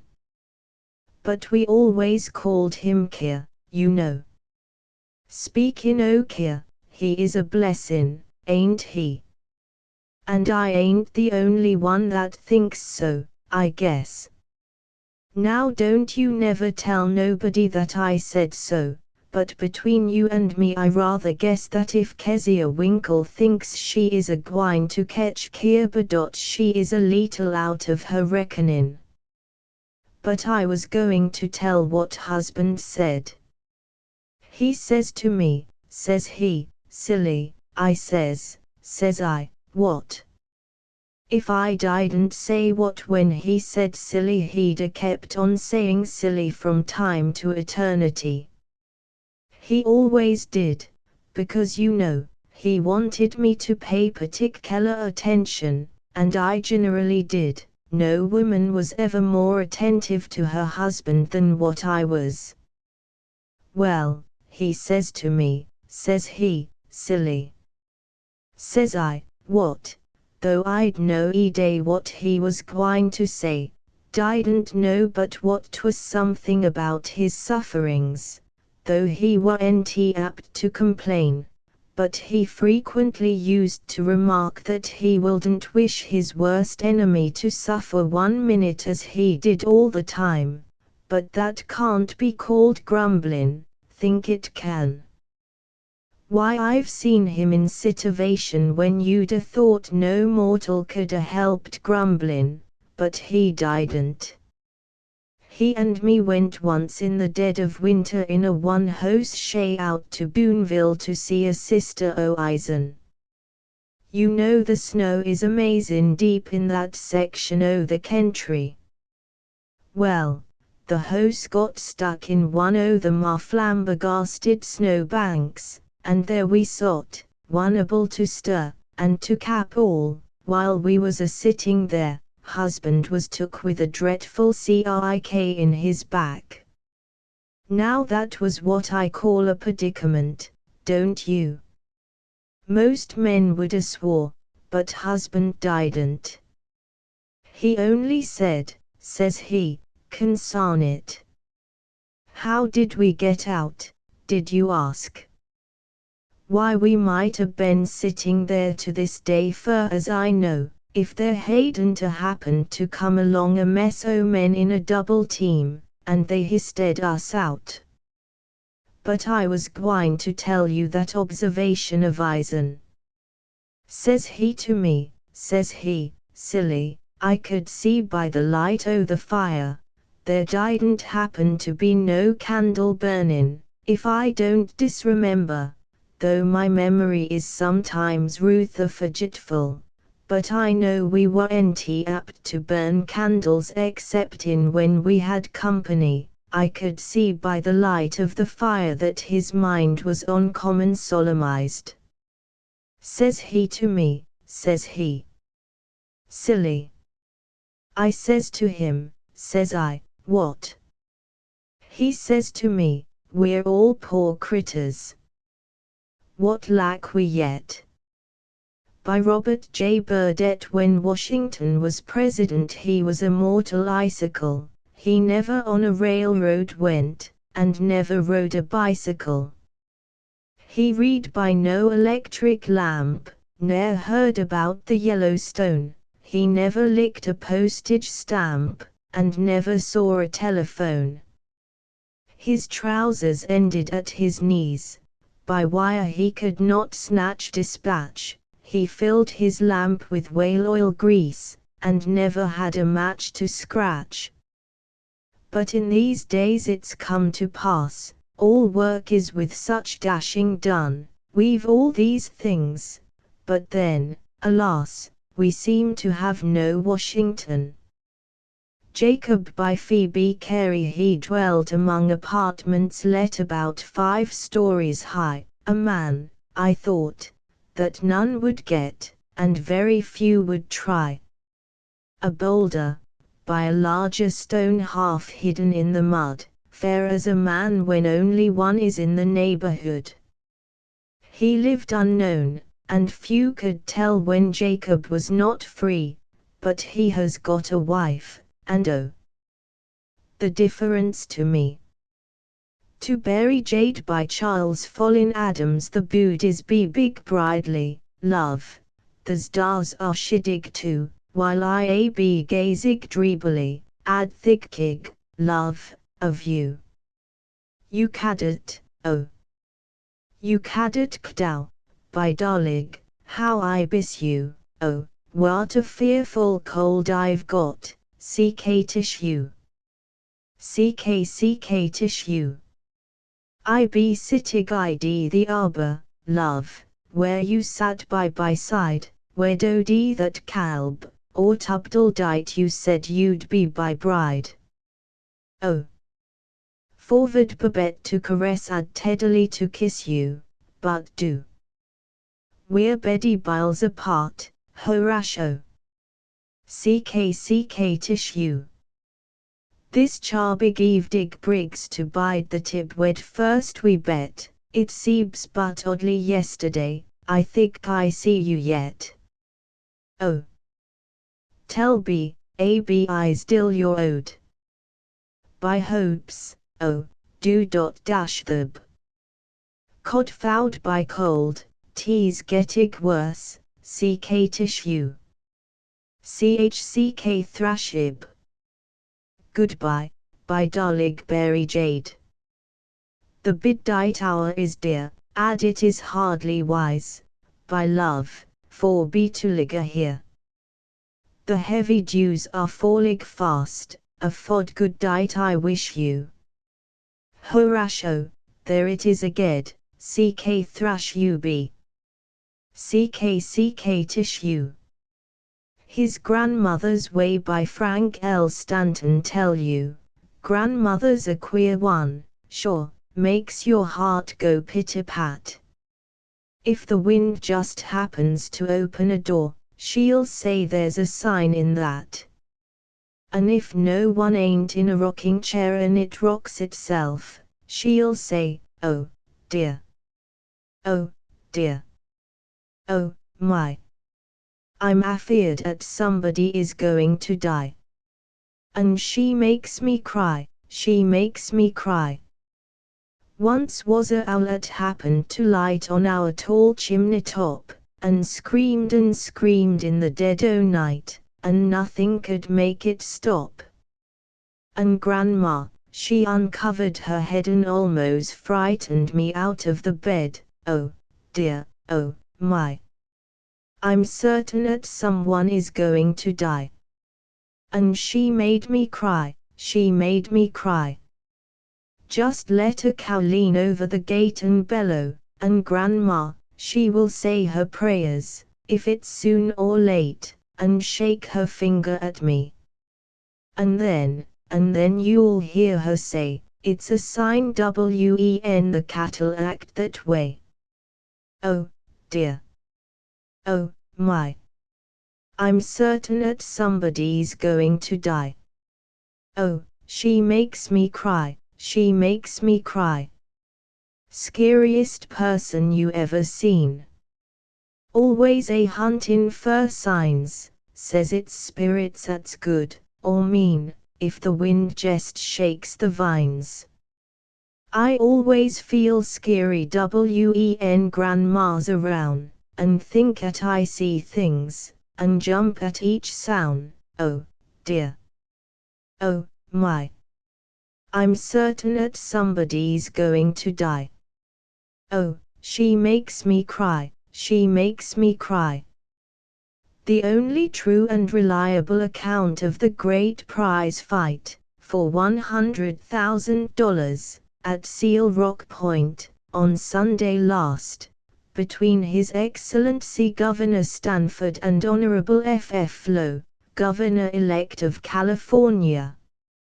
Reported by Samuel L. Clemens. For the past month the sporting world has been in a state of feverish excitement on account of the grand prize fight set for last Sunday between the two most distinguished citizens of California, for a purse of $100,000.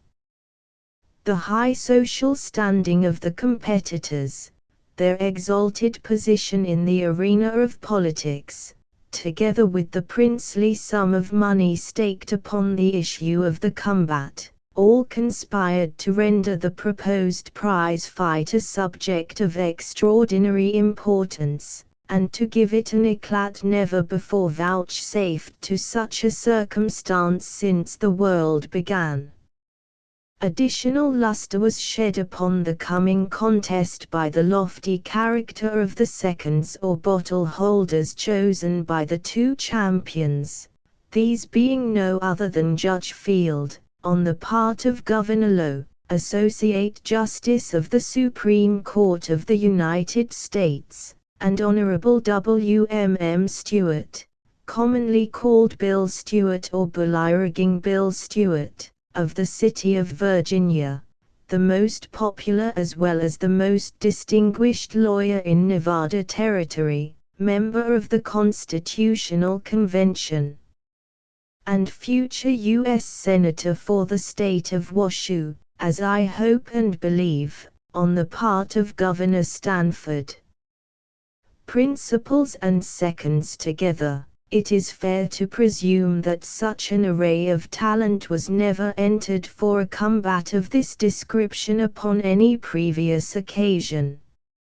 Stewart and Field had their men in constant training at the mission during the 6 weeks preceding the contest, and such was the interest taken in the matter that thousands visited that sacred locality daily to pick up such morsels of information as they might, concerning the physical and scientific improvement being made by the gubernatorial acrobats.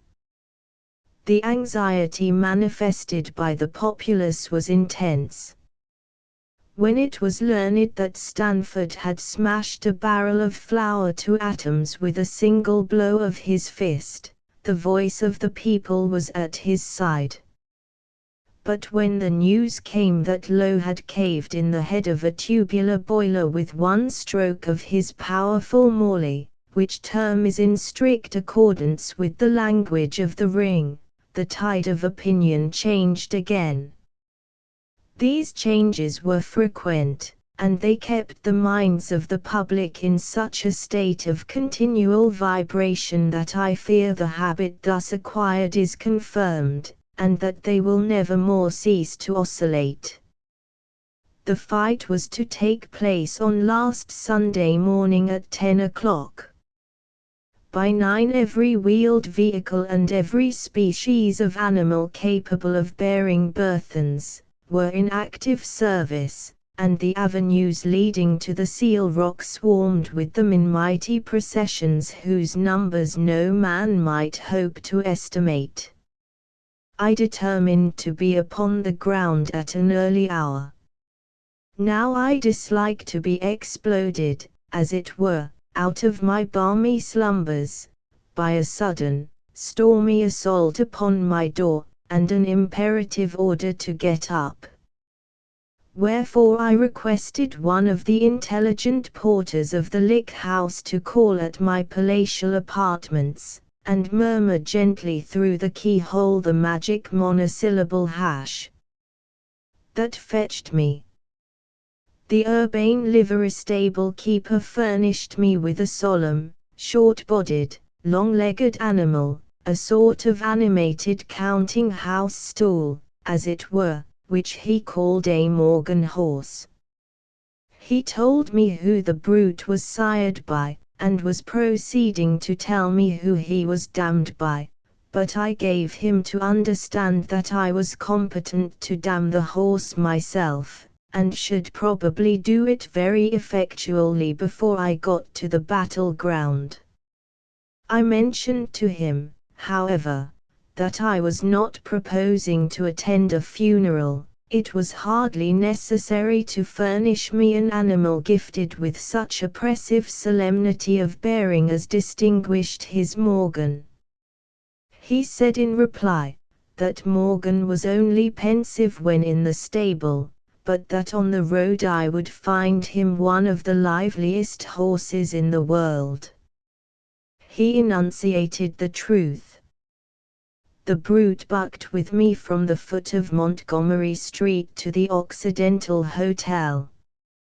The laughter which he provoked from the crowds of citizens along the sidewalks he took for applause, and honestly made every effort in his power to deserve it, regardless of consequences.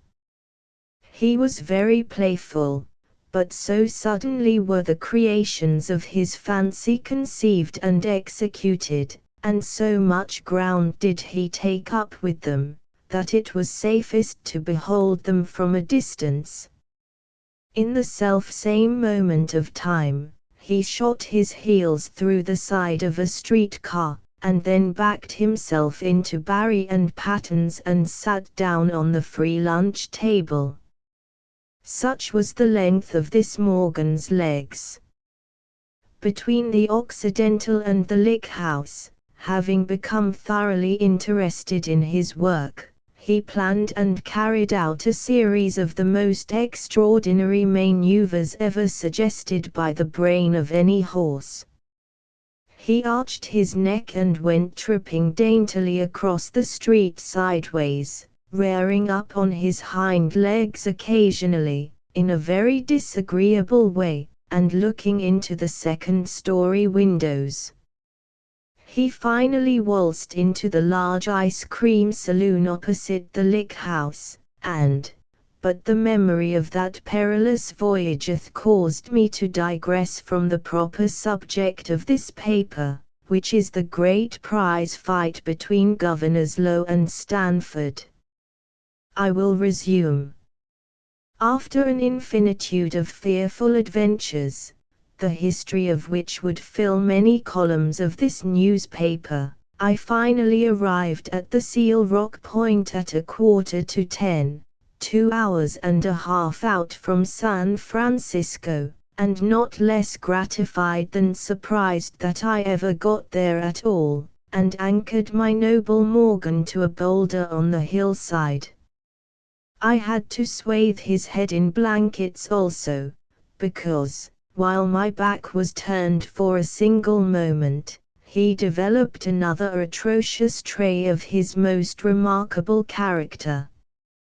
He tried to eat little Augustus Maltravers Jackson, the humble but interesting offspring of Honorable J. Belvedere Jackson, a wealthy barber from San Jose. It would have been a comfort to me to leave the infant to his fate, but I did not feel able to pay for him. When I reached the battleground, the great champions were already stripped and prepared for the mill. Both were in splendid condition, and displayed a redundancy of muscle about the breast and arms which was delightful to the eye of the sportive connoisseur. They were well matched. Adepts said that Stanford's heft and tall stature were fairly offset by Low's superior litheness and activity. From their heads to the Union colors around their waists, their costumes were similar to that of the Greek slave. From thence down they were clad in flesh-colored tights and grenadier boots. The ring was formed upon the beautiful level sandy beach above the Cliff House, and within 20 paces of the snowy surf of the broad Pacific Ocean, which was spotted here and there with monstrous sea lions attracted shoreward by curiosity concerning the vast multitude of people collected in the vicinity. At 10:05, Brigadier General Wright, the referee, notified the seconds to bring their men up to the scratch. They did so, amid the shouts of the populace, the noise whereof rose high above the roar of the sea. First round. The pugilists advanced to the center of the ring, shook hands, retired to their respective corners, and at the call of the timekeeper, came forward and went at it. Lowe dashed out handsomely with his left and gave Stanford a paster in the eye, and at the same moment his adversary mashed him in the ear. These singular phrases are entirely proper, Mr. Editor. I find them in the copy of Bell's Life in London now lying before me. After some beautiful sparring, both parties went down, that is to say, they went down to the bottle holders, Stewart and Field, and took a drink. Second round. Stanford launched out a well-intended plunger, but Lowe parried it admirably and instantly busted him in the snoot. Cries of bully for the Marysville Infant. After some lively fibbing, both of them are used to it in political life. The combatants went to grass. See Bell's Life. Third round. Both came up panting considerably. Lowe let go a terrific sidewinder, but Stanford stopped it handsomely and replied with an earthquake on Lowe's breadbasket. Enthusiastic shouts of "Sock it to him, my Sacramento pet!" More fibbing, both down. Fourth round. The men advanced and sparred warily for a few moments, when Stanford exposed his coconut an instant, and Lowe struck out from the shoulder and split him in the mug. Cries of bully for the fat boy. Fifth round. Stanford came up looking wicked, and let drive a heavy blow with his larboard flipper which caved in the side of his adversary's head. Exclamations of "Hi! At him again, old Rusty!" From this time until the end of the conflict, there was nothing regular in the proceedings. The two champions got furiously angry, and used up each other thus. No sooner did Lowe realize that the side of his head was crushed in like a dent in a plug hat, than he went after Stanford in the most desperate manner. With one blow of his fist he mashed his nose so far into his face that a cavity was left in its place the size and shape of an ordinary soup bowl. It is scarcely necessary to mention that in making room for so much nose, Governor Stanford's eyes were crowded to such a degree as to cause them to bug out like a grasshopper's. His face was so altered that he scarcely looked like himself at all. I never saw such a murderous expression as Stanford's countenance now assumed. You see, it was so concentrated, it had such a small number of features to spread around over. He let fly one of his battering rams and caved in the other side of Lowe's head. Army, the latter was a ghastly sight to contemplate after that. One of the boys said it looked like a beet which somebody had trod on it. Lowe was grit though. He dashed out with his right and stove Stanford's chin clear back even with his ears. Oh, what a horrible sight he was, gasping and reaching after his tobacco, which was away back among his underjaw teeth. Stanford was unsettled for a while, but he soon rallied, and watching his chance, aimed a tremendous blow at his favorite mark, which crushed in the rear of Governor Lowe's head in such a way that the crown thereof projected over his spinal column like a shed. He came up to the scratch like a man, though, and sent one of his ponderous fists crashing through his opponent's ribs and in among his vitals, and instantly afterward he hauled out poor Stanford's left lung and smacked him in the face with it. If I ever saw an angry man in my life, it was Leland Stanford. He fairly raved. He jumped at his old speciality, Governor Low's head. He tore it loose from his body and knocked him down with it. Sensation in the crowd. Staggered by his extraordinary exertion, Governor Stanford reeled, and before he could recover himself, the headless but indomitable Low sprang forward, pulled one of his legs out by the roots, and dealt him a smashing paster over the eye with the end of it.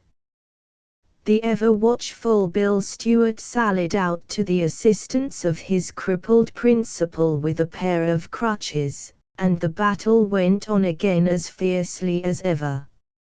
At this stage of the game the battleground was strewn with a sufficiency of human remains to furnish material for the construction of 3 or 4 men of ordinary size, and good sound brains enough to stock a whole county like the one I came from in the noble old state of Missouri.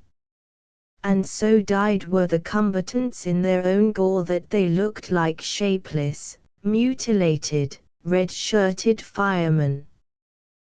The moment a chance offered, Low grabbed Stanford by the hair of the head, swung him thrice round and round in the air like a lasso, and then slammed him on the ground with such mighty force that he quivered all over, and squirmed painfully, like a worm, and behold, his body and such of his limbs as he had left, shortly assumed a swollen aspect like unto those of a rag-doll baby stuffed with sawdust.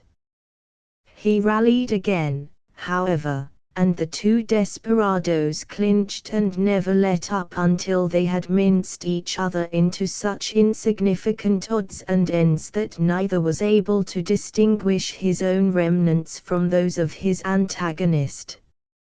It was awful. Bill Stewart and Judge Field issued from their corners and gazed upon the sanguinary reminiscences in silence during several minutes.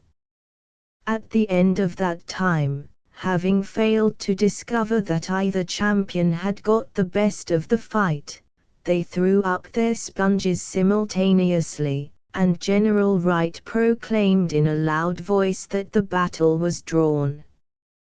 May my ears never again be rent asunder with a burst of sound similar to that which greeted this announcement, from the multitudes. Amen. By order of General Wright, baskets were procured, and Bill Stewart and Judge Field proceeded to gather up the fragments of their late principals, while I gathered up my notes and went after my infernal horse, who had slipped his blankets and was foraging among the neighboring children. P.S. Messrs. Editors, I have been the victim of an infamous hoax. I have been imposed upon by that ponderous miscreant, Mr. Frank Lawler, of the Lick House. I left my room a moment ago, and the first man I met on the stairs was Governor Stanford, alive and well, and as free from mutilation as you or I. I was speechless. Before I reached the street, I actually met Governor Low also, with his own head on his own shoulders, his limbs intact, his inner mechanism in its proper place, and his cheeks blooming with gorgeous robustitude. I was amazed.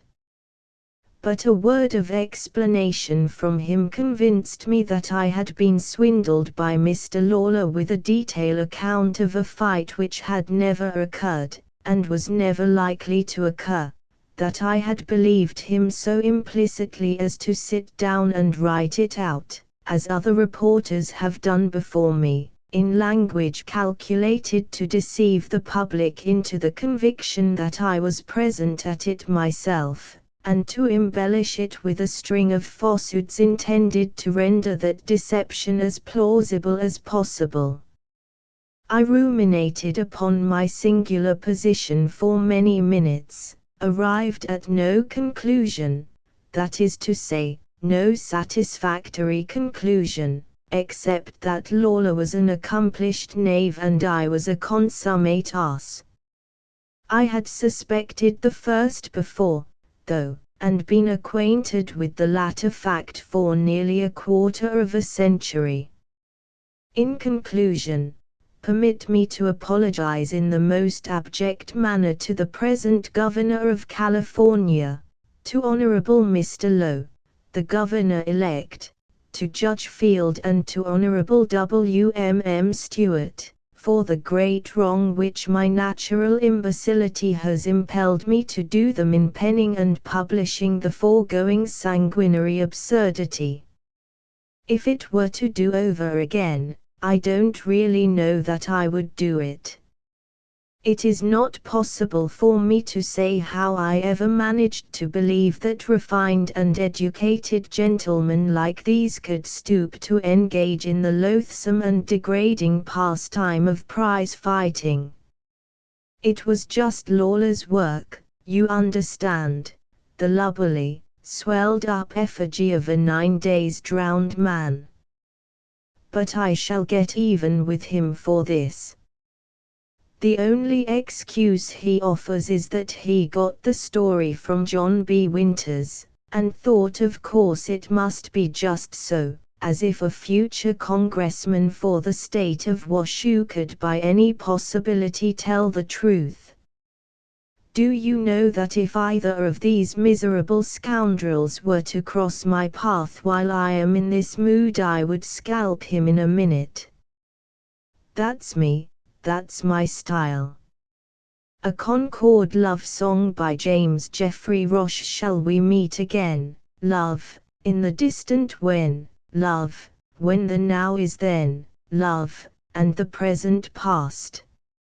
Shall the mystic yonder, on which I ponder, I sadly wonder, with thee be cast? Ah, the joyless fleeting of our primal meeting, and the fateful greeting of the how and why. Ah, the thingness flying from the here-ness, sighing for a love undying that fain would die. Ah, the ifness saddening, the whichness maddening, and the button gladdening, that lie behind. When the signless token of love is broken in the speech unspoken of mind to mind. But the mind perceiveth when the spirit grieveth, and the heart relieveth itself of woe, and the doubt mists lifted from the eyes love gifted are rent and rifted in the warmer glow. In the inner me, love, as I turn to thee, love, I seem to see, love, no ego there. But the menace dead, love, the theeness fled, love, and born instead, love, an usness rare. The meeting by S.E. Kaiser one day, in paradise, 2 angels, beaming, strolled along the amber walk that lies beside the street of gold. At last they met and gazed into each other's eyes, then dropped their harps, amazed, and stood in mute surprise. And other angels came, and, as they lingered near, heard both at once exclaim, say, how did you get here? There's a bower of bean vines by Phoebe Carey, there's a bower of bean vines in Benjamin's yard, and the cabbages grow round it, planted for greens. In the time of my childhood 'twas terribly hard to bend down the bean poles, and pick off the beans.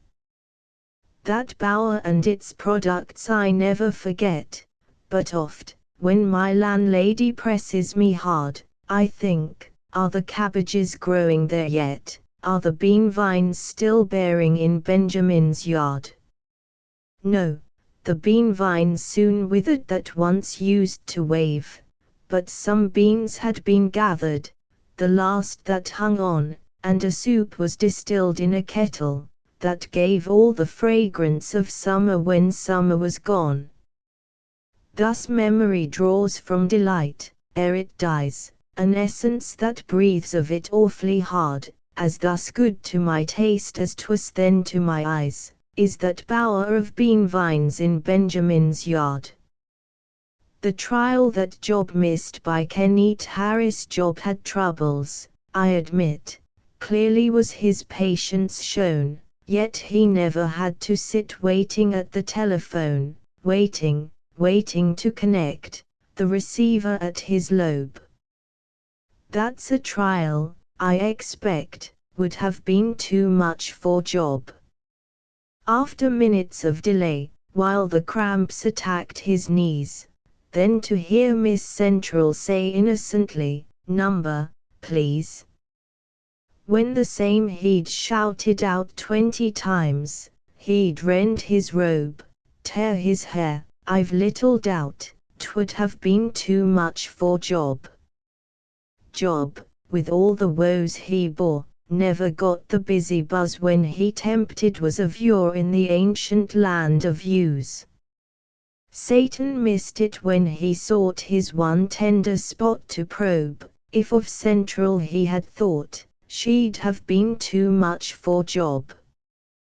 The evidence in the case of Smith vs. Jones by Samuel L. Clemens. I reported this trial simply for my own amusement, one idle day last week, and without expecting to publish any portion of it, but I have seen the facts in the case so distorted and misrepresented in the daily papers that I feel it my duty to come forward and do what I can to set the plaintiff and defendant right before the public. This can best be done by submitting the plain, unembellished statements of the witnesses as given under oath before His Honor Judge Shepard, in the police court, and leaving the people to form their own judgment of the matters involved, unbiased by argument or suggestion of any kind from me. There is that nice sense of justice and that ability to discriminate between right and wrong, among the masses, which will enable them, after carefully reading the testimony I am about to set down here, to decide without hesitation which is the innocent party and which the guilty in the remarkable case of Smith vs. Jones, and I have every confidence that before this paper shall have been out of the printing press 24 hours, the High Court of the People, from whose decision there is no appeal, will have swept from the innocent man all taint of blame or suspicion, and cast upon the guilty one a deathless infamy.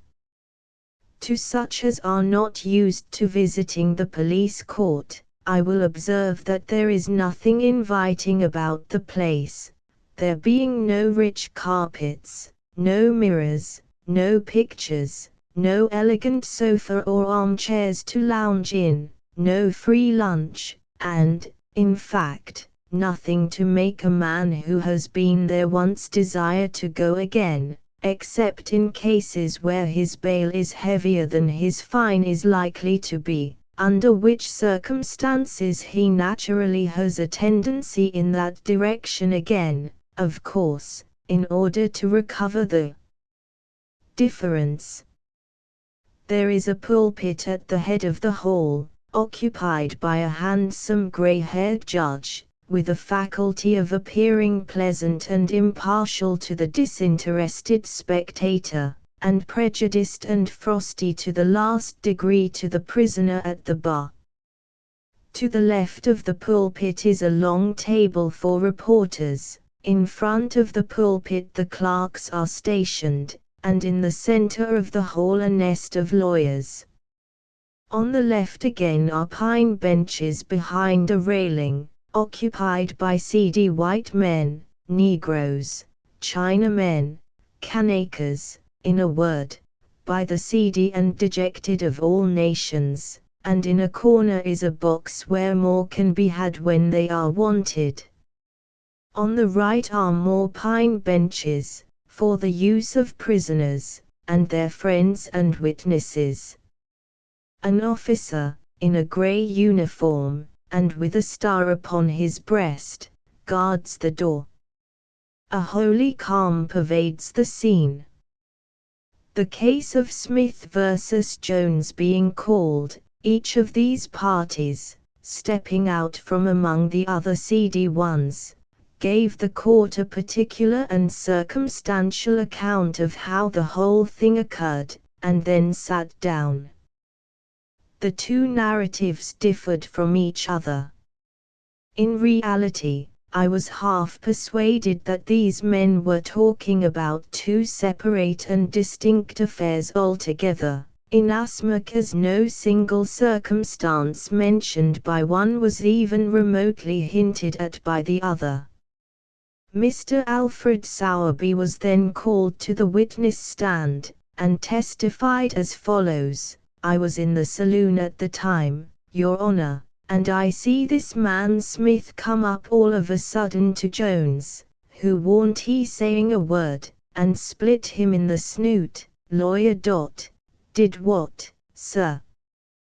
Witness. Busted him in the snoot. Lawyer. What do you mean by such language as that? When you say that the plaintiff suddenly approached the defendant, who was silent at the time, and busted him in the snoot, do you mean that the plaintiff struck the defendant? Witness. That's me, I'm swearing to that very circumstance. Yes, Your Honor, that was just the way of it. Now, for instance, as if you was Jones and I was Smith. Well, I comes up all of a sudden and says I to Your Honor, says I, D.N. your old tripe. Suppressed laughter in the lobbies. The court. Order in the court. Witness, you will confine yourself to a plain statement of the facts in this case, and refrain from the embellishments of metaphor and allegory as far as possible. Witness. Considerably subdued.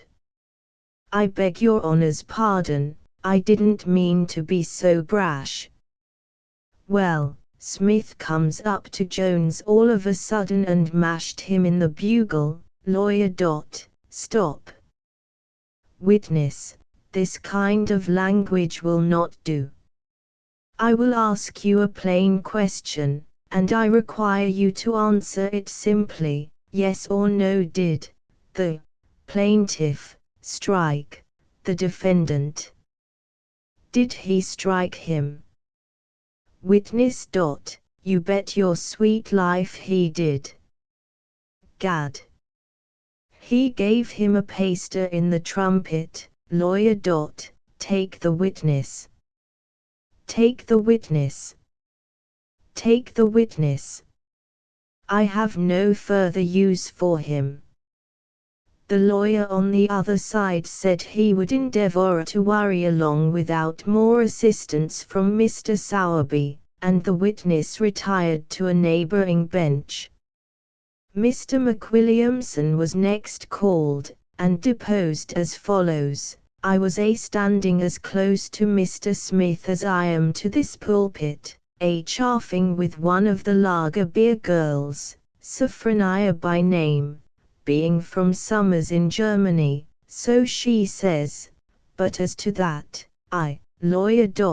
Well, now, never mind the nativity of the lager beer girl, but state, as concisely as possible, what you know of the assault and battery. Witness. Certainly, certainly. Well, German or no German, which I'll take my oath I don't believe she is, being of a red-headed disposition, with long, bony fingers, and no more hankering after Limburger cheese than. Lawyer. Stop that drivelling nonsense and stick to the assault and battery. Go on with your story. Witness. Well, sir, that is, Jones, he sidled up and drawed his revolver and tried to shoot the top of Smith's head off, and Smith ran, and Sophronia she walloped herself down in the sawdust and screamed twice, just as loud as she could yell. I never see a poor creature in such distress, and then she sung out, "Oh, Hell's fire! What are they up to now? Ah, my poor dear mother, I shall never see you more." Saying which, she jerked another yell and fainted away as dead as a wax figure. Thinks I to myself, I'll be danged if this ain't gettin' rather dusty, and the court. We have no desire to know what you thought, we only wish to know what you saw. Are you sure Mr. Jones endeavored to shoot the top of Mr. Smith's head off? Witness. Yes, Your Honor. The court. How many times did he shoot? Witness. Well, sir, I couldn't say exactly as to the number, but I should think, well, say 7 or 8 times, as many as that, anyway. The court. Be careful now, and remember you are under oath. What kind of a pistol was it? Witness. It was a Derringer, Your Honor. The court. A Derringer. You must not trifle here, sir. A Derringer only shoots once, how then could Jones have fired 7 or 8 times? The witness is evidently as stunned by that last proposition as if a brick had struck him. Witness. Well, Your Honor, that is, she, Jones, I mean, Soph, the court. Are you sure he fired more than one shot? Are you sure he fired at all? Witness. Well, perhaps he didn't, and Your Honor may be right. But you see, that girl, with her drat jowling, altogether, it might be that he did only shoot once. Lawyer. And about his attempting to shoot the top of Smith's head off, didn't he aim at his body, or his legs? Come now. Witness. Entirely confused. Yes, sir, I think he did, I'm pretty certain of it. Yes, sir, he must have fired at his legs.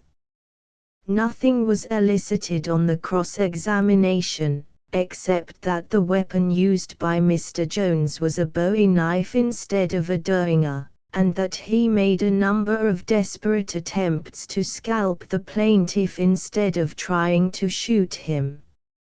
It also came out that Sophronia, of doubtful nativity, did not faint, and was not present during the affray, she having been discharged from her situation on the previous evening.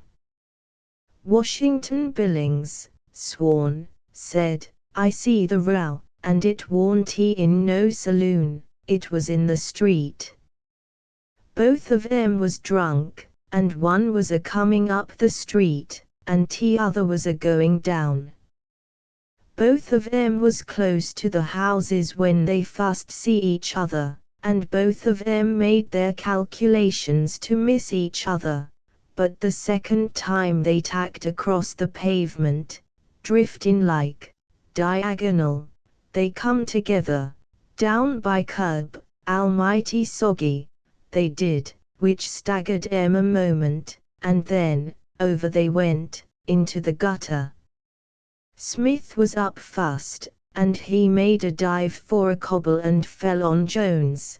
Jones dug out and made a dive for a cobble, and slipped his hold and jammed his head into Smith's stomach.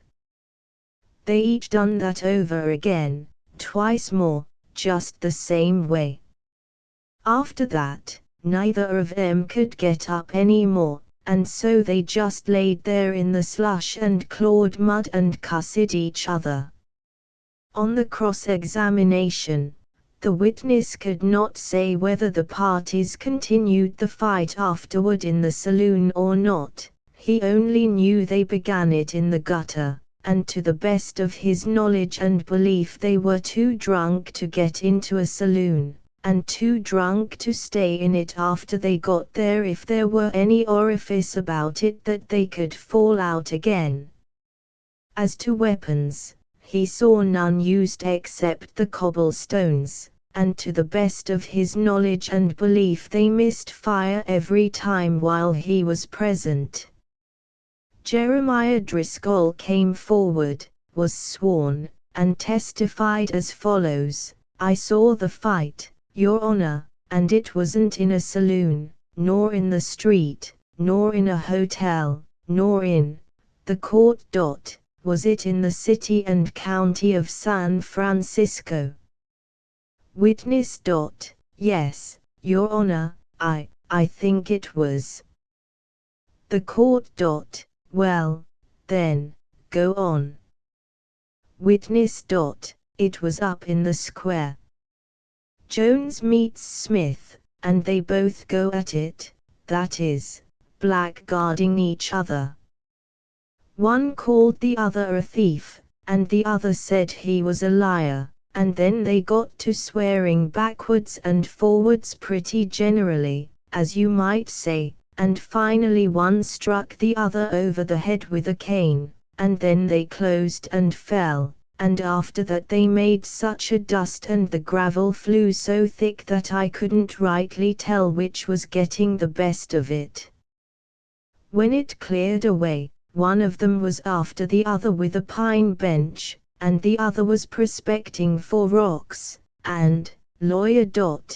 There, that will do, that will do.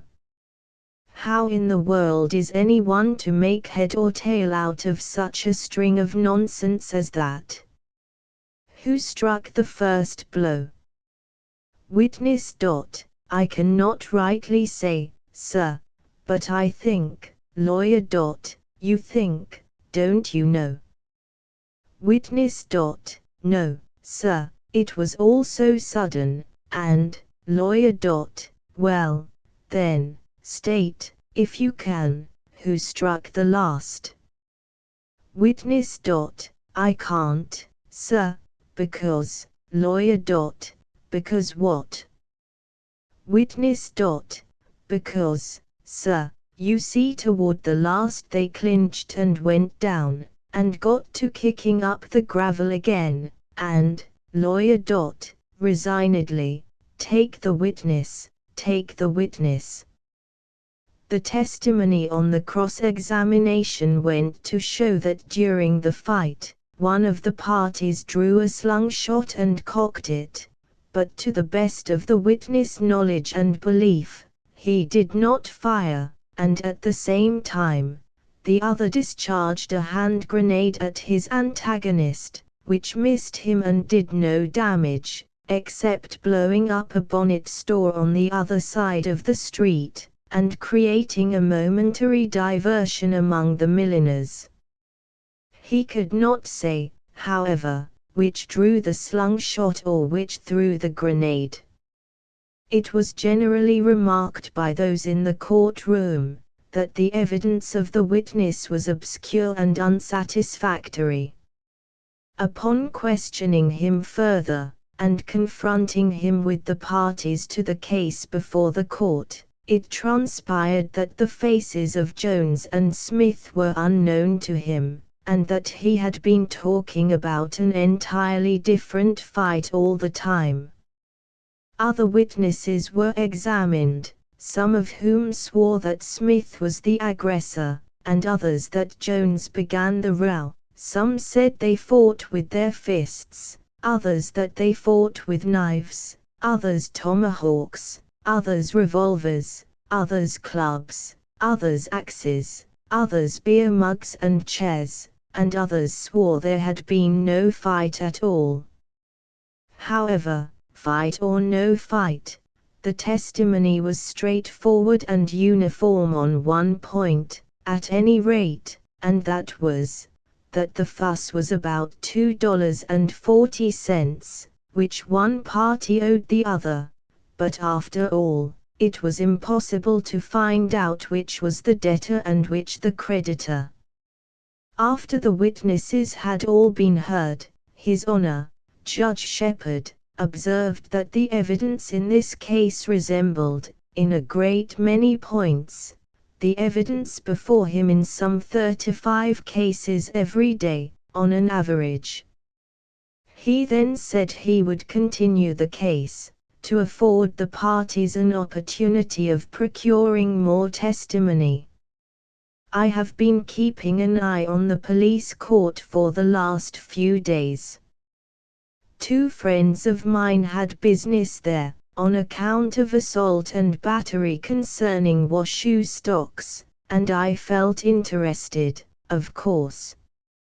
I never knew their names were James Johnson and John Ward, though, until I heard them answer to them in that court.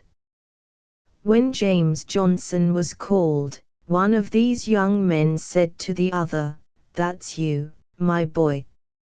"No," was the reply, "it's you. My name's John Ward, see, I've got it written here on a card." Consequently, the first speaker sung out, "Here," and it was all right. As I was saying, I have been keeping an eye on that court, and I have arrived at the conclusion that the office of police judge is a profitable and a comfortable thing to have, but then, as the English hunter said about fighting tigers in India under a shortness of ammunition, it has its little drawbacks. Hearing testimony must be worrying to a police judge sometimes, when he is in his right mind. I would rather be secretary to a wealthy mining company, and have nothing to do but advertise the assessments and collect them in carefully, and go along quiet and upright, and be one of the noblest works of God, and never gobble a dollar that didn't belong to me, all just as those fellows do, you know. Oh, I have no talent for sarcasm, it isn't likely. But I trespass.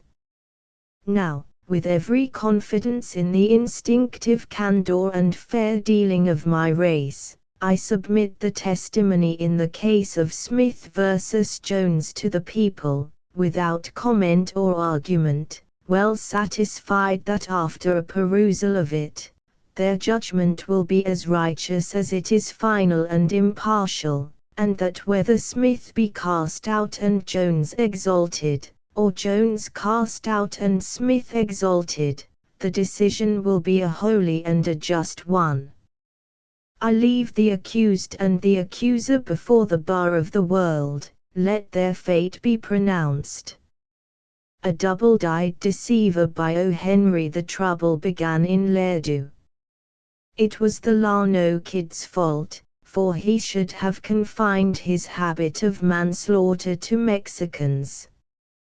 But the kid was past 20, and to have only Mexicans to one's credit at 20 is to blush unseen on the Rio Grande border. It happened in old Justo Valdoza's gambling house.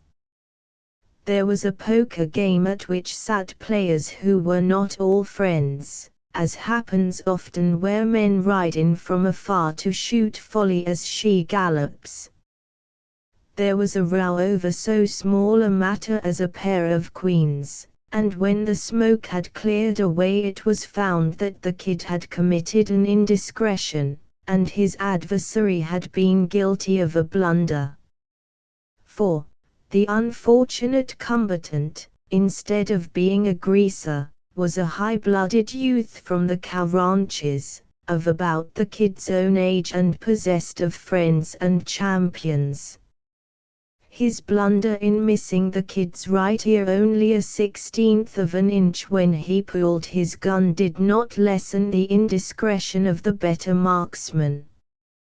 The kid, not being equipped with a retinue, nor bountifully supplied with personal admirers and supporters, on account of a rather umbrageous reputation even for the border, considered it not incompatible with his indisputable gameness to perform that judicious tractional act known as pulling his freight.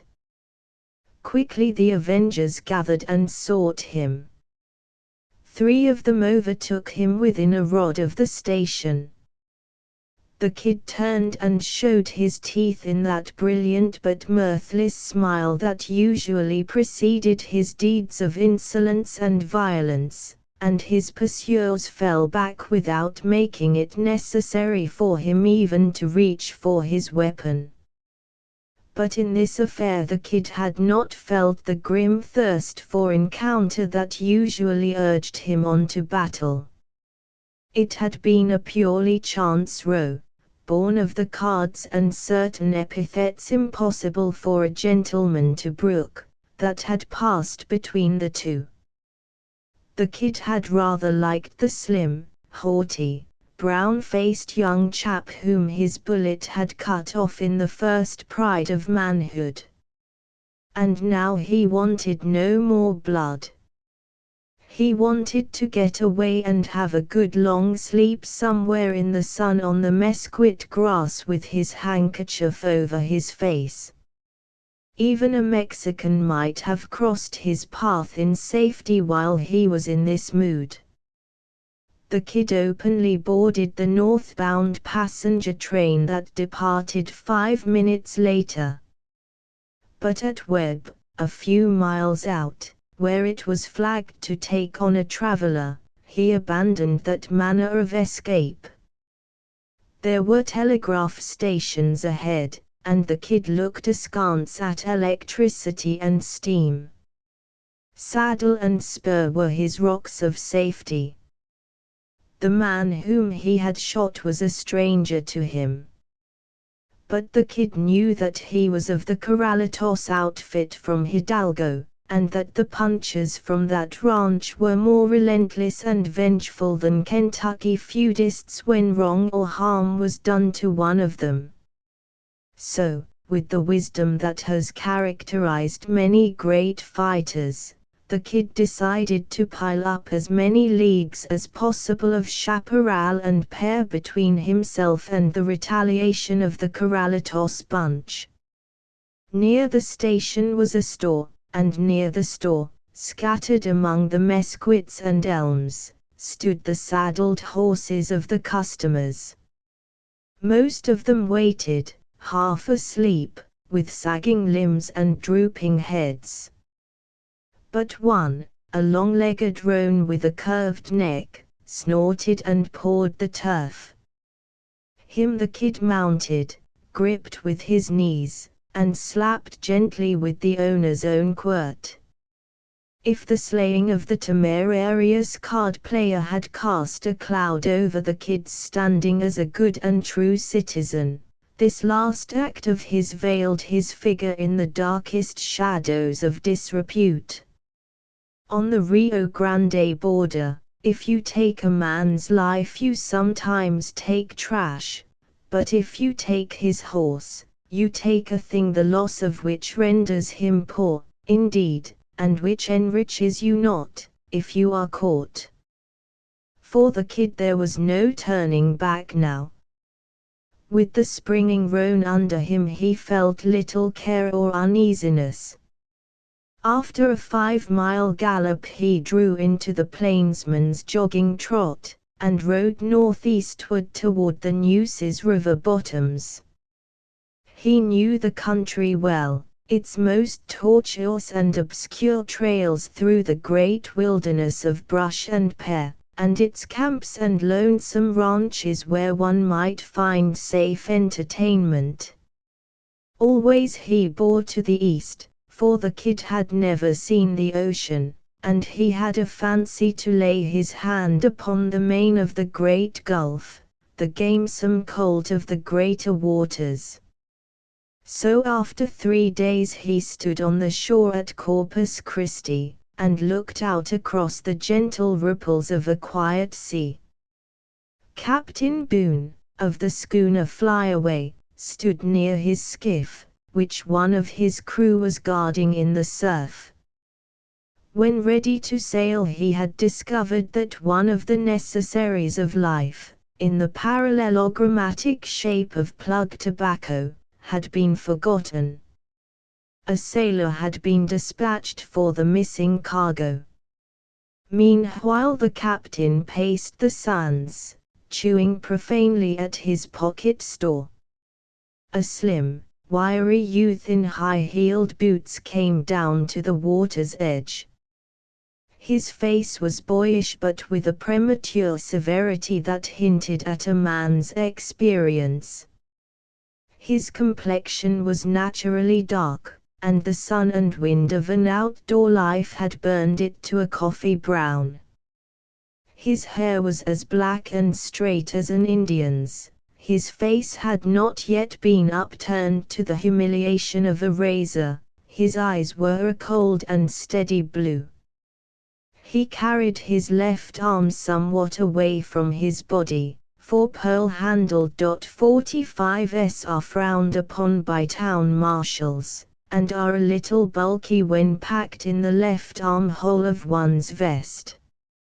He looked beyond Captain Boone at the Gulf with the impersonal and expressionless dignity of a Chinese emperor. "Thinking of buying that Gulf, buddy?" asked the captain, made sarcastic by his narrow escape from a tobacco-less voyage. "Why, no," said the kid gently, "I reckon not. I never saw it before. I was just looking at it." "Not thinking of selling it, are you?" "Not this trip," said the captain. "I'll send it to you COD when I get back to Buenos Aires.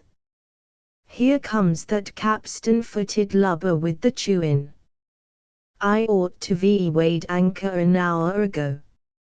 "Is that your ship out there?" asked the kid. "Why, yes," answered the captain, "if you want to call a schooner a ship, and I don't mind lying.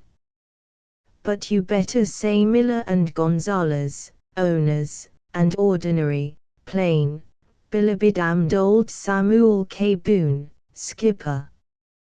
"Where are you going to?" asked the refugee. "Buenos Aires, coast of South America. I forget what they called the country the last time I was there. Cargo, lumber, corrugated iron, and machetes." "What kind of a country is it?" asked the kid, "hot or cold?" "Warmish, buddy," said the captain. "But a regular paradise lost for elegance of scenery and beauty of geography.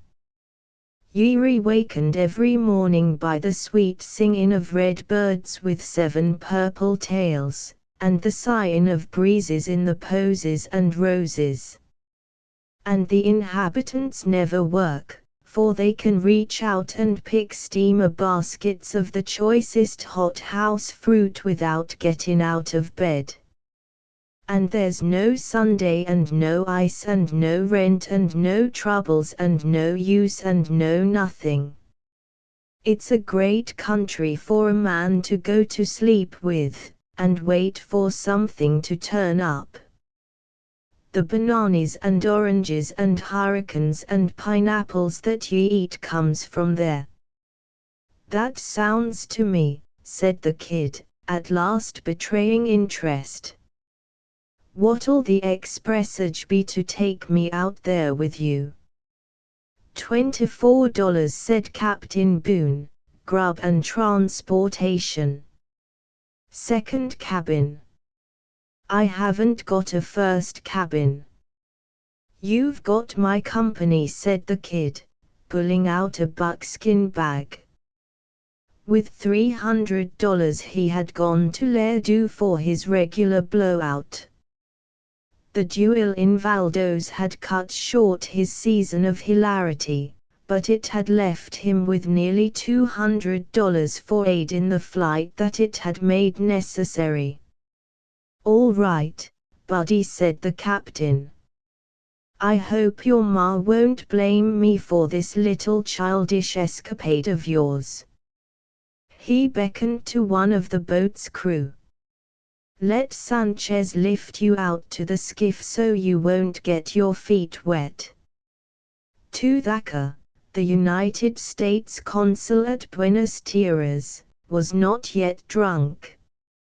It was only 11 o'clock, and he never arrived at his desired state of beatitude, a state wherein he sang ancient maudlin vaudeville songs and pelted his screaming parrot with banana peels, until the middle of the afternoon. So, when he looked up from his hammock at the sound of a slight cough, and saw the kid standing in the door of the consulate, he was still in a condition to extend the hospitality and courtesy due from the representative of a great nation. "Don't disturb yourself," said the kid easily. "I just dropped in. They told me it was customary to light at your camp before starting in to round up the town. I just came in on a ship from Texas." "Glad to see you, Mr. said the consul. The kid laughed. "Sprague Dalton," he said. "It sounds funny to me to hear it. I'm called the Llano Kid in the Rio Grande country." "I'm Thacker," said the consul. "Take that cane-bottom chair. Now if you've come to invest, you want somebody to advise you. These dinges will cheat you out of the gold in your teeth if you don't understand their ways. Try a cigar." "Much obliged," said the kid, "but if it wasn't for my corn shucks and the little bag in my back pocket, I couldn't live a minute." He took out his makings and rolled a cigarette. "They speak Spanish here," said the consul. "You'll need an interpreter.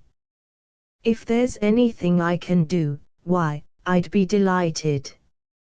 If you're buying fruit lands or looking for a concession of any sort, you'll want somebody who knows the ropes to look out for you." "I speak Spanish," said the kid, "about 9 times better than I do English. Everybody speaks it on the range where I come from. And I'm not in the market for anything."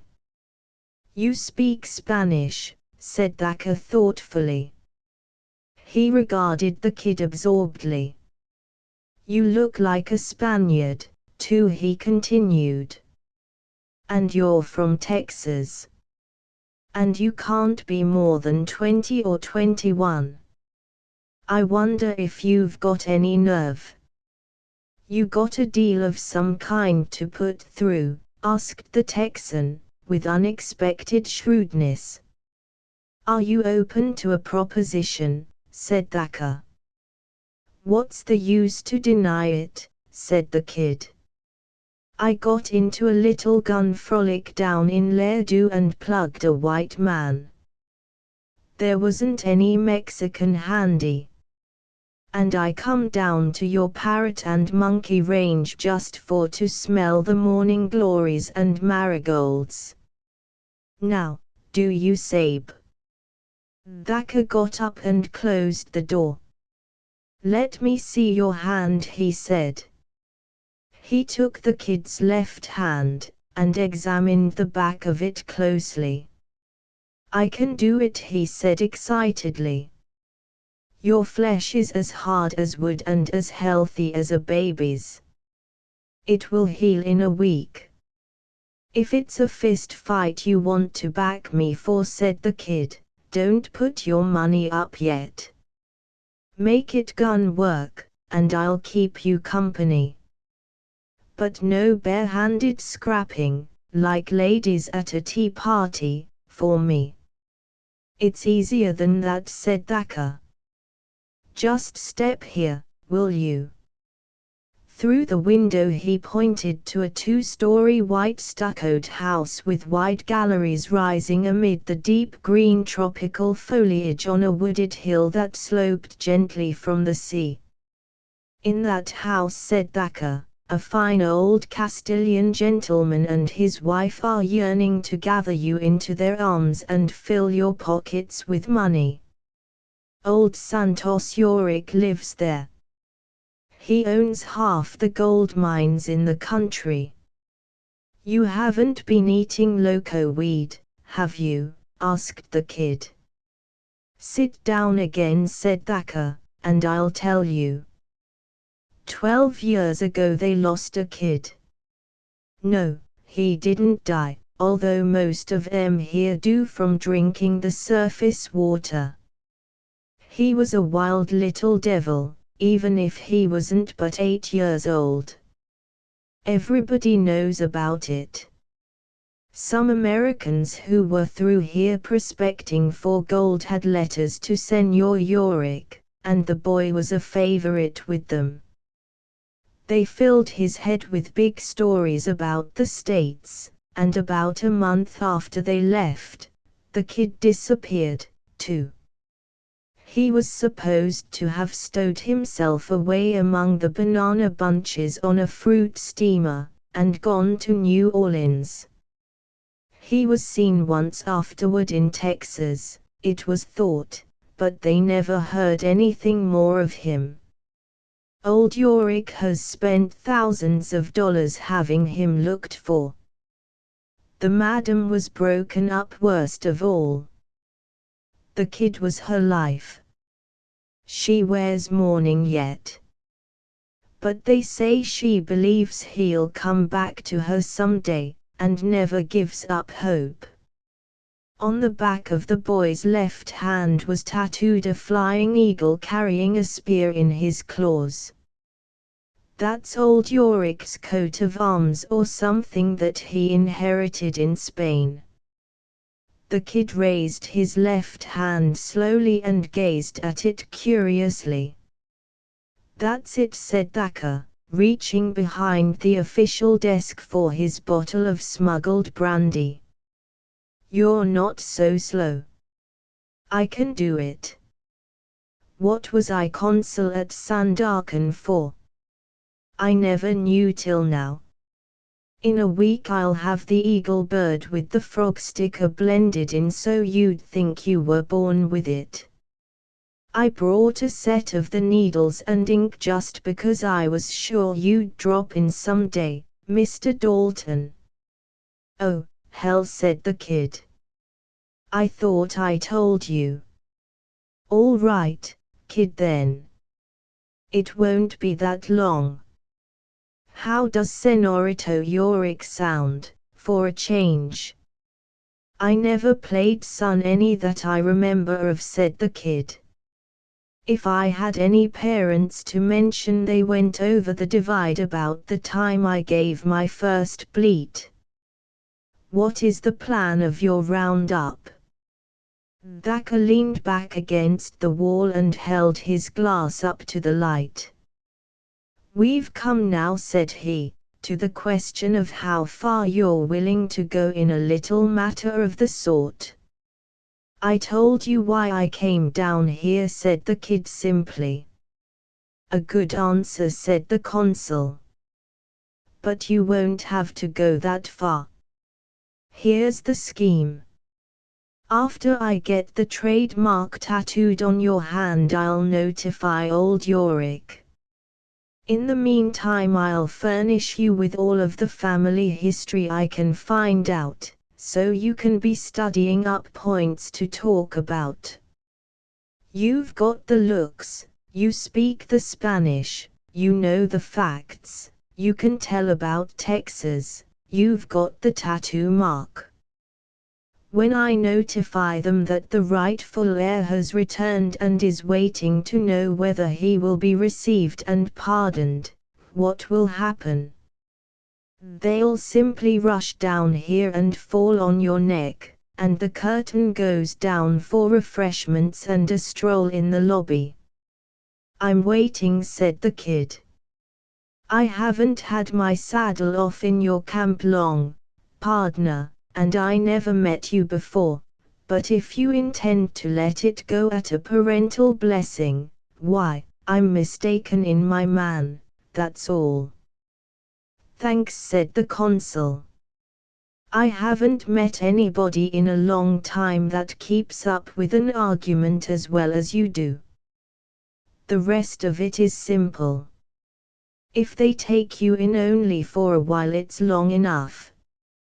Don't give them time to hunt up the strawberry mark on your left shoulder. Old Yorick keeps anywhere from $50,000 to $100,000 in his house all the time in a little safe that you could open with a shoe buttoner. Get it? My skill as a tattooer is worth half the boodle. We go halves and catch a tramp steamer for Rio de Janeiro. Let the United States go to pieces if it can't get along without my services. Cue dice, senor. It sounds to me, said the kid, nodding his head. I'm out for the dust. All right, then, said Thacker. You'll have to keep close until we get the bird on you. You can live in the back room here. I do my own cooking, and I'll make you as comfortable as a parsimonious government will allow me. Thacker had set the time at a week, but it was 2 weeks before the design that he patiently tattooed upon the kid's hand was to his notion. And then Thacker called a muchacho, and dispatched this note to the intended victim: El Señor Don Santos Yorick, La Casa Blanca. My dear sir, I beg permission to inform you that there is in my house as a temporary guest a young man who arrived in Buenos Aires from the United States some days ago. Without wishing to excite any hopes that may not be realized, I think there is a possibility of his being your long-absent son. It might be well for you to call and see him. If he is, it is my opinion that his intention was to return to his home, but upon arriving here, his courage failed him from doubts as to how he would be received. Your true servant, Thomson Thacker. Half an hour afterward, quick time for Buenos Aires, Senor Yorick's ancient landau drove to the consul's door, with the barefooted coachman beating and shouting at the team of fat, awkward horses. A tall man with a white mustache alighted, and assisted to the ground a lady who was dressed and veiled in unrelieved black. The two hastened inside, and were met by Thacker with his best diplomatic bow. By his desk stood a slender young man with clear-cut, sun-browned features and smoothly brushed black hair. Senora Yorick threw back her heavy veil with a quick gesture. She was past middle age, and her hair was beginning to silver, but her full, proud figure and clear olive skin retained traces of the beauty peculiar to the Basque province. But, once you had seen her eyes, and comprehended the great sadness that was revealed in their deep shadows and hopeless expression, you saw that the woman lived only in some memory. She bent upon the young man a long look of the most agonized questioning. Then her great black eyes turned, and her gaze rested upon his left hand. And then with a sob, not loud, but seeming to shake the room, she cried Hijo Mio, and caught the Llano kid to her heart. 3 months afterward the kid came to the consulate in response to a message sent by Thacker. He looked the young Spanish caballero. His clothes were imported, and the wiles of the jewellers had not been spent upon him in vain.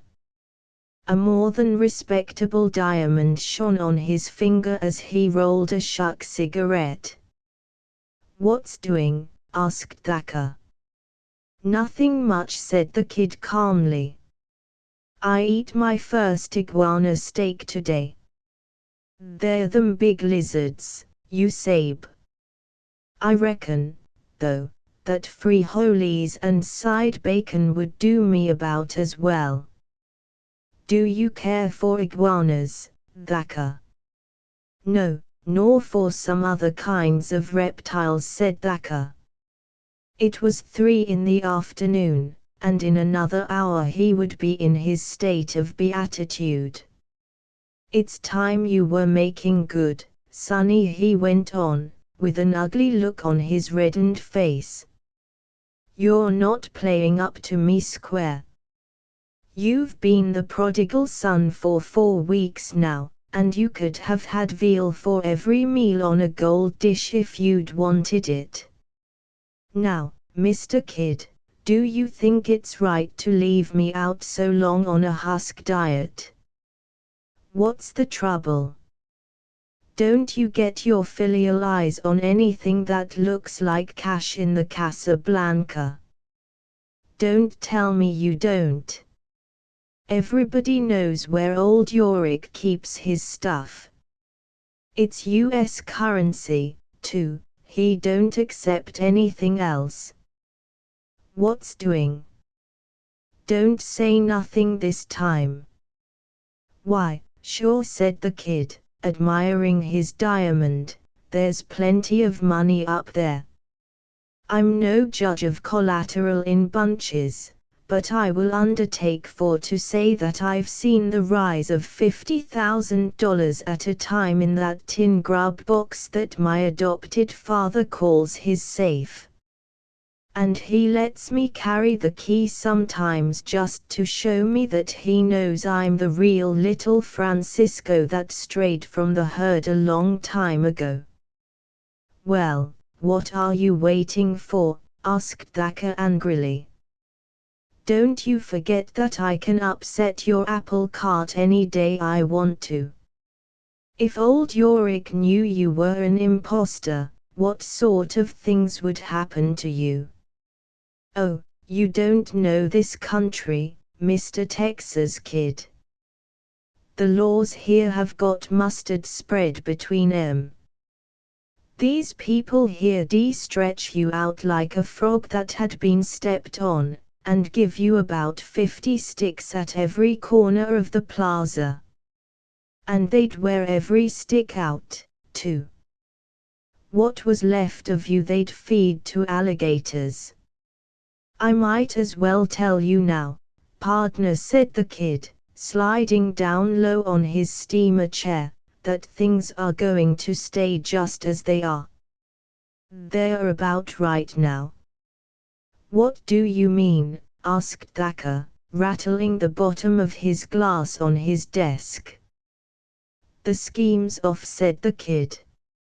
"And whenever you have the pleasure of speaking to me, address me as Don Francisco Yorick. I'll guarantee I'll answer to it. We'll let Colonel Yorick keep his money.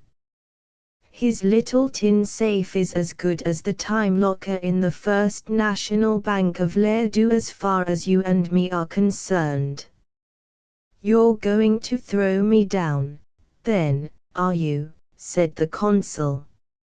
"Sure," said the kid cheerfully. "Throw you down. That's it. And now I'll tell you why. The first night I was up at the colonel's house they introduced me to a bedroom. No blankets on the floor, a real room, with a bed and things in it. And before I was asleep, in comes this artificial mother of mine and tucks in the covers. 'Panchito,' she says, 'my little lost one, God has brought you back to me. I bless his name forever.' It was that, or some truck like that," she said, and down comes a drop or two of rain and hits me on the nose. And all that stuck by me, Mr. Thacker. And it's been that way ever since. And it's got to stay that way. Don't you think that it's for what's in it for me, either, that I say so? If you have any such ideas, keep 'em to yourself. I haven't had much truck with women in my life, and no mothers to speak of, but here's a lady that we've got to keep fooled. Once she stood it, twice she won't. I'm a low-down wolf, and the devil may have sent me on this trail instead of God, but I'll travel it to the end. And now, don't forget that I'm Don Francisco Yorick whenever you happen to mention my name. I'll expose you today, you double-dyed traitor, stammered Thacker. The kid arose and, without violence, took Thacker by the throat with a hand of steel, and shoved him slowly into a corner. Then he drew from under his left arm his pearl-handled .45 and poked the cold muzzle of it against the consul's mouth. I told you why I come here, he said, with his old freezing smile. If I leave here, you'll be the reason. Never forget it, pardner. Now, what is my name? Don Francisco Yorick, gasped Thacker. From outside came a sound of wheels, and the shouting of someone, and the sharp thwacks of a wooden whipstock upon the backs of fat horses.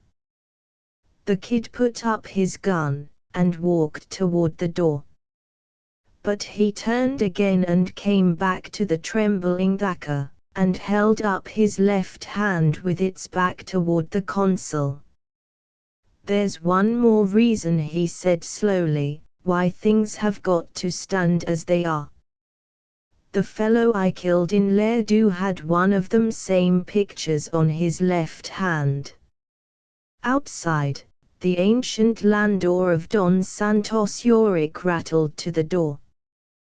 The coachman ceased his bellowing. Senora Yorick, in a voluminous gay gown of white lace and flying ribbons, leaned forward with a happy look in her great soft eyes. "Are you within, dear son?" she called, in the rippling Castilian. "Madre mio, yo vengo, mother, I come," answered the young Don Francisco Yorick.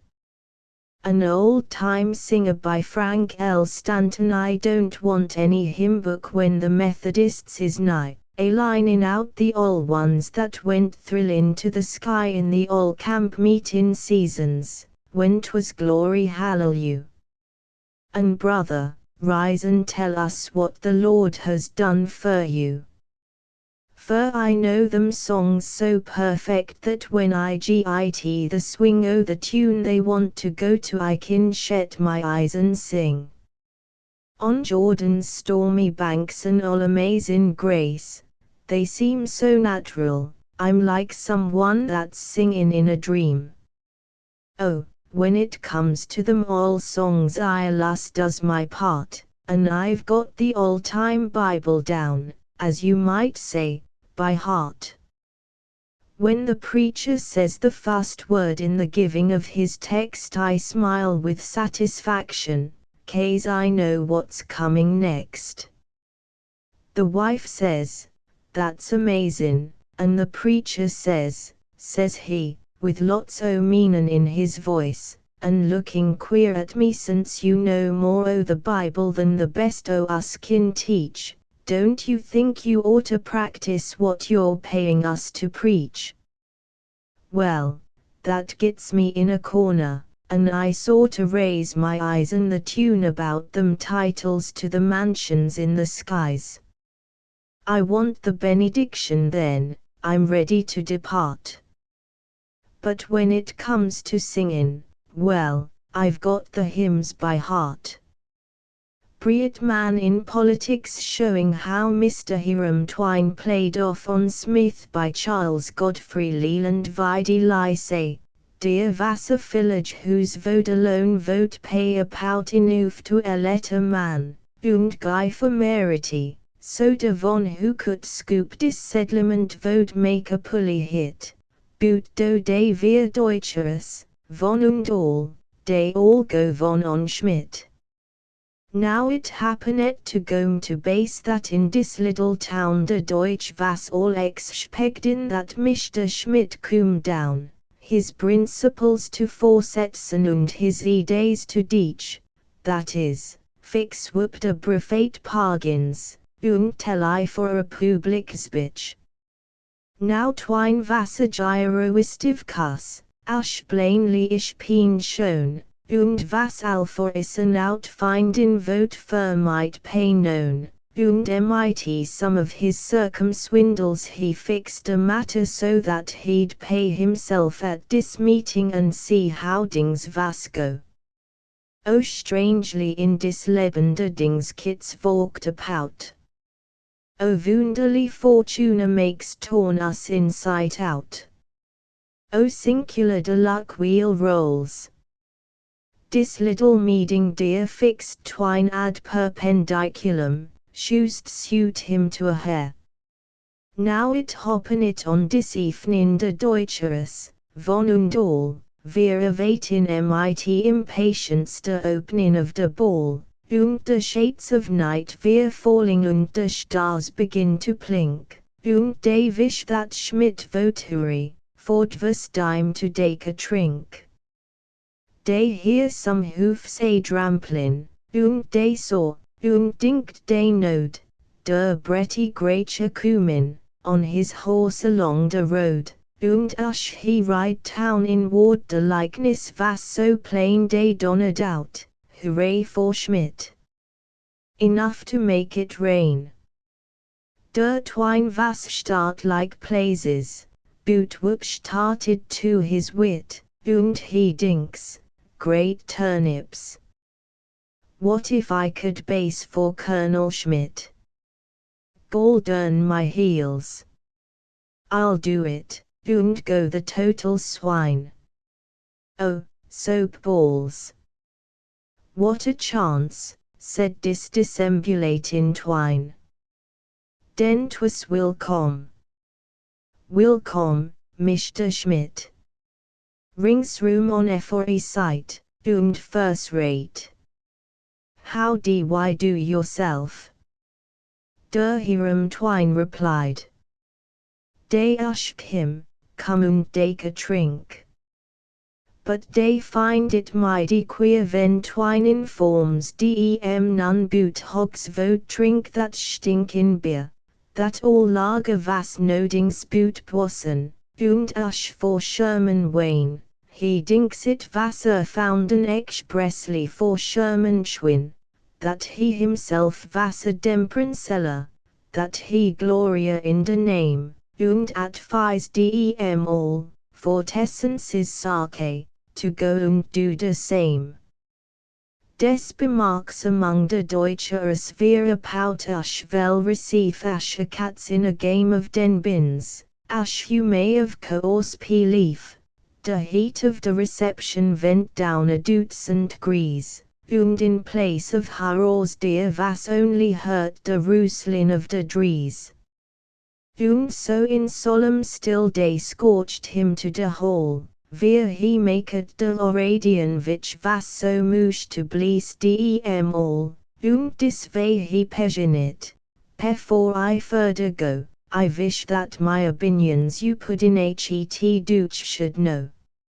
Und ere I know it to you, I think it only fair we should understand each other precisely, chunk and square.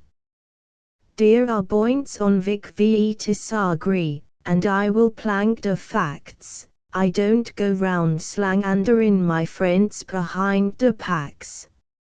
So I beg you take it easy if on the raw I touch, when I say I can't abide the sound of your grunting, shishying Dutch.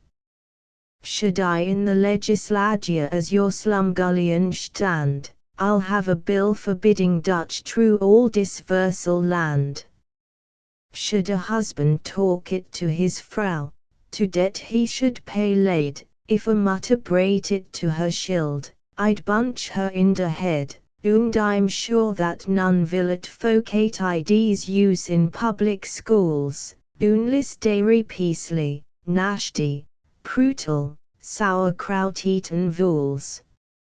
Here Mr. Twine, to gather brait, shust make a little pause, und see 600 gaping eyes, 600 staring jaws, they standen start like frozen, von faintly dried to hiss, und von set, ich it sleeps I'm dreamen. Gotto's end. Wat is dis? Twine kept et von eye on de window, boot boldly went ahead, of your odor stinkin' hobbits no vort niet higher pay set. Stop gooslin beer, stop smokin' pipes, stop rootin' in de mire, und shust you endushify yourselves, that's all that I require. Und den dir kum de shindy, ashifter shky had trope, tro him mitx, py dunder. Go schlog him on de kop. Here. Shoot him mit a power knifes, go for him, gans and ga. Shust tar him mit some feathers. Let's feather him mit tar. Such a tufels row of fury was never whoop kicked before, sum rouge to on climbed a platform, sum hoa to fasten tetua, von vella virid his revolver, boot de pullet missed her mark, she coot de court of de chandelier, it vel, und de whole was tark. Oh, vel was it for hiram Twine that nimbly he could shump, und vel that he light on a misthauf, und never feel de boomp, und vel for him that his goot grey horse stood saddled shust outside, und vel that in an augenblick he was off on a tufels ride. Bang! Bang! De sharp pistolen shots went pipe in py his ear, boot he totaled whooped a barrack road like any mountain deer, they trot der hiram Twine mit steens, but they only could bemark von klims of his white overcoat, und a clotterin in de tark. So they all versembled togder, einander to spreach in mit, und allow that such a read they never expect from Schmidt, that he was a forced glass blackguard, and so pig a lump ashran, so, nemin contradicent, they vented for Briet man. Und 'twas an eartharbuder efter before der Schmidt was no what maketh dis rural village go pack upon him so, und he schwored at de Deutsch more schlimmer ash hiram Twine had tone. Notabene, he tied it in earnest, weil der hirams was pusenis fun. Boot van Briet man heard de schuddery, how de village had been dricked. He schwor be Leib und Leben he'd rather have been licked than be helped be such Schumguslin, und 'twas better to pay a schwind than a schwindlin Hannefuglin Snake, like that lying Yankee Twine. Und pegged so heavy disgusted mit de boladix of dis land, that his friends couldn't barely keep him from trowing whoop his hand, when he held straight flush, mit an ace in his poot, which phrase ish all de same, in de science of de pokerology, ash if he got de game. So Briet man cot a letet, py volo in de way they managed de eledians unto dis very day, which shows de Deutsch dummerlich Keat, also de Yankee wit, das ist de Bentua how Briet man lick der Schmidt. Love Song by Charles Godfrey Leland Overeer Mein Loafer Sugar Powell. De für ich malist lump vot schweet de seas from bowl to bowl, und make de children schump. Und if she wirklich verfehlt, I'd bet mine only pence, it wouldn't he pay no dime at all before I'd schump de fence. Her heavenly voice it drill me so, it really seems to hoot, she ish the holiest animal that runs upon the dirt. The rainbow rises when she sings, the sun shine when she dalk, the angels crow and flop the wings when she goes out to valk. So living white, so Conardin, mine loaf's gumbulction glow, it's shoest like a bent como sign rich gleamin' on the snow. Her soul makes plushes in her cheek, as som reds the wane, or sunlight sends a fire life true and blank Carfunkelstein. De beschwing like days disloaf put in my mind, would make a foo straight philosopher of any humankind. Tees shouldn't sweet on earth to meet an himmlisch huelis schquil, treat mit whiles to kummel schnaps de schuen heat ideal. Contentment man wants but little here below by Oliver Wendell Holmes. Little I ask, my wants are few, I only wish a heart of stone, a very plain brown stone will do, that I may call my own. And close at hand is such a one, in yonder street that fronts the sun. Plain food is quite enough for me, 3 courses are as good as 10, if nature can subsist on 3, thank heaven for 3. Amen. I always thought cold victual nice, my choice would be vanilla ice. I care not much for gold or land, give me a mortgage here and there, some good bank stock, some note of hand, or trifling railroad share. I only ask that fortune send a little more than I shall spend.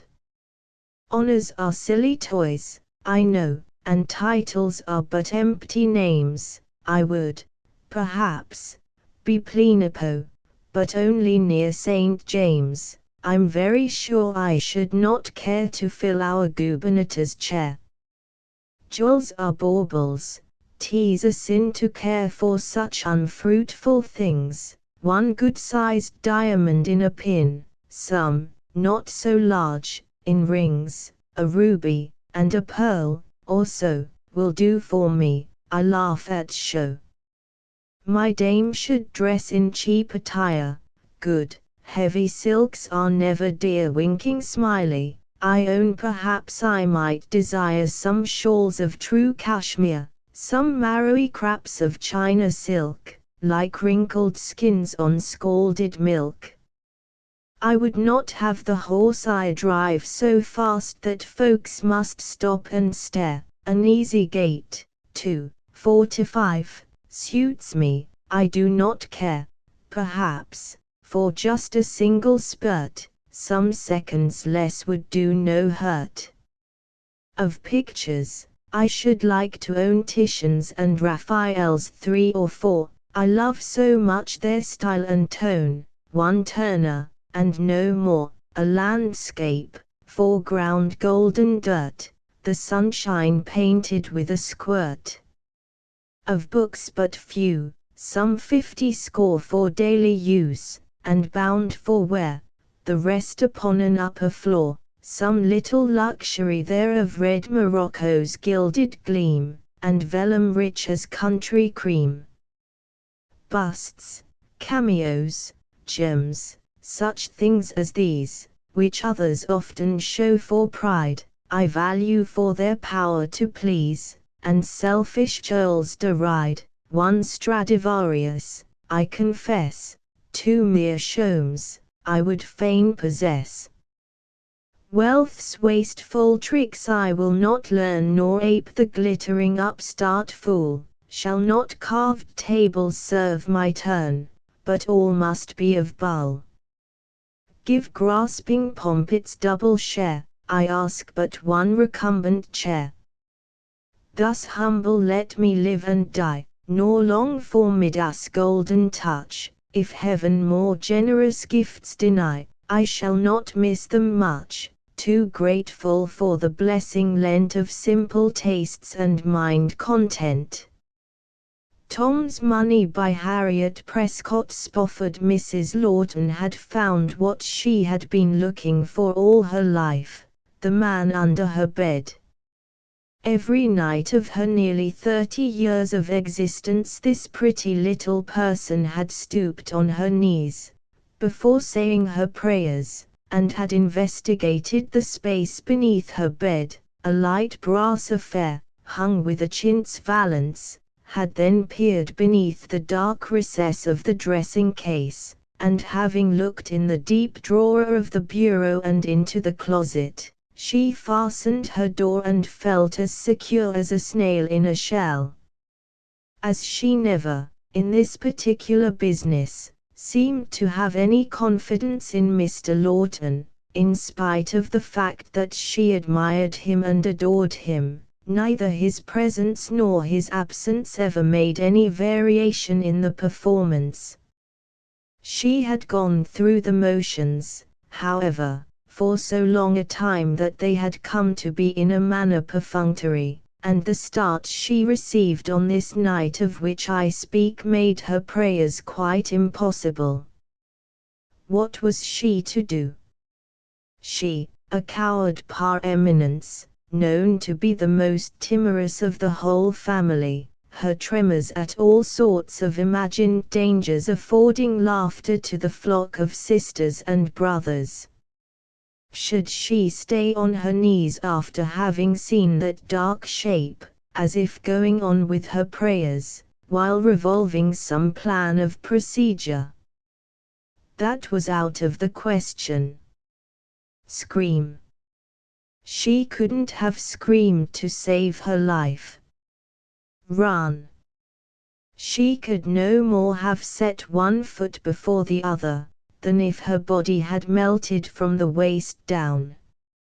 She was deadly faint and cold and shaking, and all in a second, in the fraction of a second, before she had risen from her stooping posture. Oh, why wasn't it Virginia instead? Virginia had always had such heroic plans of making the man come out of his hiding place at the point of her pistol, and Virginia could cock a pistol and wasn't covered with cold shivers at the sight of one, as she was. If it had only been Francie, whose shrill voice could have been heard over the side of the earth, or Juliet, whose long legs would have left burglar and house, too, in the background between the opening and slamming of a door. Either of them was so much more fit than she, the chicken-hearted one of the family, to cope with this creature. And they were all gone to the wedding with Fred, and would not be at home till tomorrow, and Tom had just returned from the town and handed her his roll of bills, and told her to take care of it till he came back from galloping down to the works with Jules, and she had tucked it into her belt, and had asked him, a little quakingly, what if any of the men of the dead line that they had heard of or read Dan or an Apache came along, and he had laughed, and said she had better ask them in and reproach them for making such strangers of themselves as not to have called in the 2 years she had been in this part of the country, and she had the 2 maids with her, and he should be back directly. And she had looked out after him a moment over the wide prairie to the hills, all bathed in moonlight, and felt as if she were a spirit alone in a dead world. And here she was now, the 2 maids away in the little wing, locked out by the main house, alone with a burglar, and not another being nearer than the works, a half-mile off. How did this man know that she was without any help here? How did he know that Tom was coming back with the money to pay the men that night? How did he happen to be aware that Tom's money was all in the house? Evidently he was one of the men. No one else could have known anything about it. If that money was taken, nobody would believe the story. Tom would be cashiered, he never could live through the disgrace, he would die of a broken heart, and she of another. They had come out to this remote and lonesome country to build up a home and a fortune, and so many people would be stricken with them. What a mischance for her to be left with the whole thing in her hands, her little, weak, trembling hands, Tom's honor, his good name and his success, their fortune, the welfare of the whole family, the livelihood of all the men, the safety of the enterprise. What made Tom risk things so? How could he put her in such jeopardy? To be sure, he thought the dogs would be safeguard enough, but they had gone scouring after him. And if they hadn't, how could dogs help her with a man under the bed? It was worse than any loss of money to have such a wretch as this so near one, so shudderingly, so awfully near, to be so close as this to the bottomless pit itself. What was she to do? Escape? The possibility did not cross her mind. Not once did she think of letting Tom's money go. All but annihilated by terror in that heartbeat, she herself was the last thing she thought of. Light and electricity are swift, but thought is swifter. As I said, this was all in the fraction of a second. Then Mrs. Lawton was on her feet again, and before a pendulum could have more than swung backward. The man must know she saw him. She took the light brass bedstead and sent it rolling away from her with all her might and main, leaving the creature uncovered. He lay easily on one side, a stout little club like a policeman's billy in his hand, some weapons gleaming in his belt, putting up the other hand to grasp the bedstead as it rolled away. "You look pretty, don't you?" said she. Perhaps this was as much of a shock to the man as his appearance had been to her. He was not acquainted with the saying that it is only the unexpected that happens. "Get up," said she. "I'd be a man if I was a man. Get up. I'm not going to hurt you." If the intruder had any sense of humor, this might have touched it, the idea of this little fairy queen of a woman, almost small enough to have stepped out of a rain lily, hurting him. But it was so different from what he had been awaiting that it startled him, and then, perhaps, he had some of the superstition that usually haunts the evil and ignorant, and felt that such small women were uncanny. He was on his feet now, towering over her. "No," said he, gruffly, "I don't suppose you're going to hurt me. And I'm not going to hurt you, if you hand over that money." "What money?" opening her eyes with a wide sort of astonishment. "Come. None of your lip. I want that money." "Why, I haven't any money."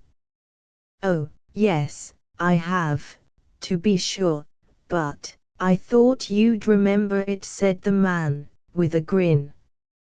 "But I want it," she exclaimed. "I want it, too," said he. "Oh, it wouldn't do you any good," she reasoned. $15. And it's all the money I've got in the world. I don't want no $15, said the man, and I don't want none of your chinning. I want the money your husband's going to pay off with. Oh, Tom's money, in quite a tone of relief. Oh, I haven't anything to do with Tom's money. If you can get any money out of Tom, it's more than I can do. And I wouldn't advise you to try, either, for he always carries a pistol in the same pocket with it, and he's covered all over with knives and doings and bulldogs, so that sometimes I don't like to go near him till he's unloaded. You have to, in this country of desperados.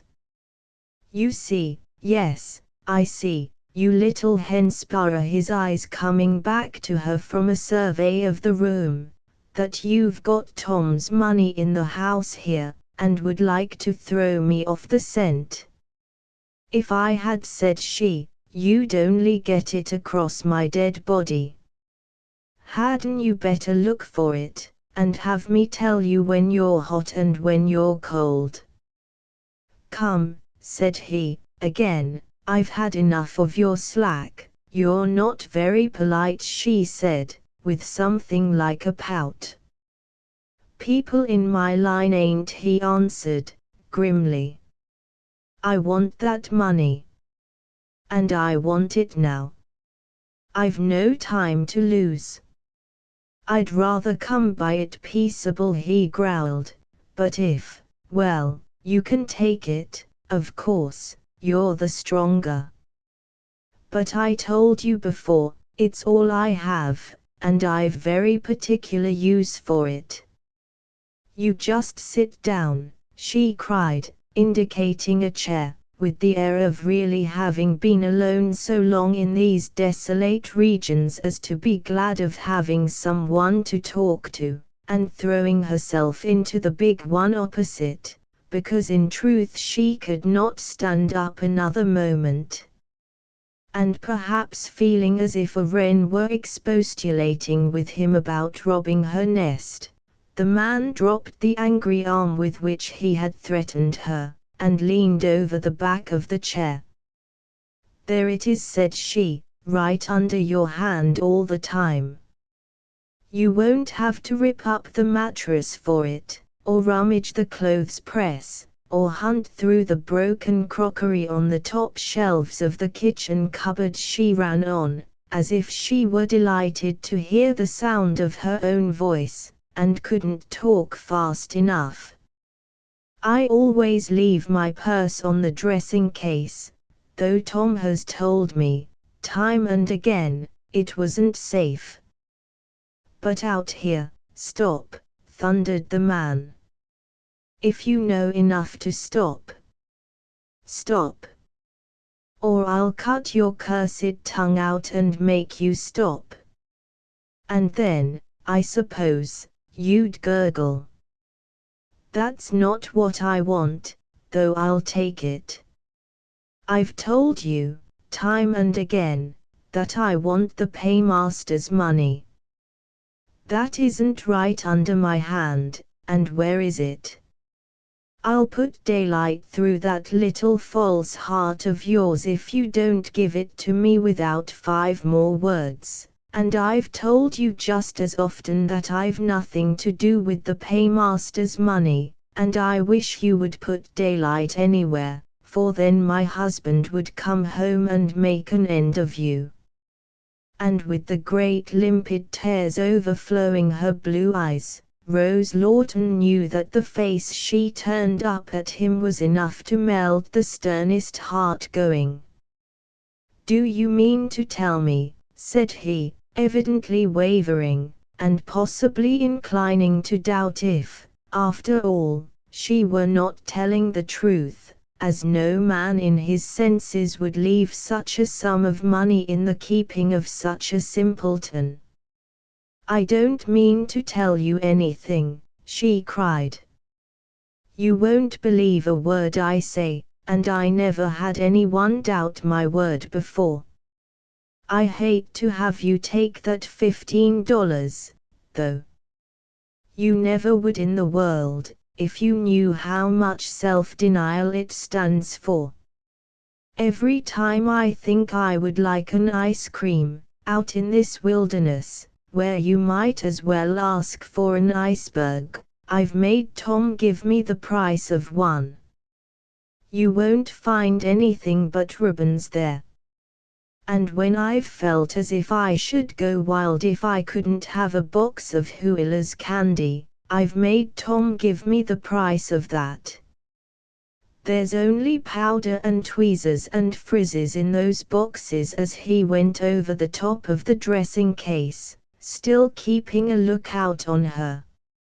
And when we were all out of lager and apollinaries, and Tom couldn't, that's my laces, and I wish you wouldn't finger them, I don't believe your hands are clean, and Tom couldn't get anything to drink, I've made him put in the price of a drink, and lots of 10-cent pieces came that way, but I don't imagine you care to hear about all that. What makes you look at me so? For the man had left his search again, and his glance was piercing her through and through.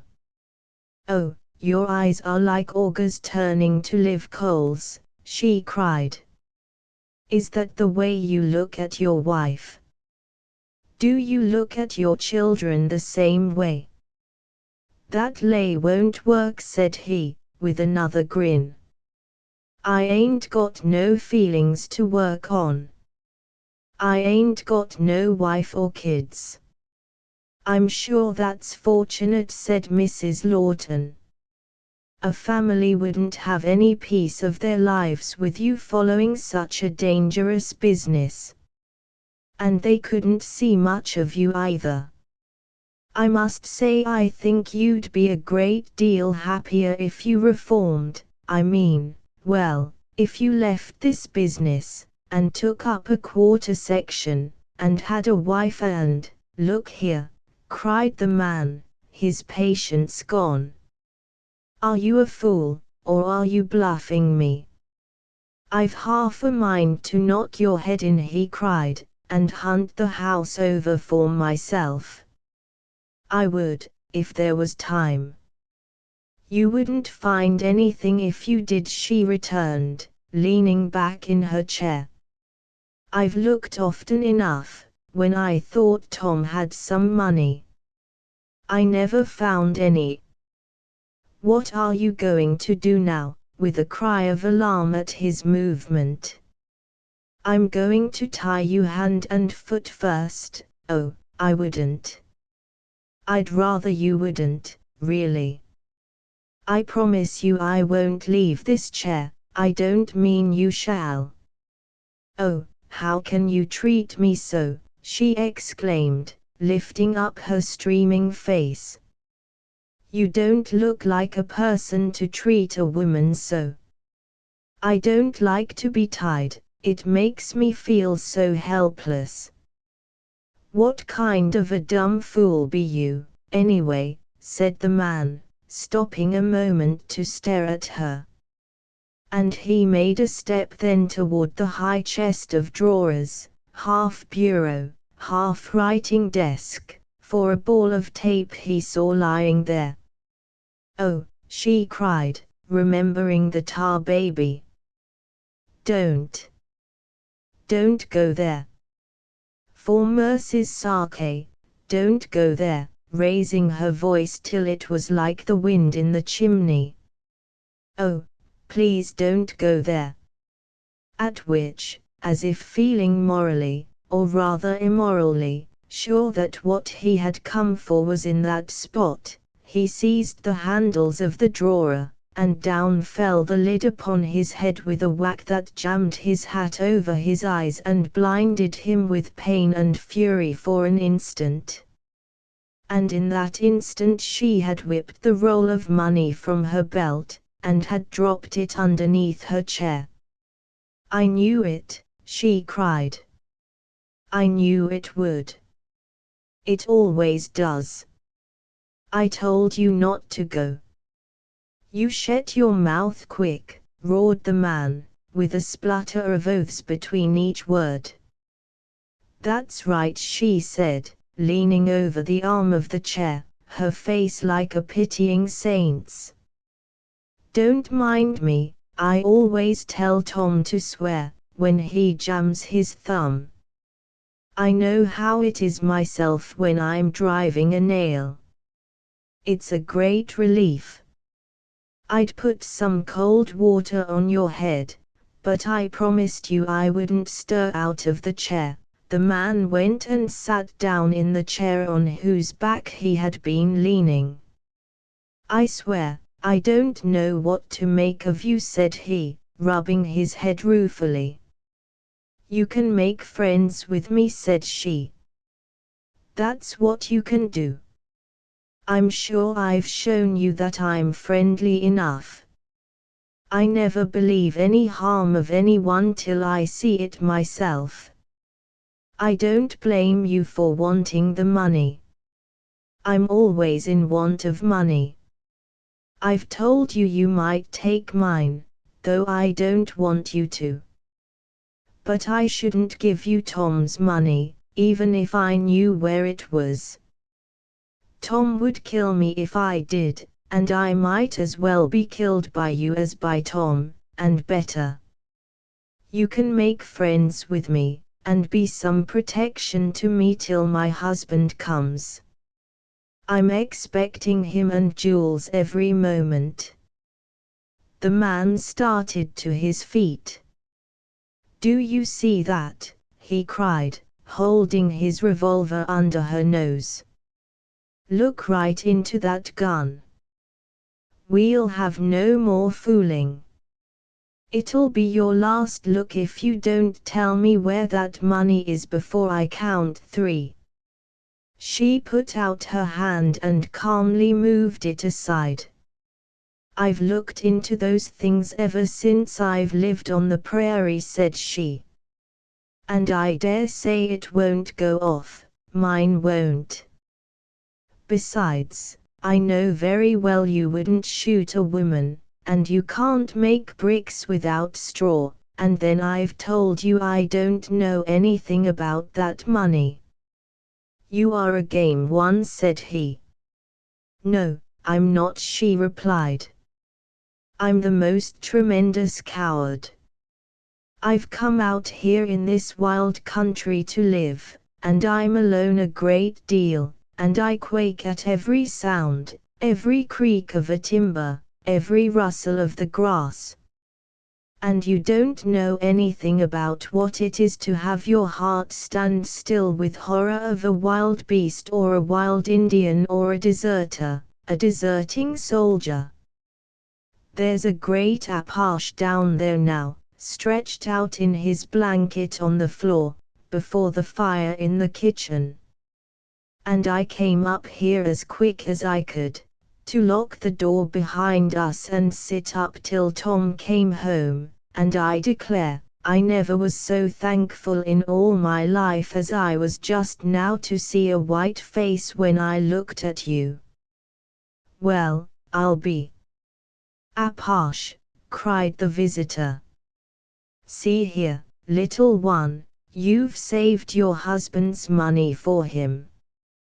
You're a double handful of pluck. I haven't any idea, but you know where it's hid, but I've got to be making tracks.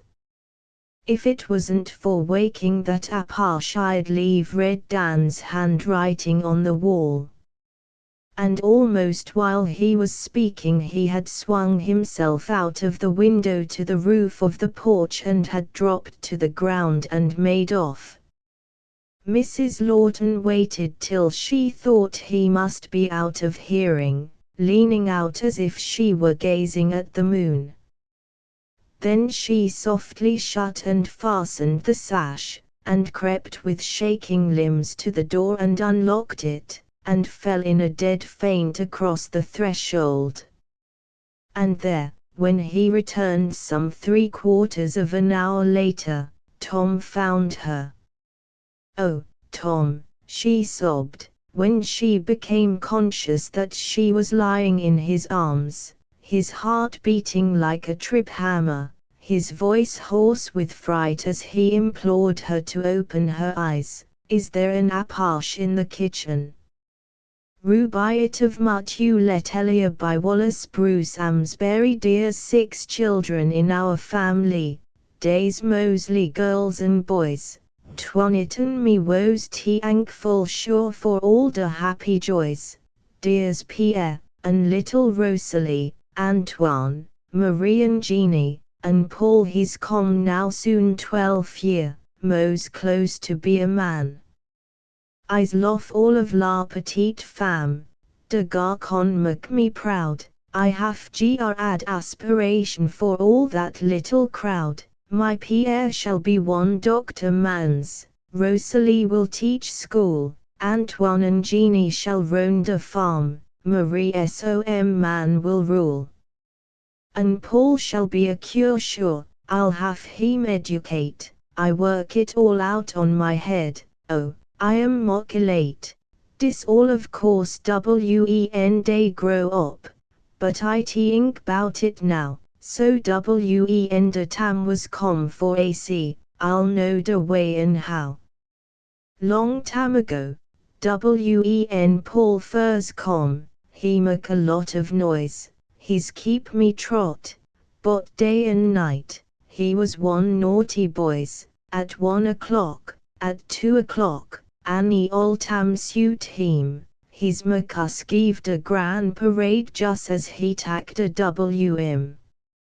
Sudding mo lassen perigork, on him ve pour it down, and soon he let his music up, and don ac more like clown, and den ma famine me lay down to get a little doze, for wen you are one family man you don gat mock repose. But at's de used to make de kick, dese fellows boss de place, I'd rather hear de helt while long and see de ruddy face dan run a grad big doctor's bill, and give de ol sextone de job, for bury all my kids, and leave me all alone. And so our hands is quite the full, will be, for som tam long. But when old age is drift our way and rest is our belong, it's den ve'll miss de gran racket, may want again the noise of 6 more little children and Mosley girls and boys. Biggs Bar by Howard V. Sutherland. 'Twas a sultry afternoon, about the middle of July, and the men who loafed in Dawson were feeling very dry. Of liquor there had long been none except a barrel or two, and that was kept by Major Walsh for himself and a lucky few. Now, the men who loaf in Dawson are loafers to the bone, and take it easy in a way peculiarly their own. They sit upon the sidewalks and smoke and spit and chew, and watch the other loafers, and wonder who is who. They only work in winter, when the days are short and cold, and then they heat their cabins, and talk of gold. They talk about provisions, and sometimes take a walk, but then they hurry back again and talk. And the men who loaf in Dawson are superior to style. For the man who wears a coat and vest is apt to cause a smile, while he who sports suspenders or a belt would be a butt, and cause ironic comment, and end by being cut. The afternoon was sultry, as I said some time before, 'twas fully 90 in the shade, in the sun a darn sight more, and the men who sat on the sidewalks were, one and all, so dry that only one perspired, though every one did try. 6 men were sitting in a line and praying God for air. They were Joaquin Miller and Lumber Lynch and Stuggy Jack Vermeer, Swiftwater Bill and Caribou Bill and a sick man from the hills, who came to town to swap his dust for a box of liver pills. I said they prayed for air, and yet perhaps I tell a lie, for none of them are holy men, and all of them were dry, and so I guess 'tis best for me to say just what I think. They prayed the Lord to pity them and send them all a drink. Then up spoke Joaquin Miller, as he shook his golden locks, and picked the Dawson splinters from his moccasins and socks. The others paid attention, for when times are out of joint what Joaquin Miller utters is always to the point a footsore. Weary traveler, the poet then began, did tell me many moons ago, and oh, I loved the man, that Biggs who owns the claim next mine had started up a bar. Let's wander there and quench our thirst. All answered, right you are. Now, Biggs is on Bonanza Creek, claim 96, below. There may be millions in it, and there may not. None will know until he gets to bedrock or till bedrock comes to him, for Arthur takes it easy and is strictly in the swim. It is true, behind his cabin he has sunk a mighty shaft. When the husky miners saw it they turned aside and laughed.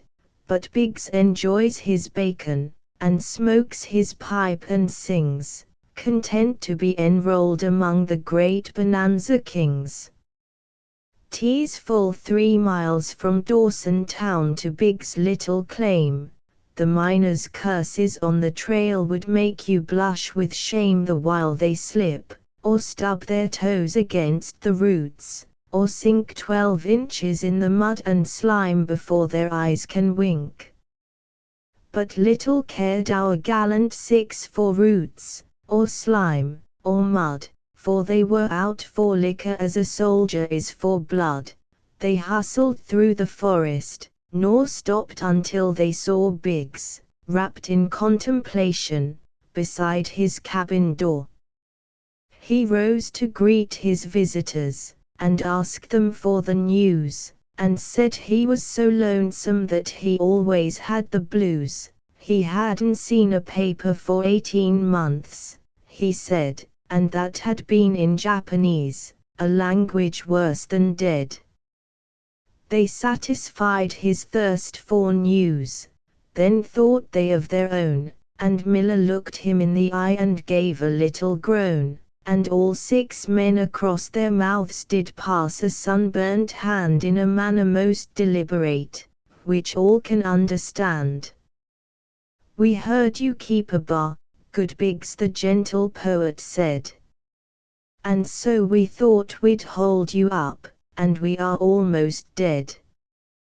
He said no more.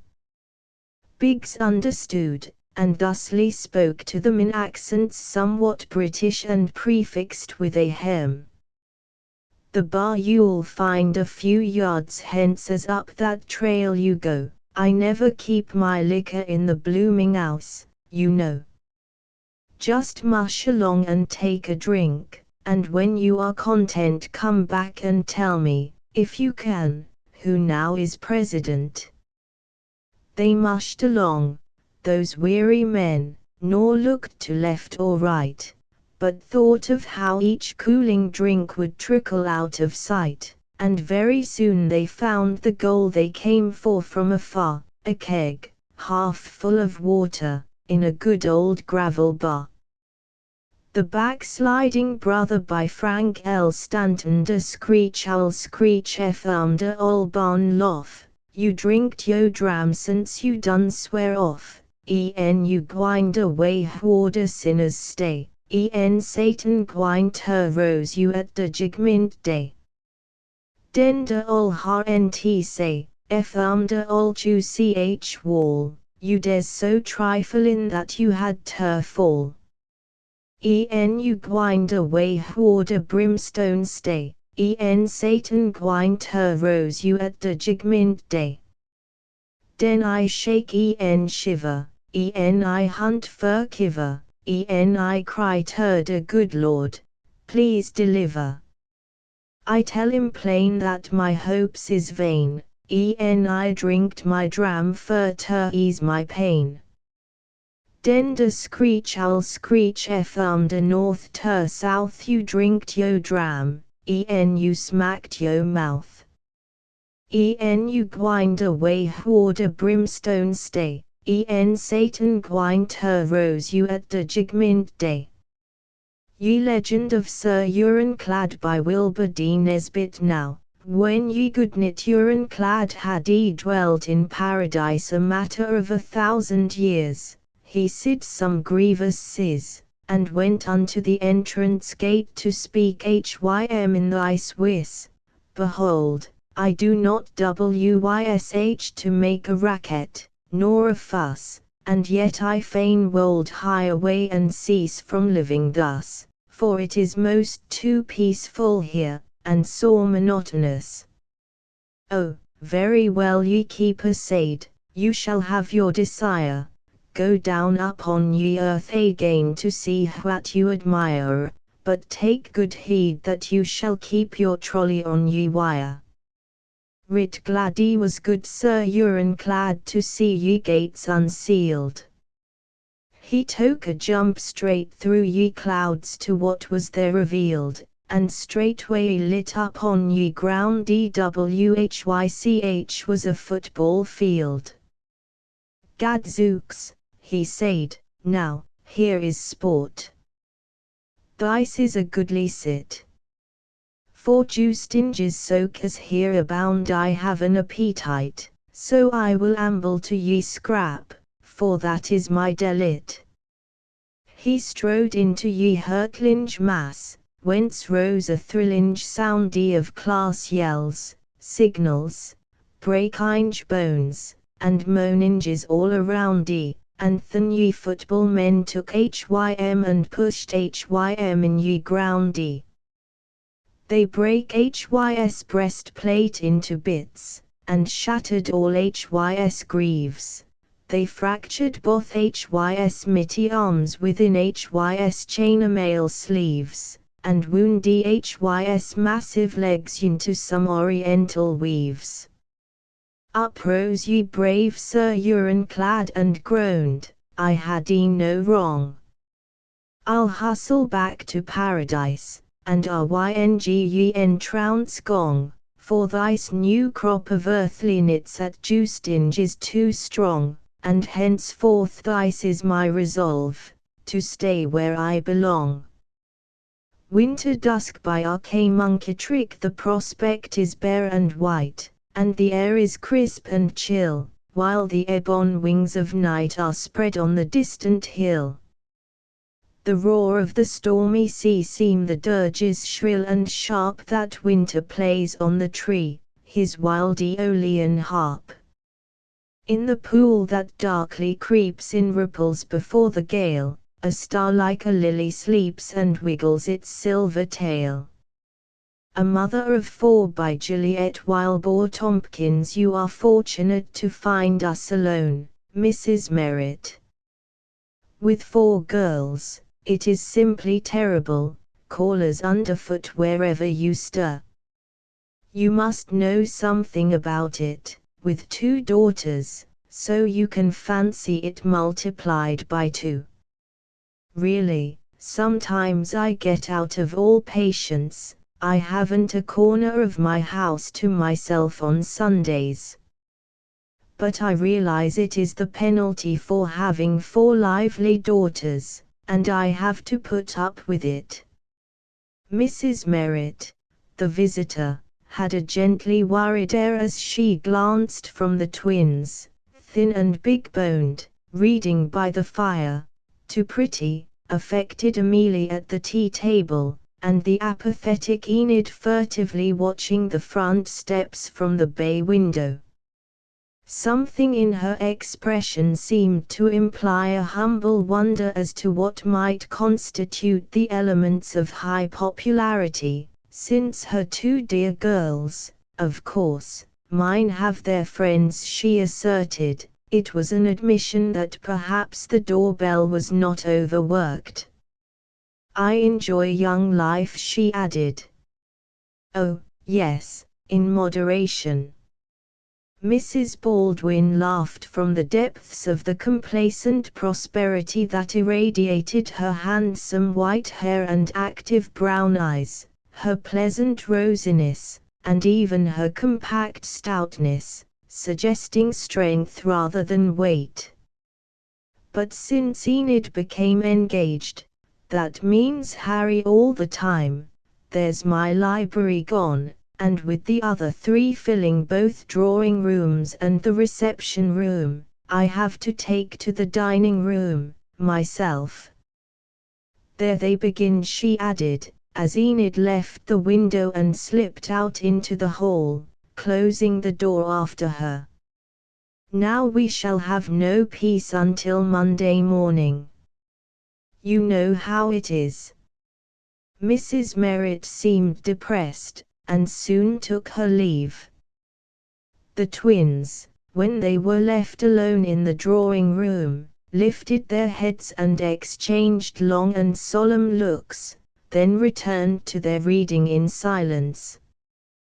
When it grew too dark by the fire, they carried their books to the bay window, but drew back as they saw a pale and puny youth with a retreating chin coming up the front steps. "The rush has begun," murmured Cora. "Amelie can have him," Dora returned.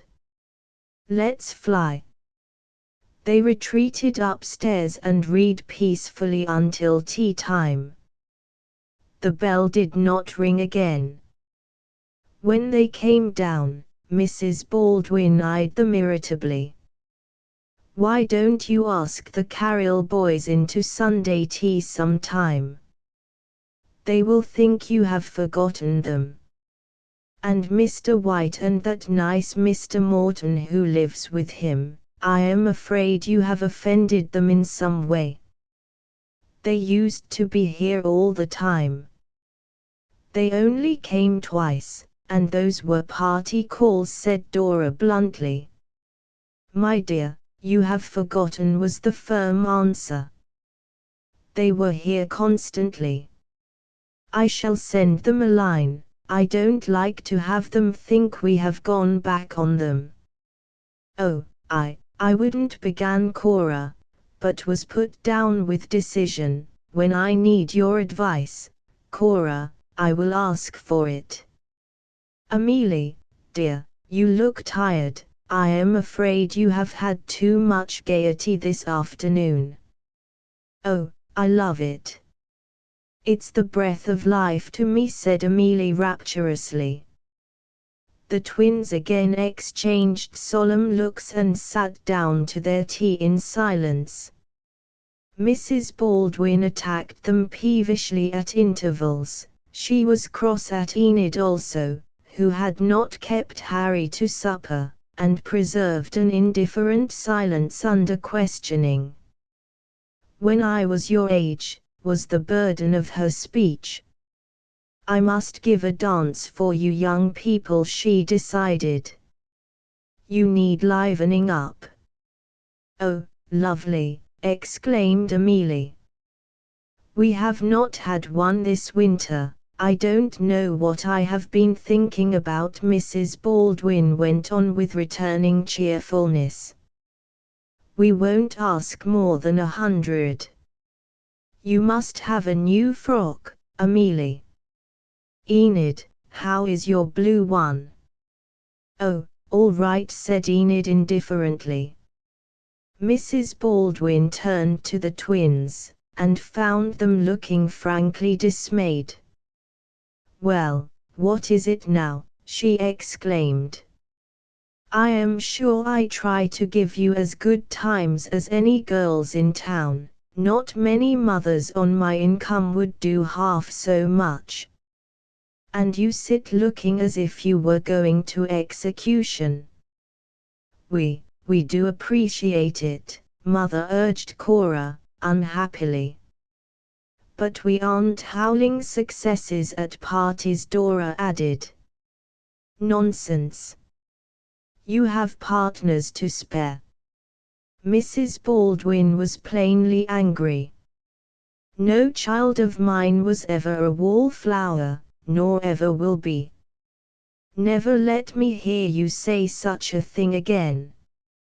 You would have twice the attention if you weren't always poking off by yourselves, and as it is, you have more than most girls. You frighten the men, they think you are proud. Show a little interest in them and see how pleased they will be. The twins looked dubious, and seized the first chance to escape. In their own room they confronted each other dismally. Of course they will ask us, in our own house, we won't have to sit, said Cora with a sigh.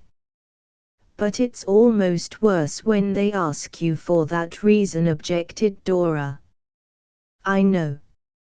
I feel so sorry for them, and so apologetic.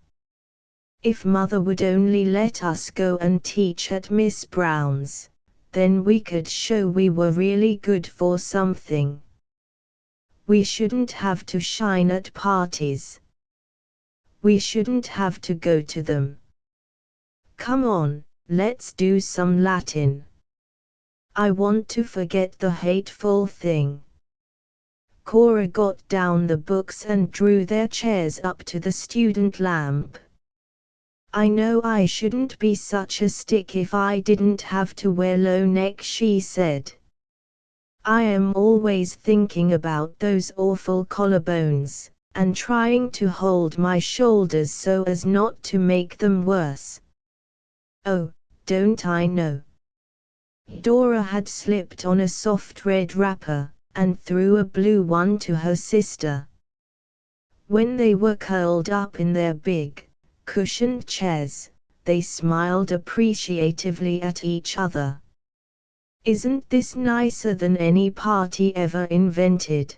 They exclaimed. Dora opened her books with energy, but Cora sat musing. I dare say that somewhere there are parties for our kind, she said, finally. Not with silly little chinless boys or popular men who are always trying to get away, but men who study and care about things, who go to Greece and dig ruins, for instance, or study sociology, and think more about one's mind than one's collarbones. Dora shook her head. But they don't go to parties. Both Mr. Morton and Mr. White do, sometimes, Cora suggested. They aren't like the rest. I thought that tenement house work they told us about was most interesting. But they would call if they wanted to, she added. The twins in wrappers, bending over their books, had a certain comeliness. There was even an austere beauty in their wide, high foreheads, their fine, straight dark hair, their serious grey eyes and sensitive mouths, pensive but not without humor and sweetness. But the twins in evening dress, their unwilling hair flower-crowned and bolstered into pompadours, their big-boned thinness contrasted with Amelia's plump curves, their elbows betraying the red discs of serious application, were quite another matter, and they knew it. The night of the dance they came downstairs with solemn, dutiful faces, and lifted submissive eyes to their mother for judgment. She was looking charmingly pretty herself, carrying her thick white hair with a humorous boldness, and her smiling brown eyes were younger than their grey ones. Very well, twinnies. Now you look something like human girls, she said gaily. Run and have a beautiful time. Ah, Amelie, you little fairy. They will all be on their knees to you tonight. Where is Enid? Nowhere near dressed, and she won't hurry, Amelie explained. Oh, I am so excited, I shall die. What if no one asks me to dance? Silly. Mrs. Baldwin laughed. I am only afraid of your dancing yourself to death. Ah, Mrs. Merritt, how good of you to come with your dear girls. And Mr. Merritt, this is better than I dared hope. The rooms filled rapidly. Enid, after one languid waltz, disappeared with Harry and was not seen again till supper. Amelie flew from partner to partner, pouring streams of vivacious talk into patient masculine ears. The twins were dutifully taken out in turn and unfailingly brought back. Both Mr. White and Mr. Morton came, serious young men who danced little, and looked on more as if the affair were a problem in sociology than an entertainment. There were plenty of men, for Mrs. Baldwin's entertainments had a reputation in the matter of supper, music, and floors.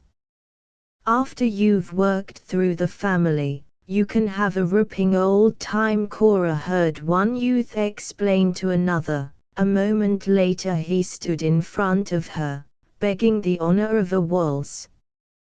She felt no resentment, her sympathies were all with him.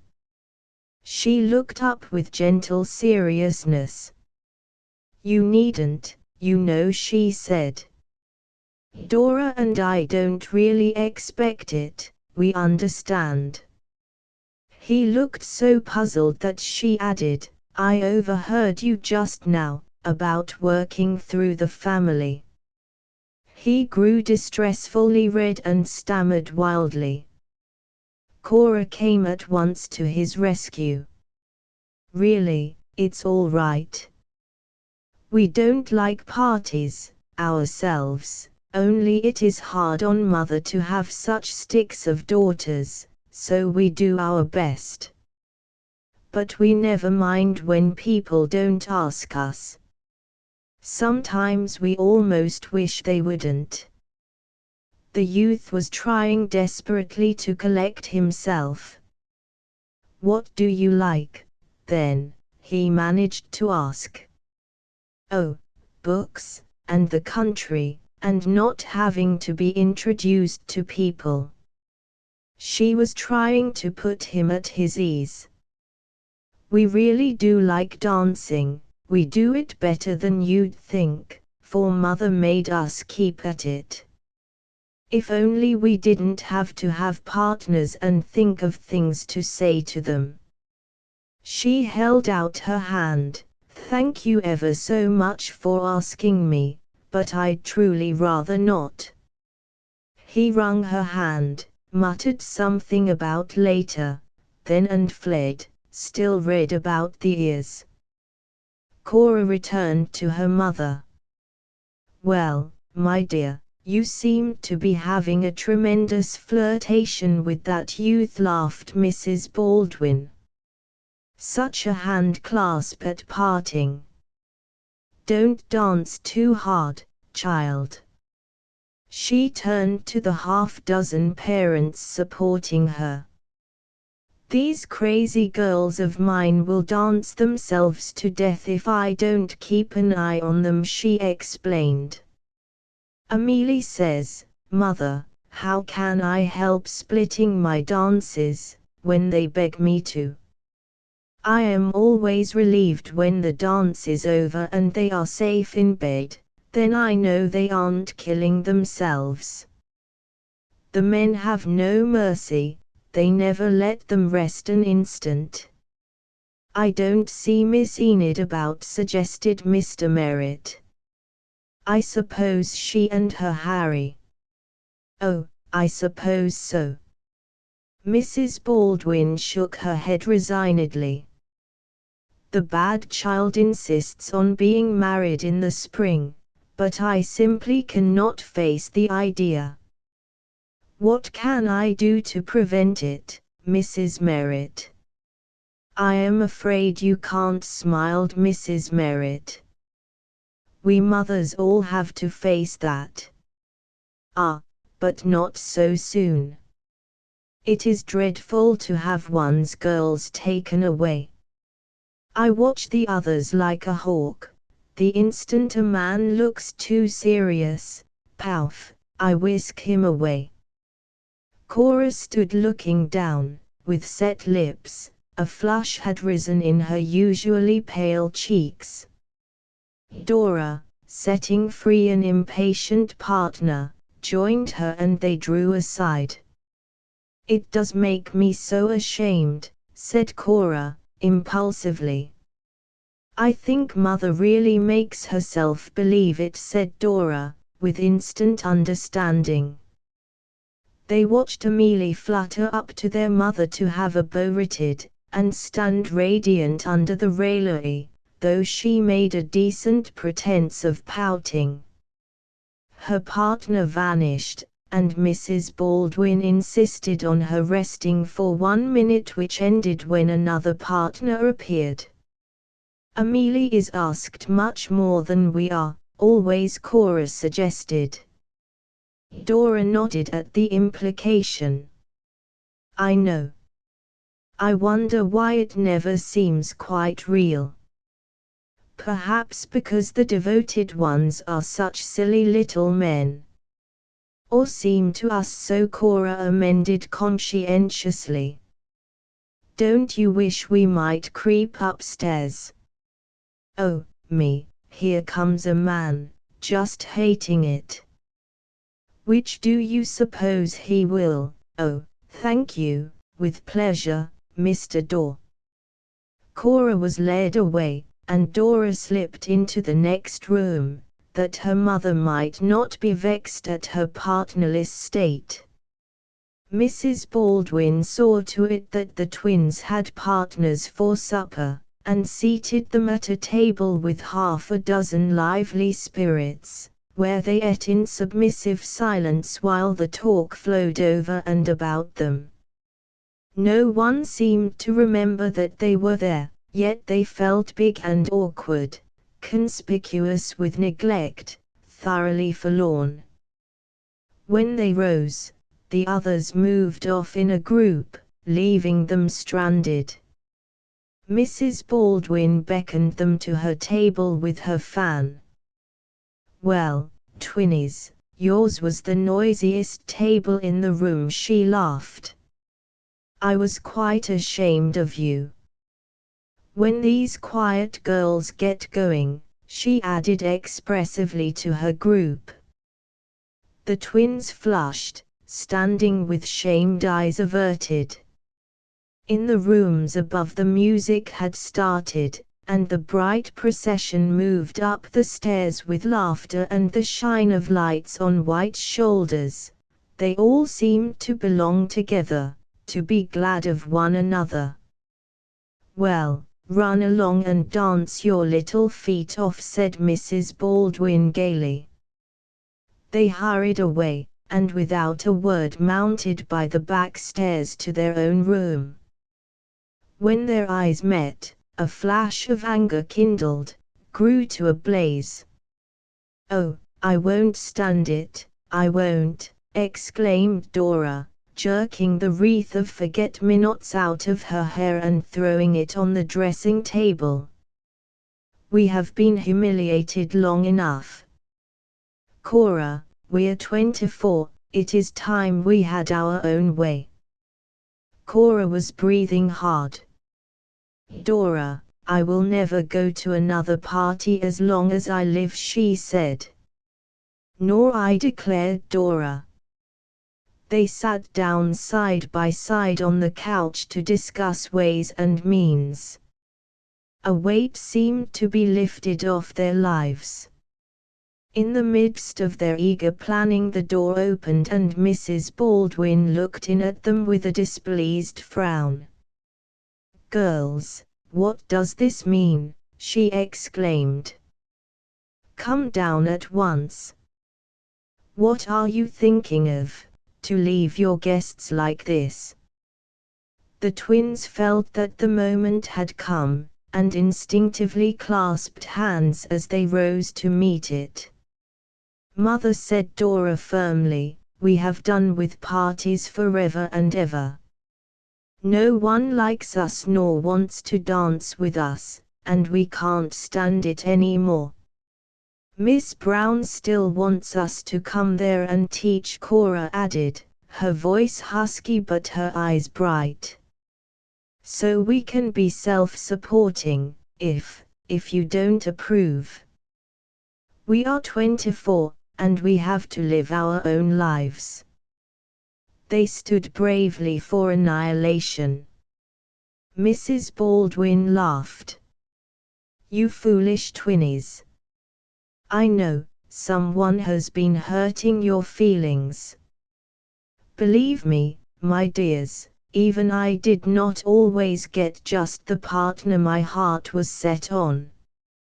And I cried over it in secret, just like any other little girl. That is life, you know, we can't give up before it. Now smooth yourselves and come down, for some of them are leaving. She blew them a kiss and went off smiling. After a dejected silence, Dora took up the forget-me-not wreath and replaced it. I suppose we might as well finish out this evening, she said. But the revolution has begun, Cora. The revolution has begun, Cora echoed. In the drawing room they found Mrs. Baldwin talking with Mr. Morton and Mr. White. They were evidently trying to say good night, but she was holding them as inexorably as if she had laid hands on their coats, or so it seemed to the troubled twins. She summoned her daughters with her bright, amused glance. My dears, she said, these two good friends were going to run away just because they do not dance the cotillion. We can't allow that. Suppose you take them to the library and make them wholly comfortable. Indeed, they have danced enough, Mr. White. I am thankful to have them stop. I will take the blame if their partners are angry. She nodded a smiling dismissal. Disconcerted, wholly ill at ease, the four went obediently to the library, deserted now that the cotillion was beginning. The two men struggled valiantly with the conversation, but the twins sat stricken to shamed dumbness. No topic could thrive in the face of their mute rigidity. Silences stalked the failing efforts. Mr. White's eyes clung to the clock while his throat dilated with secret yawns. Mr. Morton twisted restlessly and finally let a nervous sigh escape. Dora suddenly clasped her hands tightly together. We hate it just as much as you do, she said distinctly. They turned startled faces toward her. Cora paled, but flew to her sister's aid. We knew you didn't want to come, she added with tremulous frankness. We would have let you off if we could. If you want to go now, we won't be hurt. They rose, and so did the bewildered visitors. I am afraid you have misunderstood, began Mr. White. No, we have always understood, everybody, said Dora, but we pretended not to, because Mother, but now we have done with society. It is a revolution, and this is our last party. Good night. She held out her hand. Good night, repeated Cora, offering hers. The guests took them with the air of culprits. Relief was evidently drowned in astonishment. Well, good night, if we must, they said awkwardly. Mrs. Baldwin, looking into the library half an hour later, found the twins sitting there alone. Where are your cavaliers? She demanded.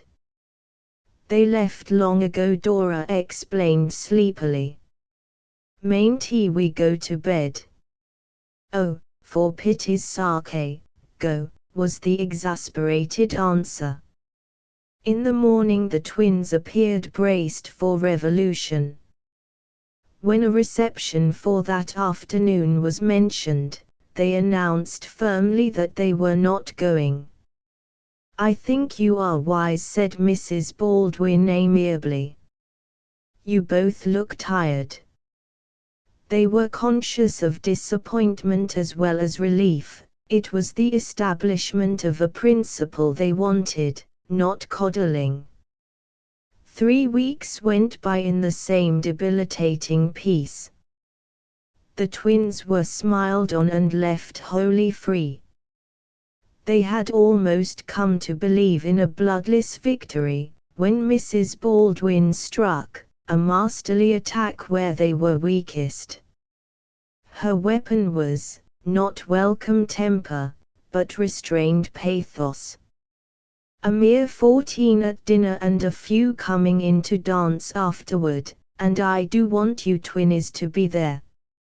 Now I have not asked one thing of you for 3 weeks, don't you think you owe mother some little return? But, began the twins, with a rush of the well-known arguments. Mrs. Baldwin would not combat. I ask it as a favor, dear girls, she said gently. They clung to their refusal, but were obviously weakening when she rose to her climax. Mr. White and Mr. Morton have accepted. She left them with that, confident and humming to herself. The twins stared at each other in open misery. Reappear now, after the solemn declaration they had made to those two. Their cheeks burned at the thought.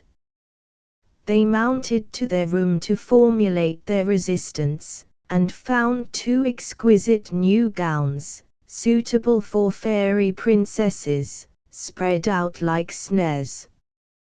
To please mother seemed to be written on every artful fold. And Mrs. Baldwin was not a rich woman, for her way of life, such gowns meant self-denial somewhere. The twins had tears in their eyes. But if we give in now, we're lost, they cried. Nothing more was said about the dinner, Mrs. Baldwin gaily assuming success, but avoiding the topic. The twins wore a depressed and furtive air. On the fatal day they had a long interview with Miss Brown, of the Brown School, and came away solemn with excitement, to shut themselves in their room for the rest of the afternoon. A few minutes before the dinner hour Mrs. Baldwin, triumphant in satin and lace, paused at their door. Ready, twinnies, she began, then stared as though disbelieving her eyes. In the glow of the student lamp sat the twins, books in their hands and piled high on the table beside them. Their smooth, dark hair was unpompadoured, their shoulders were lost in the dark blouses of every day. What does this mean? Mrs. Baldwin asked shortly, fire in her eyes. Mother, we told you we could not go to any more parties, and why? Cora answered, a note of pleading in her voice. We begin teaching on Monday in Miss Brown's school, added Dora more stoutly. We have tried your way for years and years, Mother. Now we have to try ours. Mrs. Baldwin's lace Bertha rose and fell sharply. Indeed. I am sorry to disappoint you, but so long as you live under my roof, you will have to conform to the ways of my household. Then, Mother, we cannot stay under your roof. As you please. I leave the choice entirely to you. She swept out, leaving them breathless but resolute. "I am glad of it," said Dora with trembling lips. In explaining their absence at dinner, Mrs. Baldwin was lightly humorous about the twins' devotion. One could not weather a headache without the other. Mr. White and Mr. Morton exchanged glances, and showed interest in the topic, as if they were on the track of some new sociological fact. Later in the evening, the twins, their spirits restored, stole to the top of the stairs and peered down at the whirling couples, exultant not to be among them.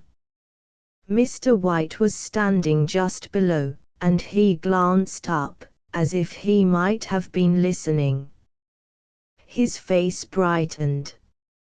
"May I come up?" he signaled, and mounted 2 steps at a time, keen interest in his thin, intellectual face. "Is it really headache, or is it revolution?" he asked without preface.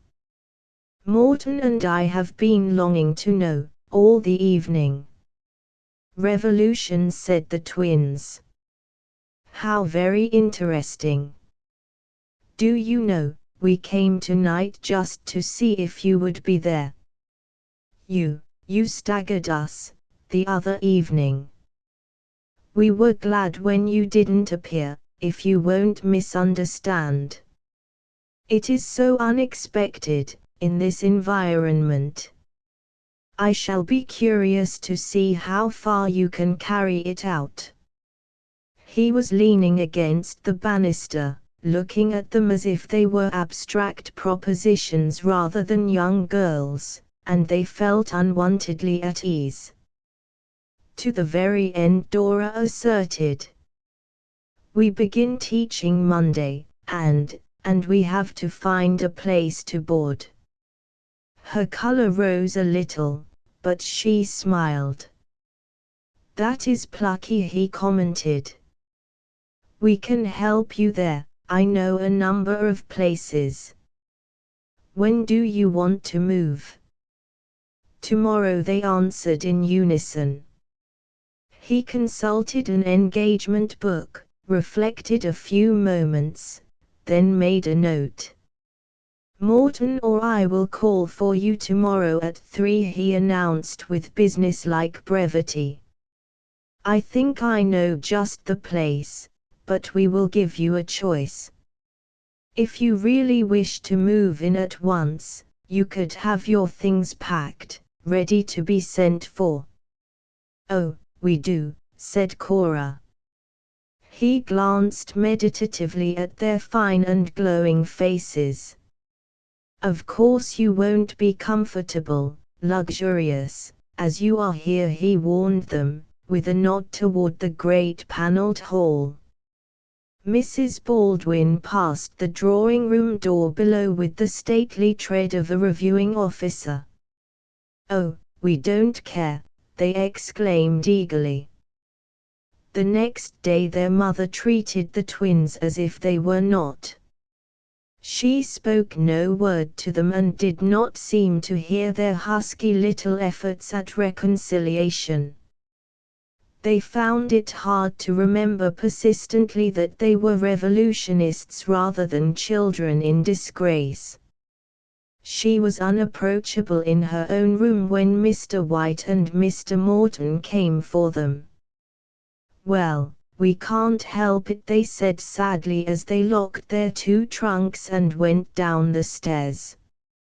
3 hours later the twins had entered a new world and were rapturously making an omelette in a kitchen that had begun life as a closet, while Mr. Morton put up shelves and hooks and Mr. White tacked green burlap over gloomy wallpaper. Groceries and kitchen utensils and amusing makeshift furniture kept arriving in exciting profusion. They had not dreamed that there was such happiness in the world. "If only Mother will forgive us, it will be simply perfect," they told each other when they settled down for the night in their hard little cots. They said that many times in the days that followed. The utter joy of work and freedom and simplicity had no other blemish. For 5 weeks Mrs. Baldwin remained obdurate.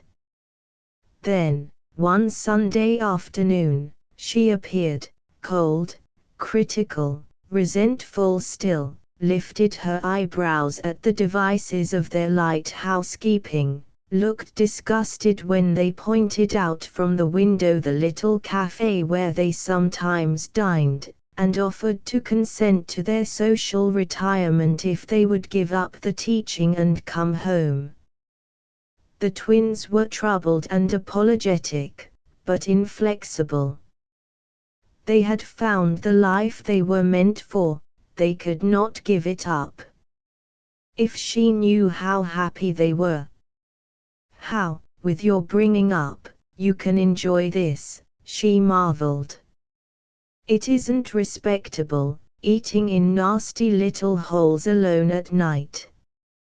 But it is a nice, clean place, and Mr. White and Mr. Morton are nearly always with us, Dora began, then broke off at an expression of pleased enlightenment that flashed across her mother's face. They are just very good friends, she explained gravely. They don't take us as girls at all, that is why we have such nice times with them. We are simply comrades, and interested in the same books and problems. And they bother about us chiefly because we are a sort of sociological demonstration to them, Cora added. They like experiments of every kind. Ah, yes, I understand, assented Mrs. Baldwin. Well, you certainly are fixed up very nicely here. If you want anything from home, let me know. After all, it is a piquant little adventure. If you are happy in it, I suppose I ought not to complain. She was all complacence and compliment the rest of her visit. When she went away, the girls glanced uneasily at each other. She took a wrong idea in her head, said Dora. I do hope we undeceived her. It would be hard for her to understand how wholly mental and impersonal our friendship is with those two. Well, she will see in time, when nothing comes of it, said Cora confidently. That's their ring, now. Oh, Dora, isn't our life nice?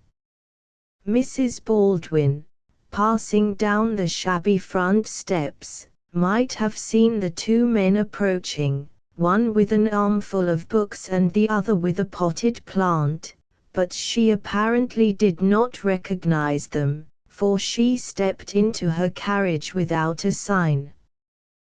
The visit seemed to have left a pleasant memory with her, however. Her bland serenity, as she drove away, was not unlike that of the cat which has just swallowed the canary. Fall Styles in Faces, 5. By Wallace Irwin. Faces. This fall will lead the styles more than in former years with something very neat in smiles well trimmed with eyes and ears. The gayer set, so rumor hints, will have their noses made in all the famous highball tints, a bright carnation shade. For morning wear in club and lobby, the dark brown taste will be the hobby. In Wall Street they will wear a gaze to match the paving stones. This kind, Miss Ida Tarbell says, John Rockefeller owns. Loud mouths, sharp glances, furtive looks will be displayed upon the faces of the best-groomed crooks convened in Washington. Among the saints of doubtful morals some will wear halos, others laurels. Checkered careers will be displayed on faces neatly lined, and vanity will still parade in smirks, the cheaper kind. Chins will appear in Utah's zone adorned with lace-like frizzes, and something striking will be shown in Union labor fizzes. The gentry who have done the races show something new in poker faces. Cheek will supplant stiff upper lips and take the place of chin. The waiters will wear ostrich tips when tipping days begin. The Wilhelm moustache, curled with scorn, will show the jaw beneath, and the Roosevelt smile will still be worn cut wide around the teeth. If frenzied finance waxes stronger, stocks will be short and faces longer. But if you have a well-made face that's durable and firm, its features you need not replace, 'twill wear another term. 2 eyes, a nose, a pair of ears, a chin that's clean and strong will serve their owner many years and never go far wrong. But if your face is shoddy, brother, run to the store and buy another. Had a set of double teeth by Holman F. Deo. Listen while I tell you a truthful little tale of a man whose teeth were double all the solid way around. He could just as slick as preachin' bite into a shingle nail, or squinch a mold bullet, sah, and every tooth was sound. I've seen him lift a keg of pork, a bitin' on the chine, and he'd clench a rope and hang there like a puppy to a root, and a fella he could pull and twitch and yank up on the line, but he couldn't do no business with that double-toothed galoot. He was luggin' up some shingles, bunch, sah, underneath each arm, the time that he was shinglin' of the Baptist meeting house. The ladder cracked and buckled, but he didn't think no harm, when all at once she busted, and he started down cursoos. His head, sah, when she busted, it was jest abreast the eaves, and he nipped, sah, quicker 'en lightnin', and he gripped there with his teeth, and he never dropped the shingles, but he hung to both the sheaves, though the solid ground was certainly more 'en 30 feet beneath.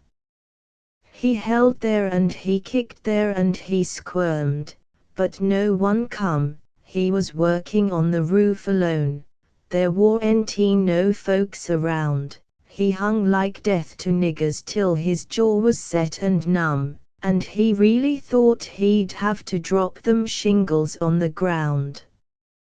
But all at once old Skillins come a-toddlin' down the street. Old Skill is sort of humpbacked, and he alas looks straight down, so he never seed the motions of them number 11 feet, and he went a-amblin' by him, the gorm-did blind old clown. Now this air part is truthful, ain't a stretchin' it a mite. When the fella seed that Skillins was a-walking past the place, let go his teeth and hollered, but he grabbed back quick and tight, for he had a chance to tumble, and he hung there by the face. And he never dropped the shingles, and he never missed his grip, and he stepped out on the ladder when they raised it underneath. And up he went a-flukin' with them shingles on his hip, and there's the satisfaction of a-having double teeth. Plain language from Truthful James by Bret Harte, which I wish to remark, and my language is plain, that for ways that are dark, and for tricks that are vain, the heathen Chinee is peculiar, which the same I would rise to explain. Asin was his name, and I shall not deny in regard to the same what that name might imply, but his smile it was pensive and childlike, as I frequent remarked to Bill Nye. It was August the 3rd, and quite soft was the skies, which it might be inferred that our sin was likewise, yet he played it that day upon William and me in a way I despise. Which we had a small game, and our sin took a hand, it was euchre, the same he did not understand, but he smiled as he sat at the table with the smile that was childlike and bland. Yet the cards they were stocked in a way that I grieve, and my feelings were shocked at the state of Nye's sleeve, which was stuffed full of aces and bowers, and the same with intent to deceive. But the hands that were played by that heathen Chinee, and the points that he made were quite frightful to see, till at last he put down a right bower, which the same Nye had dealt unto me. Then I looked up at Nye, and he gazed upon me, and he rose with a sigh, and said, "Can this be? We are ruined by Chinese cheap labor," and he went for that heathen Chinee.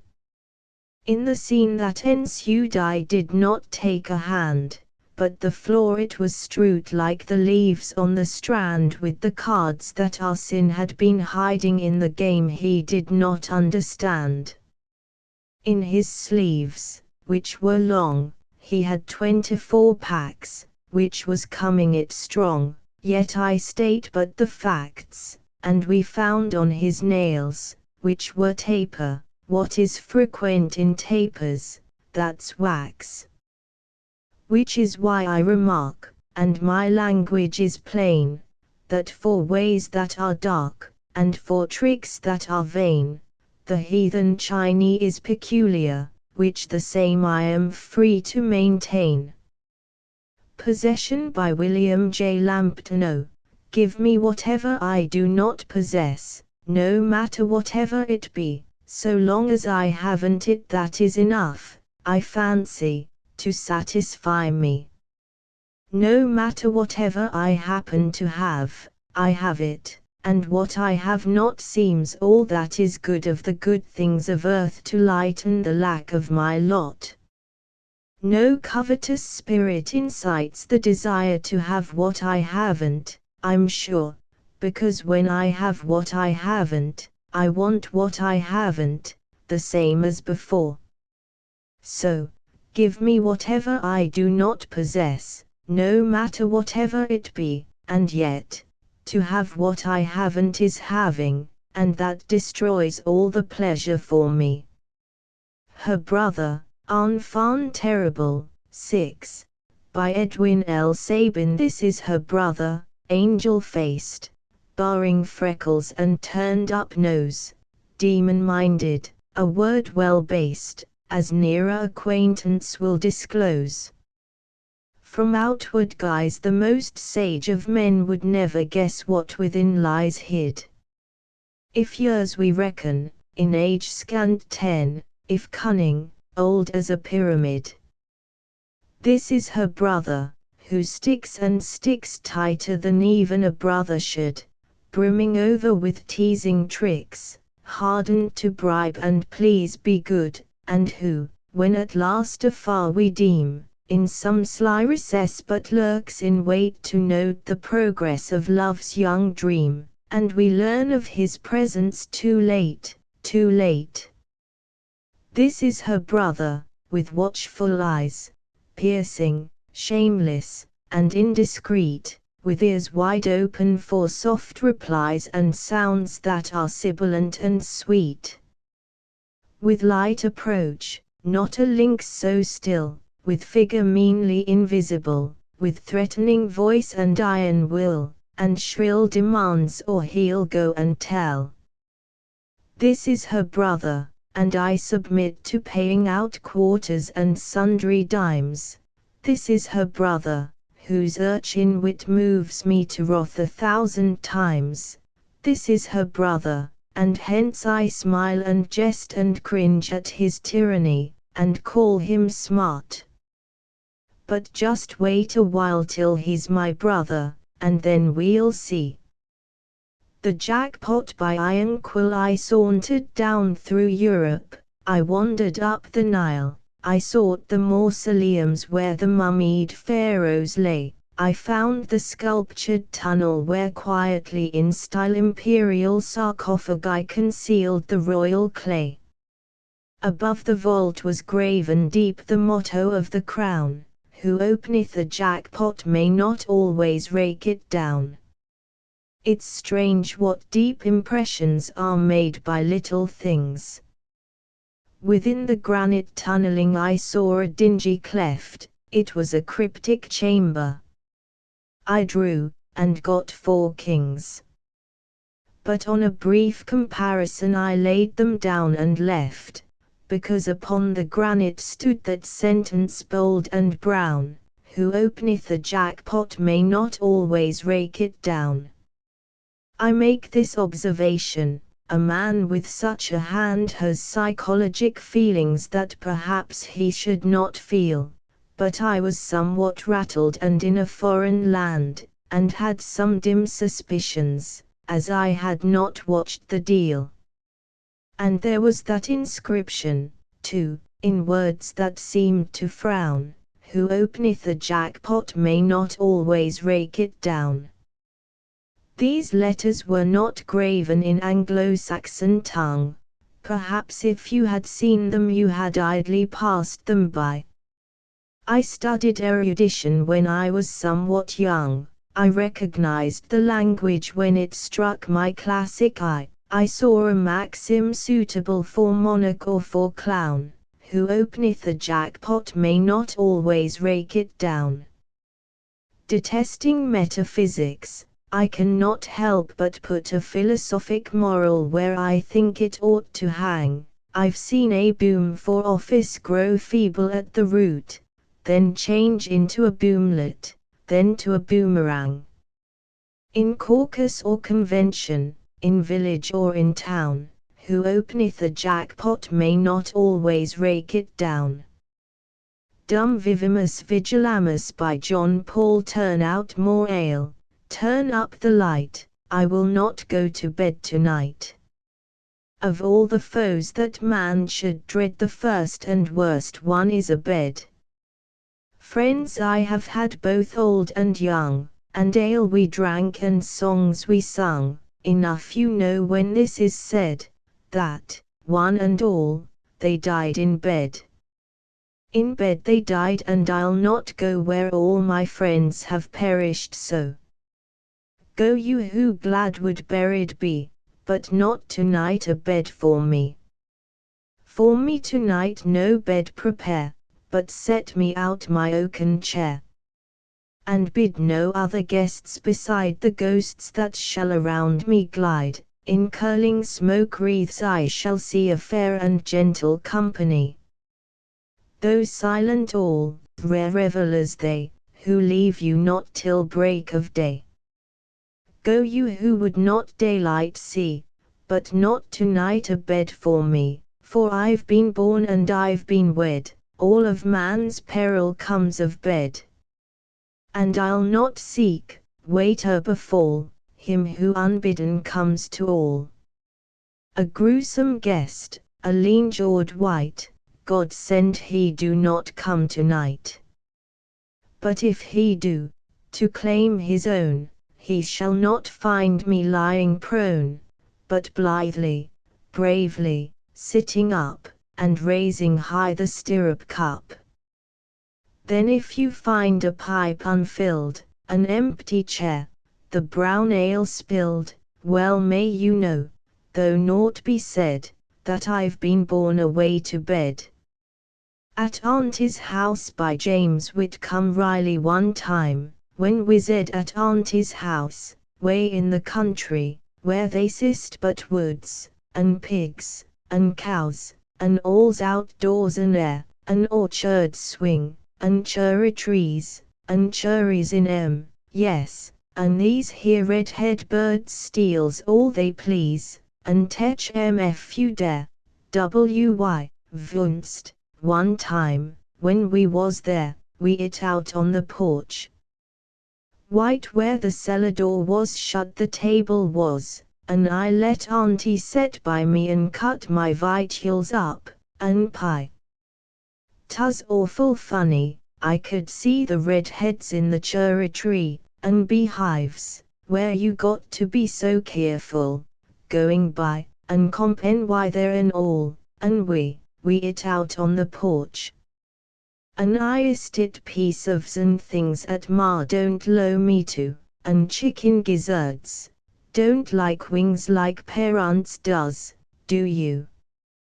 And all the time, the wind blowed there, and I could feel it in my hair, and ist smell clover everywhere, and a old redhead flew pert nigh white over my high chair, when we it on the porch.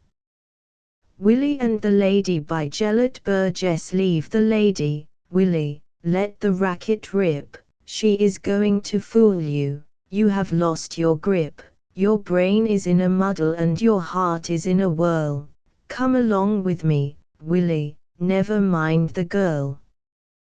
Come and have a man talk, come with those who can talk, light your pipe and listen, and the boys will see you through. Love is only chatter, friends are all that matter, come and talk the man talk, that's the cure for you. Leave the lady, Willie, let her letter wait, you'll forget your troubles when you get it straight. The world is full of women, and the women full of while, come along with me, Willie, we can make you smile. Come and have a man talk, a rousing black and tan talk, there are plenty there to teach you, there's a lot for you to do, your head must stop its whirling before you go a-girling, come and talk the man talk, that's the cure for you. Leave the lady, Willie, the night is good and long, time for beer and baccy, time to have a song, where the smoke is swirling, sorrow if you can. Come along with me, Willie, come and be a man. Come and have a man talk, come with those who can talk, light your pipe and listen, and the boys will see you through. Love is only chatter, friends are all that matter, come and talk the man talk, that's the cure for you. Leave the lady, Willie, you are rather young, when the tales are over, when the songs are sung, when the men have made you, try the girl again, come along with me, Willie, you'll be better then. Come and have a man talk, forget your girl dive and talk, you've got to get acquainted with another point of view. Girls will only fool you, we're the ones to school you, come and talk the man talk, that's the cure for you. A New Year Idyll by Eugene Field. Upon this happy New Year night, a roach crawls up my pot of paste, and begs me for a tiny taste. I eat thy fill, for it is right that while the rest of earth is glad, and bells are ringing wild and free, thou shouldst not, gentle roachling, be forlorn and gaunt and weak and sad.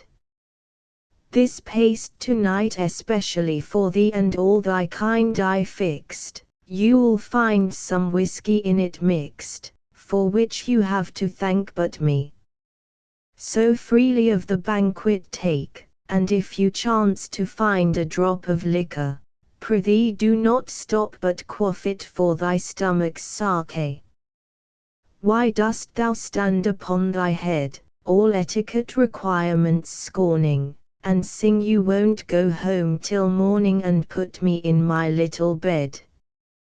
Your tongue, fair roach, is very thick, your eyes are red, your cheeks are pale, your underpinning seems to fail, you are, I wot, full as a tick. Envoy, I think I see that roach's home, that roach's wife, with broom in hand, that roach comes staggering homeward, and then all is glum and gloom and gloam. A Lay of Ancient Rome by Thomas Barrow. The Roman was a rogue, he was, you bet 'em, he ran his automobilis and smoked his cigarettum, he wore a diamond studibus, an elegant cravatum, a maxima cum laude shirt, and such a stylish hatum. He loved the luscious hick-hock, and bet on games and a key. At times he won, at others, though he got it in the necky, he winked, quousque tandem, at Pulis on the forum, and sometimes even made those gugu oculorum. He frequently was seen at combats gladiatorial, and ate enough to feed 10 boarders at memorial. He often went on sprees and said, on starting homus, hic labor, opus ist, oh, where's my demus? Although he lived in Rome, of all the arts the middle, he was, excuse the phrase, a horrid individual. What a difference-rent thing was the homo, dative, hominy, of faraway BC. From us of Anno Domini. Little Bo Peep and Little Boy Blue by Samuel Minturn Peck. It happened one morning that Little Bo Peep, while watching her frolicsome, mischievous sheep out in the meadow, fell fast asleep. By her wind-blown tresses and rose-leaf pout, and her dimpling smile, you'd have guessed, no doubt, 'twas love, love, love she was dreaming about. As she lay there asleep, came Little Boy Blue, right over the stile where the daisies grew. Entranced by the picture, he stopped in the dew. So wildly bewitching that beautiful morn was Little Bo Peep that he dropped his horn and thought no more of the cows in the corn. Our sorrows are many, our pleasures are few, O moment propitious. What could a man do? He kissed the wee lassie, that Little Boy Blue. At the smack the woolies stood all in a row, and whispered each other, we're clearly de trop, such conduct is perfectly shocking, let's go.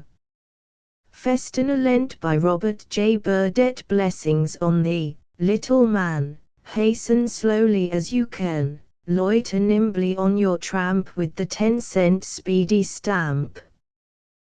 Thou art boss, the businessman postals writes for thee to scan, and the man who writes, with speed gets it, in his mind, indeed. Lo, the man who penned the note wasted 10 cents when he wrote, and the maid for it will wait at the window, by the gate, in the doorway, down the street, listening for thy footsteps fleet. But her cheek will flush and pale, till it comes next day by mail, with thine own endorsement neat, no such number on the street. Oh, if words could but destroy, thou wouldst perish, truthful boy. Oh, for boyhood's easy way, messenger who sleeps all day, or, from rise to set of sun, reads the terror on the run. For your sport, the band goes by, for your perch, the lamp post high, for your pleasure, on the street dogs are fighting, drums are beat, for your sake, the boyish fray, organ grinder, run away, trucks for your convenience are, for your ease, the bobtail car, every time and everywhere you're not wanted, you are there. Dawdling, whistling, loitering scamp, seest thou this 10-cent stamp? Stay thou not for book or toy, vamos. Fly. Skedaddle, boy. The Genial Idiot discusses Leap Year by John Kendrick Bangs. If I were a woman, said the idiot, I think that unless I had an affidavit from the man, sworn to before a notary and duly signed and sealed, stating that he did the proposing, I should decline to marry, or announce my engagement to be married in leap year. It is one of the drawbacks which the special privilege of leap year confers upon women that it puts them under suspicion of having done the courting if the thing comes out during the year. "Don't you worry about that," laughed Mrs. Pedagog. "You can go through this country with a fine-tooth comb and I'll wager you won't find a woman anywhere who avails herself of the privilege who wouldn't have done the same thing in any old year if she wanted to. Of all the funny old superstitions, the quaintest of the lot is that leap year proposal business." "How you talk!" cried the Idiot. "Such iconoclasm! I had always supposed that leap year was a sort of matrimonial safety valve for old maids, and here in a trice you overthrow all the cherished notions of a lifetime. Why, Mrs. Pedagog, I know men who take to the woods every leap year just to escape the possibilities." "Courageous souls," said the landlady. "Facing the unknown perils of the forest, rather than manfully meeting a proposal of marriage." "It is hard to say no to a woman," said the Idiot. "I'd hate like time to have one of them come to me and ask me to be hers. Just imagine it. Some dainty little damsel of a soulful nature, with deep blue eyes, and golden curls, and pearly teeth, and cherry lips, a cheek like the soft and ripening peach, and a smile that would bewitch even a Saint Anthony, getting down on her knees and saying, 'Oh Idiot, dearest Idiot, be mine, I love you, devotedly, tenderly, all through the Rogit's thesaurously, and have from the moment I first saw you. With you to share it, my lot in life will be heaven itself. Without you a Saharan waste of Arctic frigidity. Wilt thou?' I think I'd wilt. I couldn't bring myself to say no, Ethelinda. I cannot be yours because my heart is set on a strengthful damsel with raven locks and eyes of coal, with lips a shade less cherry than thine, and a cheek more like the apple than the peach, who can go out on the links and play golf with me. But if you ever need a brother in your business, I am the floor walker that will direct you to the bargain counter where you'll find the latest thing in brothers at cost. I'd simply cave in on the instant and say, 'All right, Ethelinda, call a cab and we'll trot around to the little church around the corner and tie the knot. That is, my love, if you think you can support me in the style to which I am accustomed.'" Mr. Brief laughed. "I wouldn't bother if I were you, Mr. Idiot," said he. "Women don't tie up very strongly to idiots."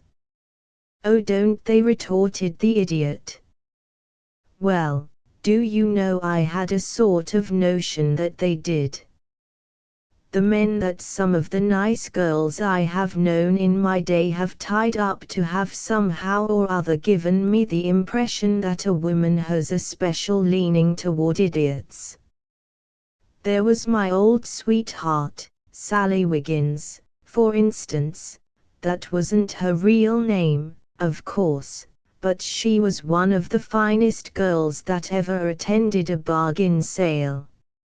She had a mind far above the ordinary. She could read Schopenhauer at sight, understand Browning in a minute. Her soul was as big as her heart, and her heart was 2.5 sizes larger than the universe. She was so strong-minded that although she could write poetry she wouldn't, and in the last year of her single blessedness she was the queen pin among the girls of her set. What she said was law, and emancipation of her sex was her only vice. Well, what do you think happened to Sally Wiggins? After refusing every fine man in town, including myself, I must say I only asked her 5 times, no telling what a 6th would have brought forth. She succumbed to the blandishments of the first Safedid young Loshinvar that came out of the West, married him, and is now the smiling mother of 9 children, does all the family sewing, makes her own parlor bric-a-brac out of the discarded utensils of the kitchen, dresses herself on $90 a decade, and is happy. But if she loved him, began the lawyer. Impossible, said the idiot. She pitied him. She knew that if she didn't marry him, and take charge of him, another woman would, and that the chances were 10 to 1 that the other woman wouldn't do the thing right and that Safed's life would be ruined forever. But you say she is happy, persisted the lawyer. Certainly she is, said the idiot. Because her life is an eternal sacrifice to Safed's needs. And if there is a luxury in this mundane sphere that woman essentially craves, it is the luxury of sacrifice. There is something fanatic about it. Sally Wiggins voluntarily turned her back on 7 men that I know of, one of whom is a governor of his state, 2 of whom are now in Congress, one of whom is a judge of a state court, 2 of whom have become millionaire merchants, and the 7th of whom is today, probably, the most brilliant ornament of the penitentiary. Every one of them turned down for Safed, a man who parted his hair in the middle, couldn't earn $7 a century on his wits, is destined to remain hopelessly nothing, keeps her busy sewing buttons on his clothes, and to save his life couldn't tell the difference between Matthew Arnold and an automobile, and yet you tell me that women don't care for idiots. Miss Wiggins, or Mrs. Safed, to be more precise, said Mr. Brief, is only one instance. Well, there was Margaret Perkins, same town, same experience, said the idiot. Lovely girl, sought after by everybody, proposed to her myself 5 times, president of the Mental Culture Society of Bagville, graduate of Smythe, woman member of Board of Education, director of Young Girls Institute, danced like a dream, had a sense of humor, laughed at my jokes, and married. What? Well, what? Demanded the lawyer. Professor Omega Knit Zero, teacher of Sinhalese in the University of Oklawaha, founded by a millionaire from Geneseo, New Jersey, who owned a hotel on the Oklawaha River that didn't pay, and hoped to brace up a bad investment by the establishment in the vicinity of a center of culture. Professor Zero receives $10 a week, and with his wife and 3 pupils constitutes the whole faculty, board of trustees, janitor, and student body of the university, said the idiot. Mrs. Zero dresses on nothing a year, cares for her 5 children on the same basis, and is happy. They are the principal patrons of the Oklawaha Hotel. Well, if she is happy, said the bibliomaniac. What business is it of anybody else? I think if Professor Zero makes her happy, he's the right kind of a man. You couldn't make Zero the right kind of a man, said the idiot. He isn't built that way. He wears men's clothes and he has sweet manners, and a dulcet voice, and the learning of the serpent, but when it comes to manhood he has the initiative of the turtle, lacking the cash value of the terrapin, Or the turtle's mock brother, he wears a beard, but it is the beard of the bearded lady who up to date appears to be a useless appanage of the strenuous life, and when you try to get at his Americanism, if he has any, he flies off into stilted periods having to do with the superior virtues of the Singalese. And Margaret Perkins that was hangs on his utterances as though he were a very archangel. Good, ejaculated Mr. Brief. I am glad to hear that she is happy. So am I, said the idiot. But such happiness. Well, what's it all got to do with leap year, anyhow? Asked the bibliomaniac. Nothing at all, except that it proves that girls aren't fitted really to choose their own husbands, and that therefore the special privilege conferred upon them by the recurrence of leap year should be rescinded by law, said the idiot. That privilege, owing to woman's incapacity to choose correctly, and man's weakness in the use of negatives, is a standing menace to the future happiness of the people. Hoity-toity, cried Mrs. Pedagog. What a proposition! Tell me, Mr. Idiot, if a woman is not capable of selecting her own husband, who on earth is? Man himself, that embodiment of all the wisdom and all the sagacity of the ages. I didn't say so, said the idiot. And I don't really think so, he added. The whole institution of getting engaged to be married should be regulated by the public authorities. Every county should have its matrimonial bureau, whose duty it should be to pair off all the eligible candidates in the matrimonial market, and in pairing them off it should be done on a basis of mutual fitness. Bachelors and old maids should be legislated out of existence, and nobody should be allowed to marry a second time until everybody else had been provided for. It is perfectly scandalous to me to read in the newspapers that a prominent widow in a certain town has married her third husband, when it is known that that same city contains 25,000 old maids who haven't the ghost of a show unless the state steps in and helps them out. What business has any woman to work up a corner in husbands, with so many of her sisters absolutely starving matrimonially? And the young people are to have nothing to say about it, eh? Asked Mr. Brief. Oh yes, they can put in an application to the bureau stating that they want to wed, and the board of managers can consider the desirability of issuing a permit, said the idiot. And they should be compelled to show cause why they should not be restrained from getting married.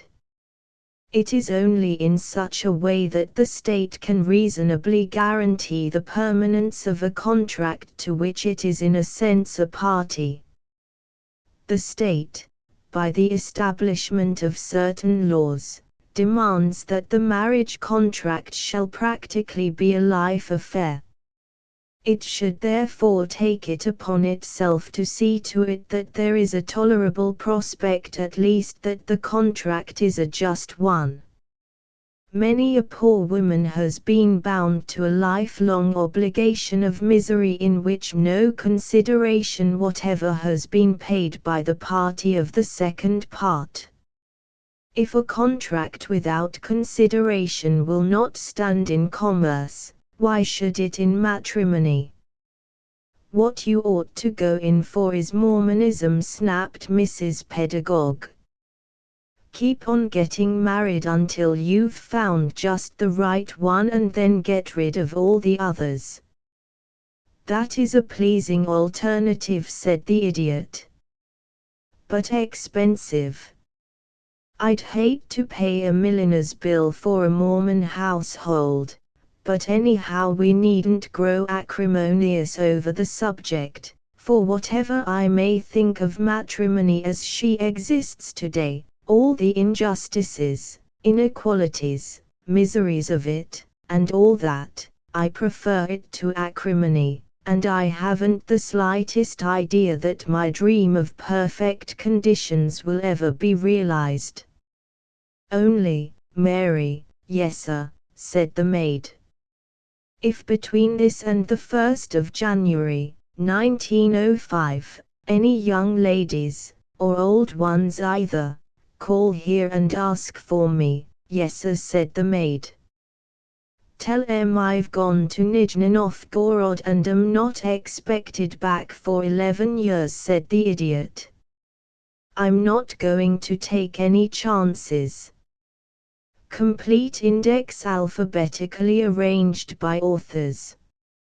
Adams, Charles Follin Berry Jade, 2, 1899 Der Okund der Wein, 1823 Shoni Schwartz, 1206 Jakob Strauss, 378, George Honorable Ransom Peabody, 1429 Adela, Max, C. Charles Heber Clark, Aldrich, Thomas Bailey. Our new neighbors at Ponkapog, 403 Allen, Nina. Our Women and Bargains, 1352 Amsbury, Wallace Bruce Anatole Dubois at the Horse Show, 152 De Gradual Commence, 1164 Oncle Antoine on Change, 1891 Rubaiyat of Mathieu Letellier, 1965 Tim Flanagan's Mistake, 1673 Vera Definite, 1183 Anonymous. Book Canvasser, the 1113 Country School, the 1734 Merchant and the Book Agent, the 1124 Appleton, Jack Modern Farmer, the 1083 Up, Bill, C. Charles H. Smith, Bagby, George W.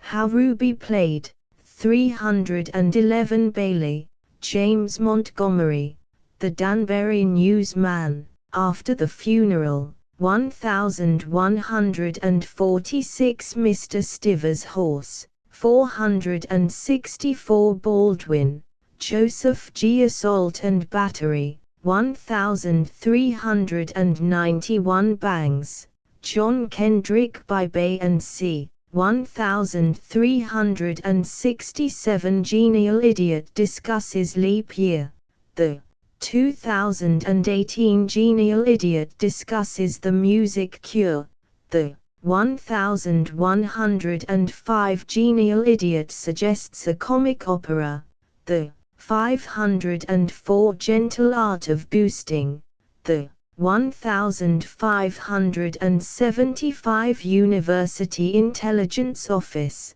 the 1727 Batchelder, Frank Rowe Happy Land, the 1389 Wicked Zebra, the 1322 Baxter.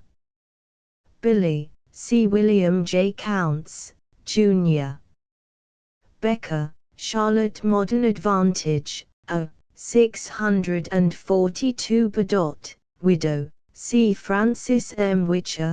Beecher, Henry Ward Deacons Trout, the 212 Organ, the 217 Belden, JVZ. A Committee from Kelly's, 929 Billings, Josh, C. Henry W. Shaw, Boynton, H.W.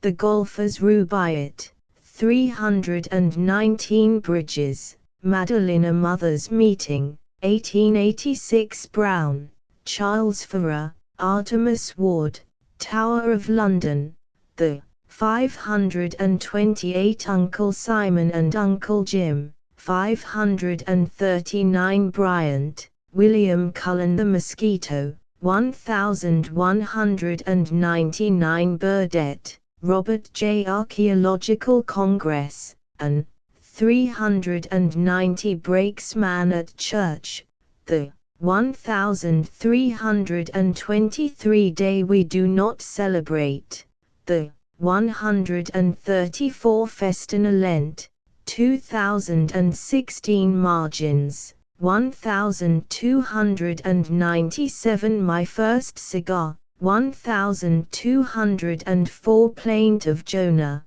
the 485 Rollo Learning to Play, 912 Rollo Learning to Read, 448 Soldier, Rest, 1796 Songs Without Words, 1261 Strike at Hinmans, the 342 What Lack We Yet, 1897 Burgess, Gelot Bohemians of Boston, the 519 Nonsense Verses, 1244 Purple Cow, the 13 Vive la Bagatelle, 280 Willie and the Lady, 2009 Butler, Ellis Parker The Crimson Cord, 470 Butler,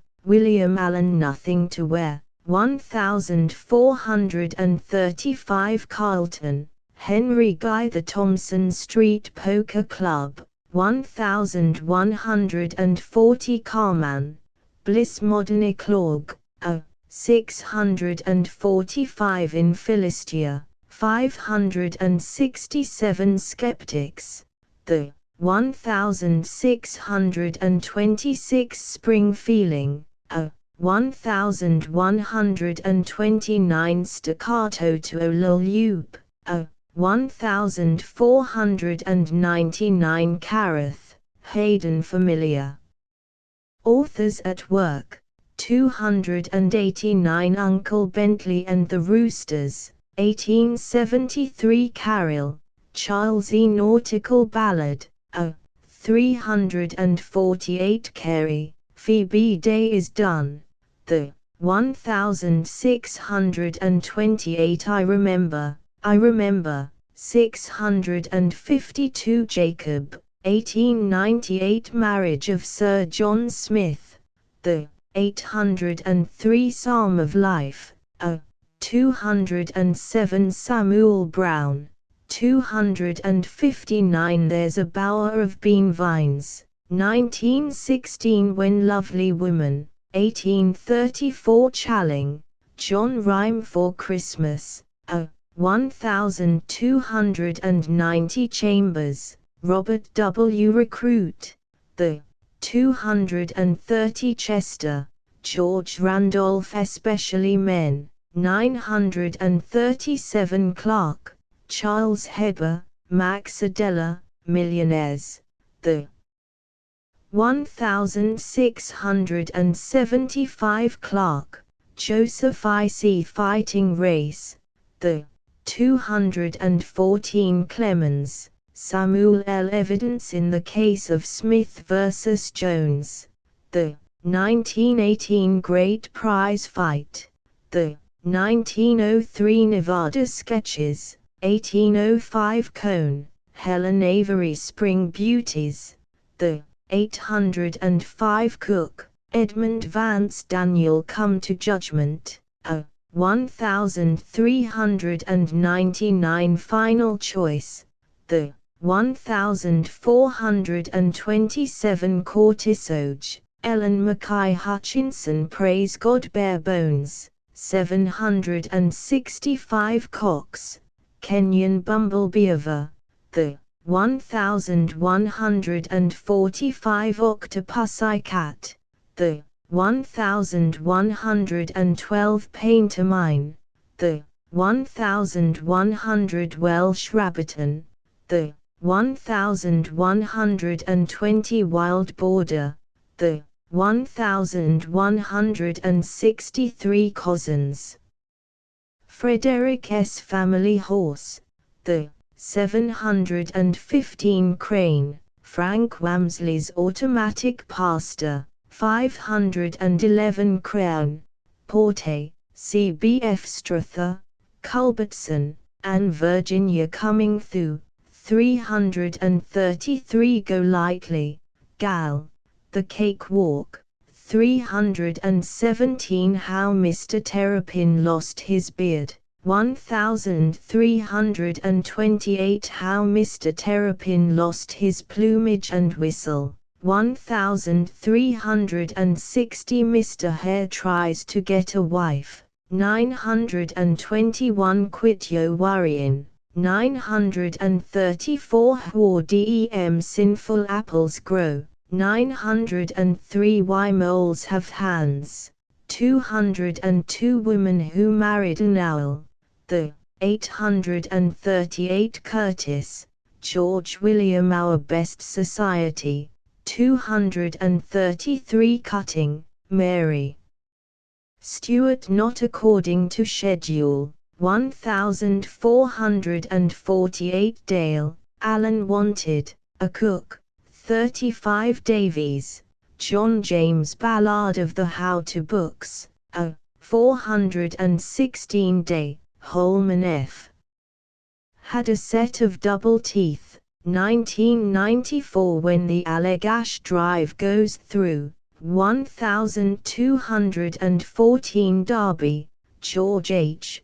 John Phoenix, Lectures on Astronomy, 847 Musical Review Extraordinary, 824 Devere, William Walk, 300 Dodge, Mary Abigail, Gail Hamilton, Complaint of Friends, a 604 Dooley, Mr. C. Finley Peter Dunn, Downing, Major Jack, C. Sabar Smith, Drummond, William Henry de Stovepipe Hole, 774 Natural Philosophy, 1722 When Albany Sang, 92 Dunn, Finley Peter, Mr. Dooley on Expert Testimony, 844 Mr. Dooley on the Game of Football,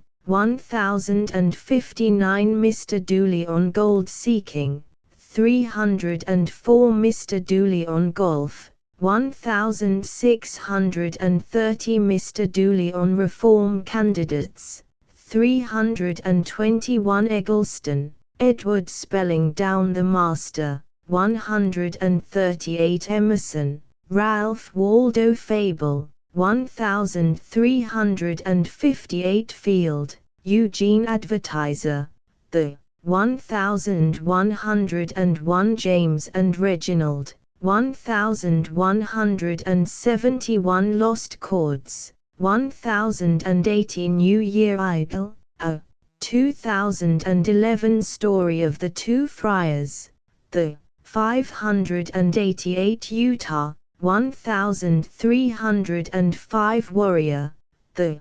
1708 Winter Joys, 1868 Field, Kate Knight in a Rocking Chair, a 905 Rival Entertainment, a 362 Fields, James T.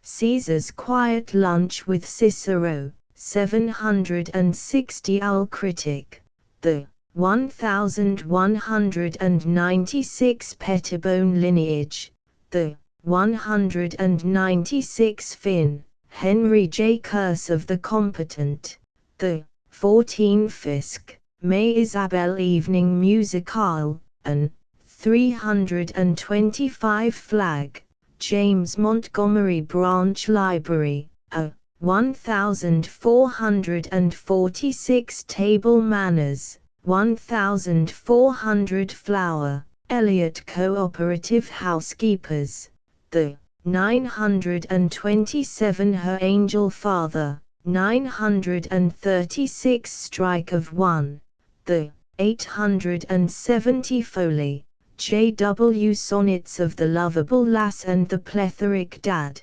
723 Ford, James L. Dying Gag, the 569 Ford, Sewell in Defense of an Offering, 1248 Foss.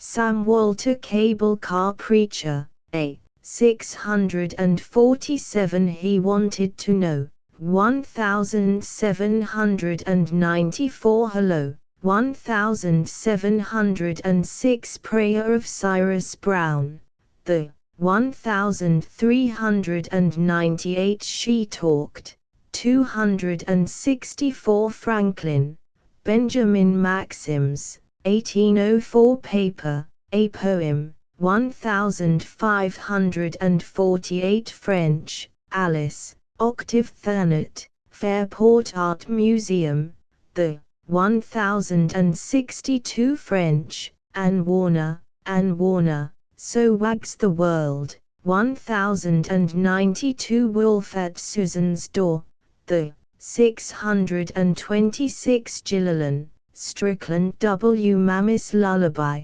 542 Gilman, Caroline Howard Colonel's Clothes, the 396 Gilman, Charlotte Perkins Similar Cases, 56 Gray, David Mr. Carteret and his fellow Americans abroad, 1462 Green, Albert Gorto Old Grimes, 818 Green, Roy Farrell Educational Project, an 1264 Wasted Opportunities, 1132 Women Hater Reformed, the 1359 Green, Sarah P. McLean Grandma Keeler Gets Grandpa Ready for Sunday School 266 Haberton, John Butch and Toddy,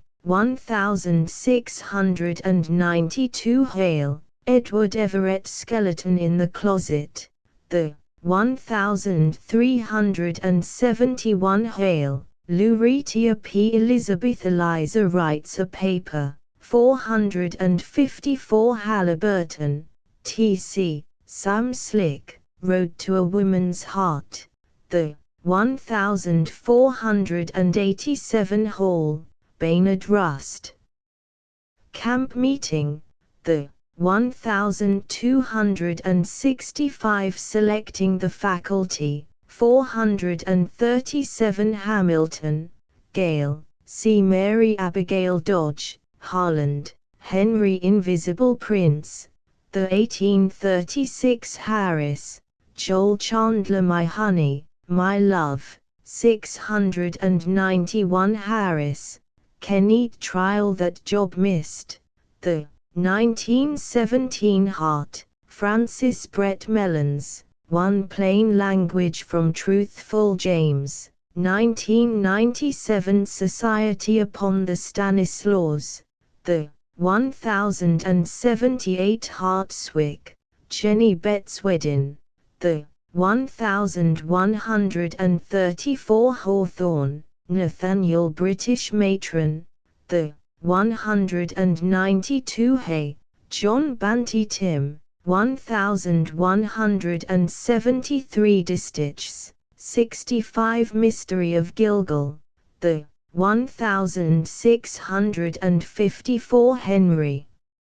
O. C. Sidney Porter, Hereford, Oliver Alphabet of Celebrities, 1243 Hobart, George V, Hume Q, John Henry in a Streetcar, 177 Holly, Marietta, Josiah Allen's Wife, How We Bought a Sewing Machine and Organ, 729 Holmes, Oliver Wendell Autocrat of the Breakfast Table, the 753 Contentment, 1952 Deacon's Masterpiece, or The Wonderful One Hose Shay the 9 Dislikes, 536 Evening, 1175 Height of the Ridiculous, the 1832 Latter-day Warnings,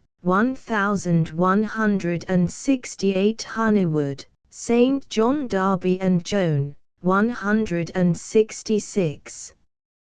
Hooper, J. J. Simon Starts in the World, 881 Huff, Emerson Girl and the Julep, the 1401 Hovey, Richard Barney McGee, 223 Her Valentine, 1117 How, E.W. Letter from Mr. Biggs, 69 Howells, William Dean Mrs. Johnson, 74 Ironquill, C. Eugene F. Ware, Irvin, Wallace Ballad of Grizzly Gulch, the 1073 Boat That Ain't, the 1764 Crankidoxology, 688 Dutiful Mariner, the 973 False Styles in Faces, 1992 Forbearance of the Admiral, the 1553 Letter from Home, 522 Lost Inventor, the 1385 Love Sonnets of a Hoodlum, 307 Meditations of a Mariner,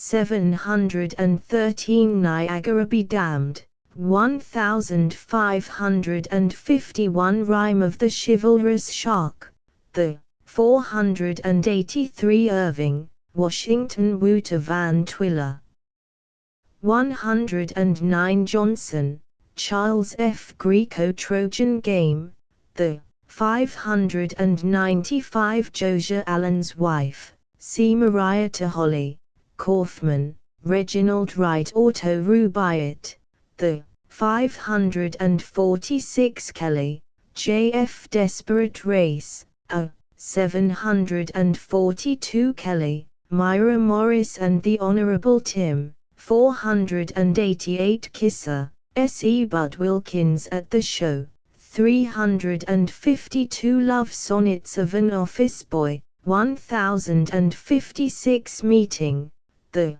1915 Quarrel, the 68 When Doctors Disagree, 1762 Yankee Doodle Doo, the 136 Not, J. Proctor Duluth Speech, the 1606 Counts, William J.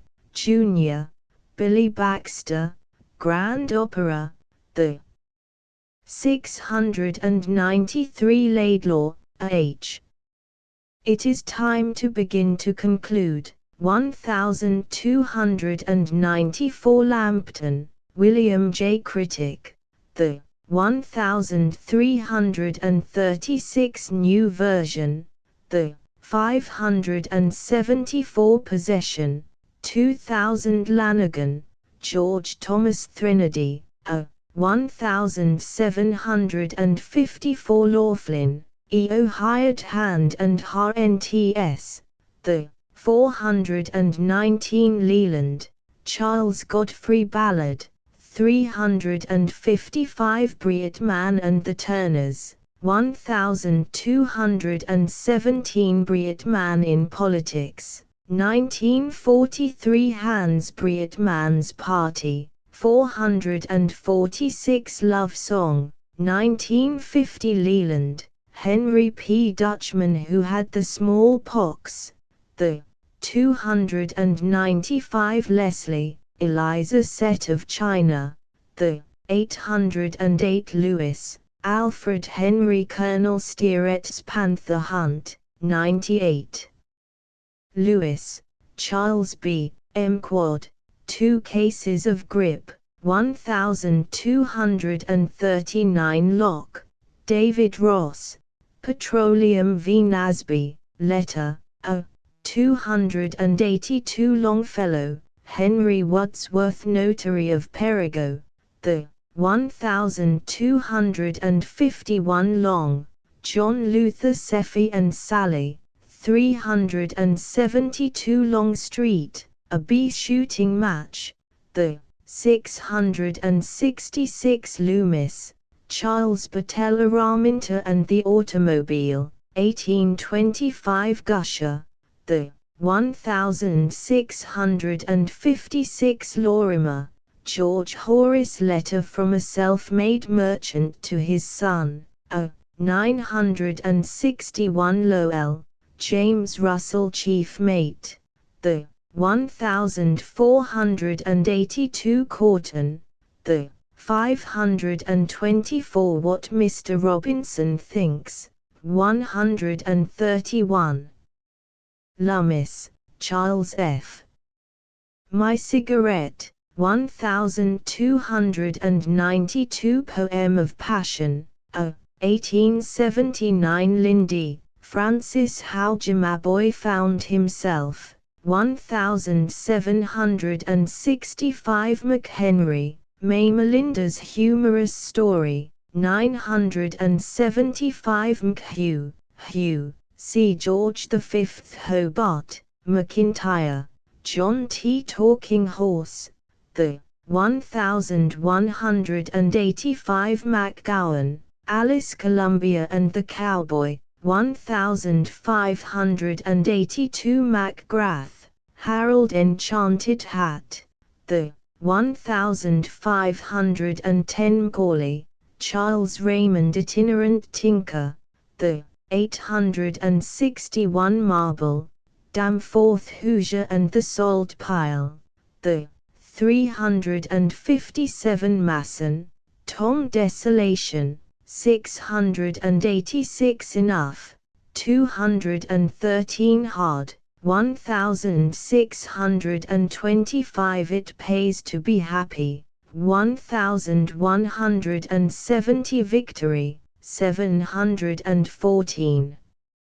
Moody, William Vaughan Menagerie, the 24 Morris, George P. Retort, the 584 Mott, Ed Old Settler, the 1177 Munkitrick, R.K. Aprilaria, an 711 Fate, 1554 Goat, the 1247 Unsatisfied Yearning, 1835 Winter Dusk, 1975 Winter Fancy, a 1308 M. C.W. Triolets, 1262 Nasby, Petroleum v. C. David Ross Locke, Naylor, James Ball Coming Home Thanksgiving, 763 North, Elizabeth High Life Elixir of Marthy, the 1555 Nesbit, Wilbur D. Cry from the Consumer, a 190 Johnny's Pa, 1802 Odyssey of K.S., an 209 Tale of the Tangled Telegram, the 1790 Diddle Bum, 1202 Ye Legend of Sir Urinclad, 1973 Nicholson, Meredith Jack Balcom's Pleasant Ways, 1300 Noble, Alden Charles Ballad of Ping Pong, a 1690 Tragedy of It, the 194 Nye,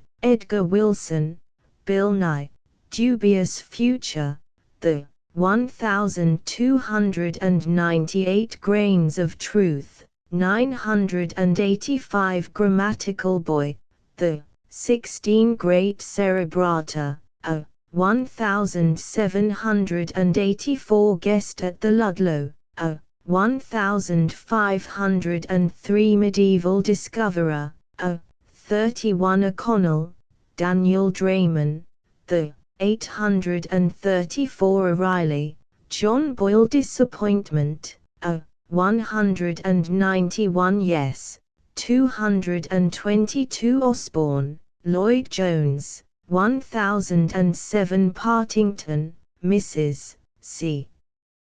B. P. Shillaber, Paul, John, C. Charles Henry Webb, Peck, Samuel Minturn Little Bo Peep and Little Boy Blue, 2015 My Grandmother's Turkey Tail Fan, 219 My Sweetheart, 544 Phelps, Elizabeth Stewart, C. Elizabeth Stewart Phelps Ward, Phoenix, John, C. George H. Darby, Porter, Sydney, O. Henry, Double-Dyed Deceiver, 1927 Price, Warwick S. Is it I, 1447 Quad, M. C. Charles B. Lewis, Quick, Herbert Martyrdom of Mr. Stevens, The 1151 Rankin, Carol Watson Johnny's Lessons, 1570 Reed, O.P. Arkansas Planter, and 556 Rice, Wallace in Elizabeth's Day, 572 Myopia, 151 Rule of Three, 1779 Riley, James Whitcomb at Auntie's House, 2007 Bear Story, The 1047 Champion Checker Player of Amriki, The 156 Dos To Blues, 486 Down Around the River, 29 Funny Little Fellow, The 822 Grandfather Squeers, 1571 Hose, The 1759 Little Mockman, The 540 Little Orphan Annie, 444 Lugubrious Wing Wang, The 1669 My Philosophy, 1076 My Ruthers, 971 Natural Perversities, 359 Little Goblins, The 1635 Our Hired Girl, 1888 Pontius Pilate, 624 Raggedy Man, The 643 Ringworm Frank, 395 Runaway Boy, The 832 Thoughts for the Discouraged Farmer, 1081 Tree Toad, The 418 Up and Down Old Brandywine, 1003 Way It Was, The 261 When the Frost is on the Pumpkin, 169 Robinson, Doan One of the Pauls, 1601 Roche, James Jeffrey Concord Love Song, 1913 VASE, The 1603 Roof, Catherine M. Associated Widows, The 1338 Rose, Ray Clark Simple English, 19 Rose, William Russell Conscientious Curate and the Beauteous Ballet Girl, The 1756 Sabin, Edwin L. Her Brother, Enfant Terrible, 2001 Trouble Proof, 1801 Sachs, John G. Briefless Barrister, The 585 Comic Miseries, 1121 Coquette, The 1127 How the Money Goes, 1780 Icarus, 1493 Reflective Retrospect, 1703 Teaching by example, 91 Scholard, Clinton Bookworm's Plaint, a 1878 Cavaliers Valentine, a 1782 Holly Song, 1260 Vive Lane Bagatelle, 1497 Scudder, Horace As Good as a Play, 749 Shaw, Henry W., Josh Billings, Laughing, 171 Muskeeter, The 181 Shillaber, B.P., Mrs. Partington. Partingtonian Patchwork, 20 Shoot, Henry A Real Diary of a Real Boy, The 1881 Sill, Edward Rowland Eve's Daughter, 1605 Slick, Sam, C. Thomas C. Halliburton, Smiley, Maurice Love Sonnets of a Husband, The 725 Smith, Charles H., Bill Up, Bill Nations, 1368 Few Reflections, a 1799 Litigation, 1533 Southern Sketches, 575 Smith, F. Hopkinson Chad's Story of the Goose, 993 Colonel Carter's Story of the Postmaster, 1052 Smith, Sabah, Major Jack Downing, My First Visit to Portland, 409 Smith. Sol Bully Boat and a Brag Captain, a 1208 Sousa, John Philip Feast of the Monkeys, the 183 Have You Seen the Lady? 821 Spofford, Harriet Prescott Our Very Wishes, 1637 Tom's Money, 1955 Stanton, Frank L. Backsliding Brother, The 1972 Bill's Courtship, 836 Billville Spirit Meeting, The 188 Boys' View of It, a 393 Famous Mulligan Ball, The 1103 His Grandmother's Way, 1901 How I Spoke the Word, 1725 Mr. Rabbit's Love Affair, 1887 Old Deacon's version of the story of the rich man and Lazarus, the 227 Old Time Singer, and 1941 Runaway Toys, the 1671 Set In by the Fire, 1821 When the Little Boy Ran Away. 1792 Stidman, Edmund Clarence Diamond Wedding, The 549 Stevenson, Benjamin Evan Anderson's Poker Party, 1737 Stinson, Sam S. Nothing Done, 1296 Stowe, Harriet Beecher Aunt Dinah's Kitchen, 335 Struther, B.F.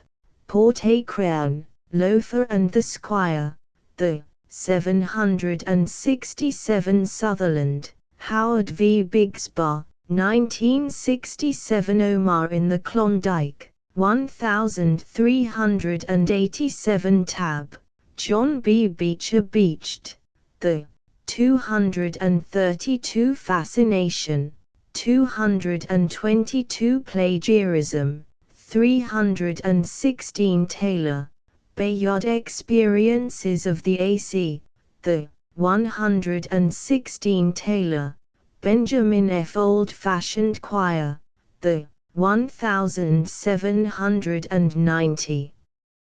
Taylor, Bertelston Farewell, 969 Kaiser's Farewell to Prince Henry, The 1568 Miss Legion, 820 Traveled Donkey, 428 When the Syrup's on the Flapjack, 1634 Why Wait for Death and Time, 1866 Thanet, Octave, C. Alice French, Thayer, Ernest Lawrence Casey at the Bat, 1148 Thorpe, Thomas Bangs Piano in Arkansas, 895 Tompkins, Juliet Wilbur Mother of Four, 1976 Townsend, Edward W. Cupid, A Crook, 1220 Trowbridge, J.T. Coupon Bonds, The 654 Darius Green and His Flying Machine, 1539 Tucker. Mary F. Going Up and Coming Down, 806 Vial, Herman Knickerbocker Girl from Mercury, The 779 Ward, Artemus, C. Charles Farrar Brown, Ward, Elizabeth Stewart Phelps Old Maid's House, in Plan, The 60 Where, Eugene F. Ironquill, Grizzly Grew, 174 He and She, 1250 Jackpot, The 2003 Pass, 91 Reason, The 1890 Shining Mark, 1877 Siege of DJKLXPRWBZ, 1246 Whisperer, The 1822 Warner, Anne, C. Anne Warner French,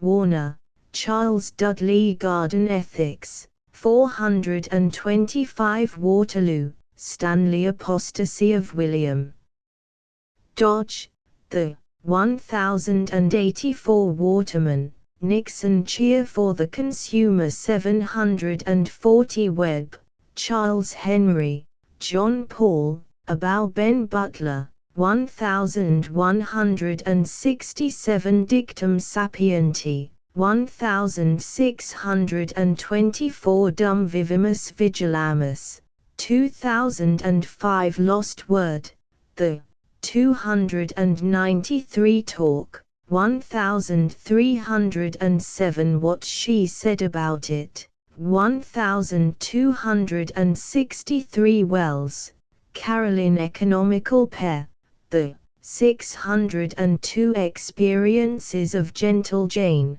1797 How to Know the Wild Animals, 650 Maxioms, 424 Our Polite Parents, 1688 Stage Whispers, 195 Suppressed Chapters, 817 Turnings of a Bookworm, The 182 Two Automobilists, The 573 Two Brothers, The 281 Two Businessmen, The 583 Two Farmers, The 258 Two Housewives, The 566 Two Husbands, The 587 Two Ladies, The 548 Two New Houses, The 221 Two Pedestrians, The 603 Two Prisoners, The 641 Two Suitors, The 229 Two Young Men, The 565 Wild Animals I Have Met, 414 Wetherill, J.K. Unconscious Humor, 998 Witcher, Francis M., Widow Badot, Hezekiah Badot's Opinion. 1893 Widow Badot's Visitor, The 1660 Whitman, Walt Boston Ballad, A. 1479 Whittier, John Greenleaf Demon of the Study, the 1869 Wister, Owen in a State of Sin, 696 Barra, Thomas Lay of Ancient Rome, A. 2013. Breezy glimpses into the heart of Bohemia. The author gets at the intimate secrets, the subtle charm of the quarter. A spirit of gaiety runs through the book. Filer. Press. By F. Barclay Smith, author of How Paris Amuses Itself, the real Latin Quarter. In these captivating and realistic sketches, the reader is taken into the very heart of Bohemia and shown the innermost life and characters in this little world of art and amusement. The author pictures with brush, pen, and camera every nook and corner of the quarter with such light and vivid touches that the reader is made to feel the very spirit, breathe the very atmosphere within these fascinating precincts. We look down upon the giddy whirl of the Balboulia, enjoy a cozy breakfast at Lavenue's, stroll through the Luxembourg Gardens, peep into studios and little corners known only to the initiated, mingle with the throng of models, grisettes, students, and artists on Bolmich and in 100 other ways see and enjoy this unconventional center. A true picture, say the artists Charles Dana Gibson, it is like a trip to Paris. John W. Alexander, it is the real thing. Frederick Remington, you have left nothing undone. Ernest Thompson Seton, a true picture of the Latin Quarter as I knew it. A richly made book, watercolor frontispiece by F. Hopkinson Smith. About 100 original drawings and camera snapshots by the author, and 2 caricatures in color by the celebrated French caricaturist Sancher. 12 mo, cloth. Price, $1.20, postpaid. Funk and Wagnalls Company, Pubs, New York. Within the gates of the kingdom of fun, if you wish to thoroughly soak yourself with the concentrated essence of enjoyment, read this book quickly. It is too good to miss. The Philadelphia item. How Paris Amuses Itself by F. Barclay Smith, author of The Real Latin Quarter. This jolly, handsome book is the very incarnation of that spirit of amusement which reigns supreme in the capital of the world's fun. The author unites the graphic skill of the artist, the infectious enthusiasm of the lover of fun and gaiety, and the intimate personal knowledge of the long-time resident in this great playground of the world. In spirit the reader can visit with a delightful comrade all the nooks of jollity known only to the initiated, enjoy all the sparkle and glitter of the ever-moving panorama of gaiety, and become a part of the merry throng. It is the gayest book of the season and is as handsome mechanically as it is interesting as a narrative. The sparkle, the glow, the charm of the risk, the shimmer of silks, and the glint of jewels, are all so real and apparent. Buffalo Courier. The very spirit of modern Paris is prisoned in its text. Life. There is about the whole book that air of light-heartedness and frolic which is essentially Parisian. This book is a book for everybody, those who know Paris and those who do not know it. North American, Philadelphia. 135 captivating pictures, 6 in colors, 16 full-page half-tone inserts, 58 full-page text drawings, 55 half-page and smaller text drawings by the author and several French artists, including Galanise, Sancha, Cardina, Sania, Michael, Pirinet, and Pezzilla. 12 Mo. Cloth, handsome cover design, $1.50, post-paid.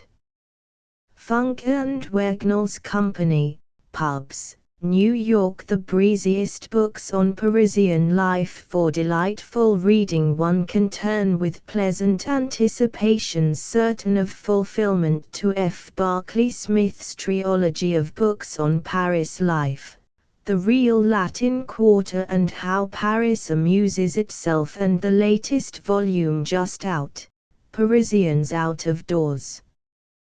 Burlington Hawkeye. Parisians Out of Doors by F. Barclay Smith, author of How Paris Amuses Itself and The Real Latin Quarter. It is a kaleidoscopic miscellany of anecdote, grave and gay, brief bits of biography and impressionistic portrayal of types, charming glimpses into Parisian life and character, and, above all, descriptions of the city's chief, and, to outward view, sole occupation, the art of enjoying oneself.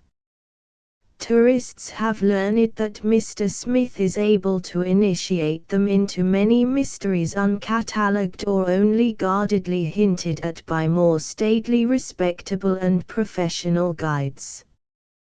The Globe, New York. Smith's delightfully sympathetic Paris, Parisians Out of Doors, would make a wooden Indian part with his cigars. Frederick Remington. Naturally, these scenes and places and the persons who add the living touches to the pictures are described from the viewpoint of one who knows them well, for Mr. Smith holds the world of Paris in the hollow of his hand. This is an ideal book for summer reading. New York Press. 12 Mo. Cloth, handsome binding, illustrated with drawings by the author and several French artists, and watercolor frontispiece by F. Hopkinson Smith, $1.50, post-paid. Funk and Wagnalls Company, Pubs, New York. Mr. Smith does not go sightseeing in the accepted sense of the word. It is not the museums and historical places in which he is interested, but the people themselves, and he gets many a view of which the hurried tourist is altogether ignorant. Brooklyn Citizen. In London Town by F. Barclay Smith, illustrated by the author and other artists. The charm of this book lies in its breezy talk, its naive descriptions and its plenitude of atmosphere. It certainly is a most charming book, and the reader will have a good time in London Town if he goes with the author. Philadelphia Inquirer. Everyday life and the living of it after British standards are what Mr. Smith sought, and here reveals. He could not write an unreadable book, this American artist. It is all interesting that he has to tell of London Town. San Francisco Bulletin. The author conscientiously looks for the picturesque, and he does much to show the brighter side of English life, for he writes in a light, bright, gay style that catches and holds the attention wherever one may open the book. Indeed, he gives a true idea of the real life of the Londoner as few travellers would be apt to obtain unaided. Columbus, O. State Journal. Candor is the prevailing note in this beautiful volume. There is nothing of the guidebook spirit about it. It is bright, replete with anecdotes and a moving picture of wonderful London. London's labours, its pictures and its characteristics are shown in breezy fashion, and even English cooking and London's kitchens come in for cheery comment. It is a refreshing book, charmingly exhilarating. Philadelphia Record. London sketched with brush and pen. He has studied London with a trained intelligence, observed it with an artist's eye, and then gives us a traveler's impression in a graceful, literary way.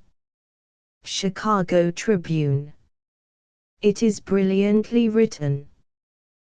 The glimpses of London which he gives are not at all like anything we are accustomed to in descriptions of London. Herein lies the charm of Mr. Smith's book.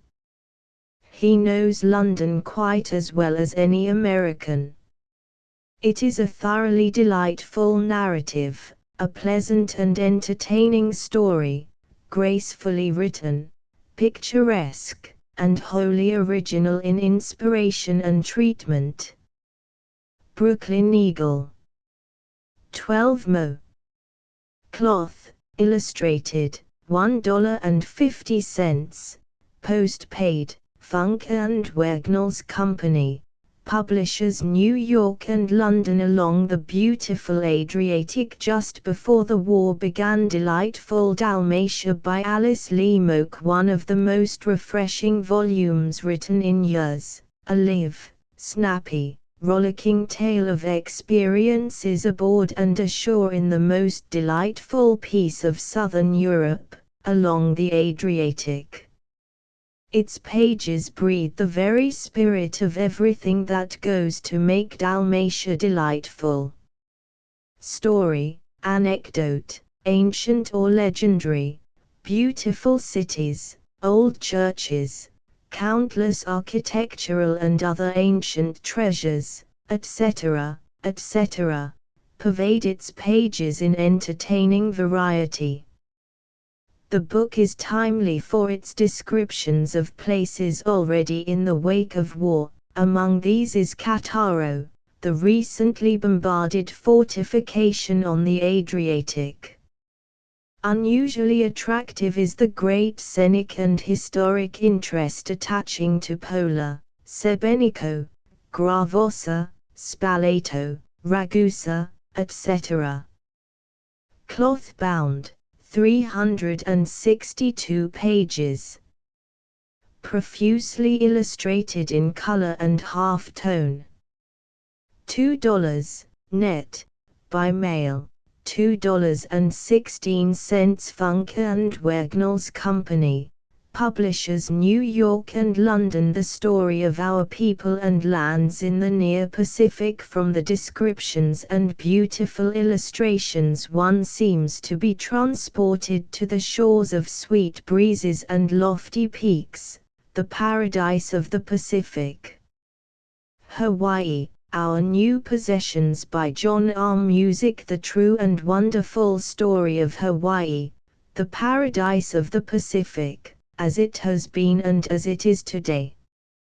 It tells all about the interesting people, their customs, traditions, etc., the nature wonders, volcanoes, fertile valleys, etc., governmental changes, etc. Elegantly and profusely illustrated with many beautiful half-tone illustrations, adorned with tasteful border decorations by Philip E. Flintoff, besides 34 artistic pen sketches by Freelander Carter. Highly commended. A perusal of the book, next to a personal visit, will best afford one a clear understanding and appreciation of our new possessions. St. Louis Globe Democrat.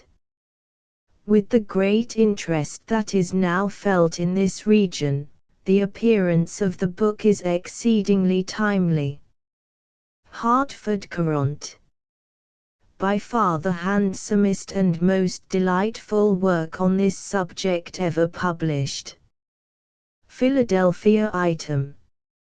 8 vo, 546 pages. 56 full-page half-tone plates. Also with map. Cloth, $2.75. Half Morocco, gilt edges, $4. Funk and Wagnalls Company, publishers New York and London. Footnotes: 1. Lippincott's Magazine. 2. From Comedies and Errors. Reprinted by permission of the John Lane Company. 3. Lippincott's Magazine. 4. Lippincott's Magazine.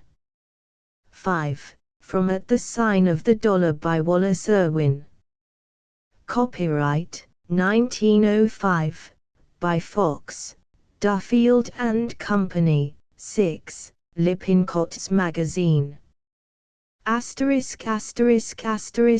of the Project Gutenberg ebook The Wit and Humor of America, Volume X, of X. Updated editions will replace the previous one, the old editions will be renamed. Creating the works from print editions not protected by U.S. copyright law means that no one owns a United States copyright in these works, so the Foundation, and you, can copy and distribute it in the United States without permission and without paying copyright royalties. Special rules, set forth in the general terms of use part of this license, apply to copying and distributing Project Gutenberg trademark symbol electronic works to protect the Project Gutenberg trademark symbol concept and trademark. Project Gutenberg is a registered trademark, and may not be used if you charge for an ebook, except by following the terms of the trademark license, including paying royalties for use of the Project Gutenberg trademark. If you do not charge anything for copies of this ebook, complying with the trademark license is very easy. You may use this ebook for nearly any purpose, such as creation of derivative works, reports, performances and research. Project Gutenberg ebooks may be modified and printed and given away. You may do practically anything in the United States with ebooks not protected by U.S. copyright law. Redistribution is subject to the trademark license, especially commercial redistribution. Start. Full license. The full Project Gutenberg license. Please read this before you distribute or use this work to protect the Project Gutenberg trademark symbol mission of promoting the free distribution of electronic works, by using or distributing this work, or any other work associated in any way with the phrase Project Gutenberg. You agree to comply with all the terms of the full Project Gutenberg trademark symbol license available with this file or online at www.gutenberg.org/license. Section 1.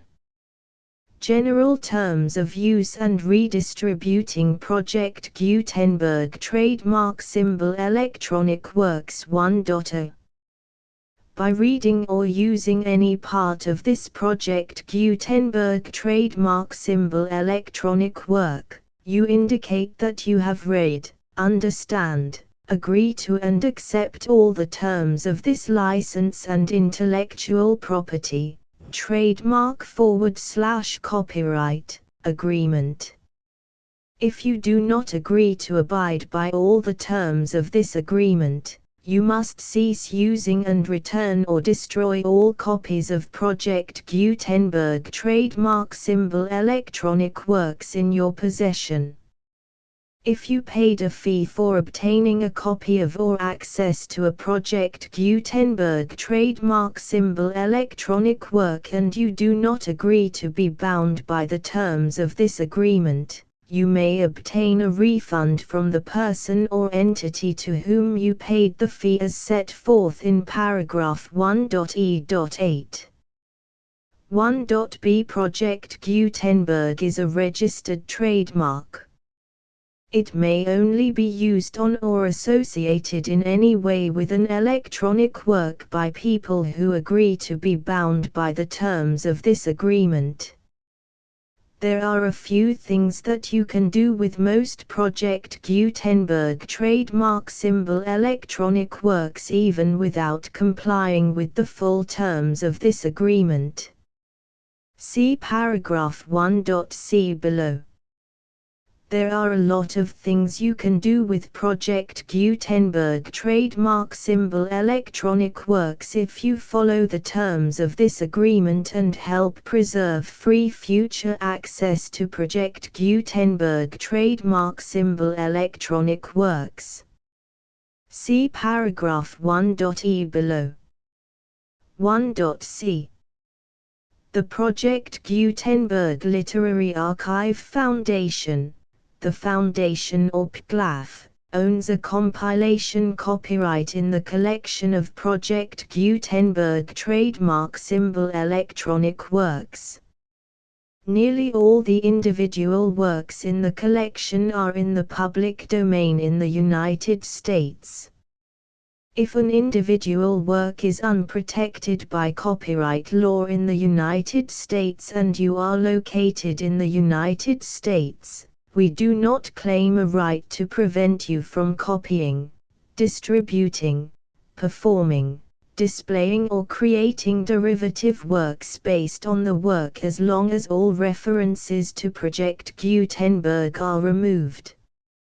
Of course, we hope that you will support the Project Gutenberg trademark symbol mission of promoting free access to electronic works by freely sharing Project Gutenberg trademark symbol works in compliance with the terms of this agreement for keeping the Project Gutenberg trademark symbol name associated with the work. You can easily comply with the terms of this agreement by keeping this work in the same format with its attached full Project Gutenberg trademark symbol license when you share it without charge with others. 1.d The copyright laws of the place where you are located also govern what you can do with this work. Copyright laws in most countries are in a constant state of change. If you are outside the United States, check the laws of your country in addition to the terms of this agreement before downloading, copying, displaying, performing, distributing or creating derivative works based on this work or any other Project Gutenberg trademark symbol work. The Foundation makes no representations concerning the copyright status of any work in any country other than the United States. 1.e Unless you have removed all references to Project Gutenberg, 1.e.1. The following sentence, with active links to, or other immediate access to, the full Project Gutenberg trademark symbol license must appear prominently whenever any copy of a Project Gutenberg trademark symbol work, any work on which the phrase Project Gutenberg appears, or with which the phrase Project Gutenberg is associated, is accessed, displayed, performed, viewed, copied or distributed. This ebook is for the use of anyone anywhere in the United States and most other parts of the world at no cost and with almost no restrictions whatsoever. You may copy it, give it away or reuse it under the terms of the Project Gutenberg license included with this ebook or online at www.gutenberg.org. If you are not located in the United States, you will have to check the laws of the country where you are located before using this ebook. 1.e.2 If an individual Project Gutenberg trademark symbol electronic work is derived from texts not protected by U.S. copyright law, does not contain a notice indicating that it is posted with permission of the copyright holder, the work can be copied and distributed to anyone in the United States without paying any fees or charges. If you are redistributing or providing access to a work with the phrase Project Gutenberg associated with or appearing on the work, you must comply either with the requirements of paragraphs 1.e.1 through 1.e.7 or obtain permission for the use of the work and the Project Gutenberg trademark symbol trademark as set forth in paragraphs 1.e.8 or 1.e.9. 1.e.3 If an individual Project Gutenberg trademark symbol electronic work is posted with the permission of the copyright holder, your use and distribution must comply with both paragraphs 1.e.1 through 1.e.7 and any additional terms imposed by the copyright holder. Additional terms will be linked to the Project Gutenberg trademark symbol license for all works posted with the permission of the copyright holder found at the beginning of this work. 1.e.4 Do not unlink or detach or remove the full Project Gutenberg trademark symbol license terms from this work, or any files containing a part of this work or any other work associated with Project Gutenberg trademark symbol. 1.e.5 Do not copy, display, perform, distribute or redistribute this electronic work, or any part of this electronic work, without prominently displaying the sentence set forth in paragraph 1.e.1 with active links or immediate access to the full terms of the Project Gutenberg trademark symbol license. 1.e.6 You may convert to and distribute this work in any binary, compressed, marked up, non-proprietary or proprietary form, including any word processing or hypertext form.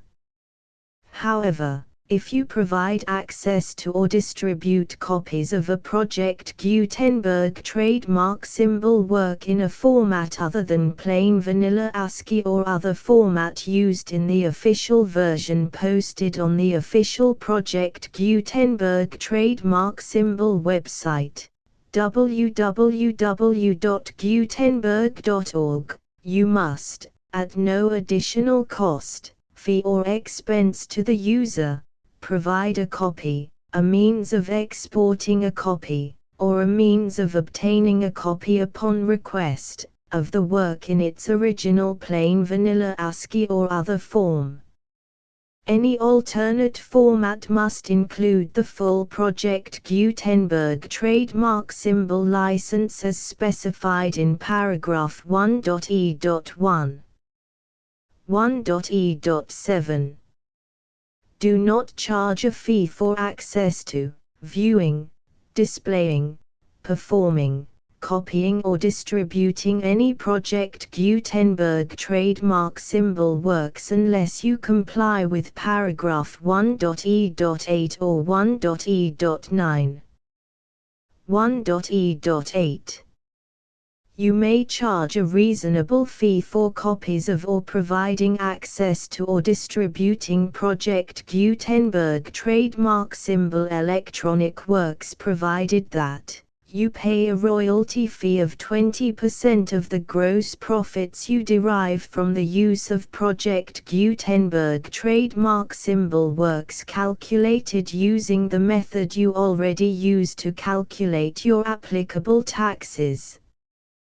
The fee is owed to the owner of the Project Gutenberg trademark symbol trademark, but he has agreed to donate royalties under this paragraph to the Project Gutenberg Literary Archive Foundation. Royalty payments must be paid within 60 days following each date on which you prepare, or are legally required to prepare, your periodic tax returns.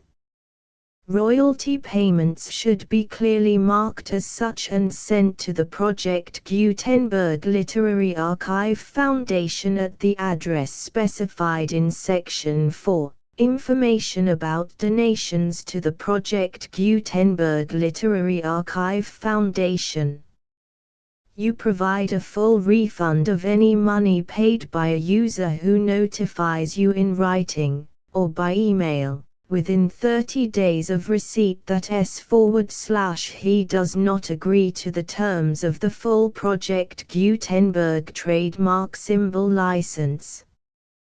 You must require such a user to return or destroy all copies of the works possessed in a physical medium and discontinue all use of and all access to other copies of Project Gutenberg trademark symbol works. You provide, in accordance with paragraph 1.f.3, a full refund of any money paid for a work or a replacement copy, if a defect in the electronic work is discovered and reported to you within 90 days of receipt of the work. You comply with all other terms of this agreement for free distribution of Project Gutenberg trademark symbol works. 1.e.9. If you wish to charge a fee or distribute a Project Gutenberg trademark symbol electronic work or group of works on different terms than are set forth in this agreement, you must obtain permission in writing from the Project Gutenberg Literary Archive Foundation, the manager of the Project Gutenberg trademark symbol trademark. Contact the Foundation as set forth in Section 3 below. 1.f1.f.1. Project Gutenberg volunteers and employees expend considerable effort to identify, do copyright research on, transcribe and proofread works not protected by U.S. copyright law in creating the Project Gutenberg trademark symbol collection.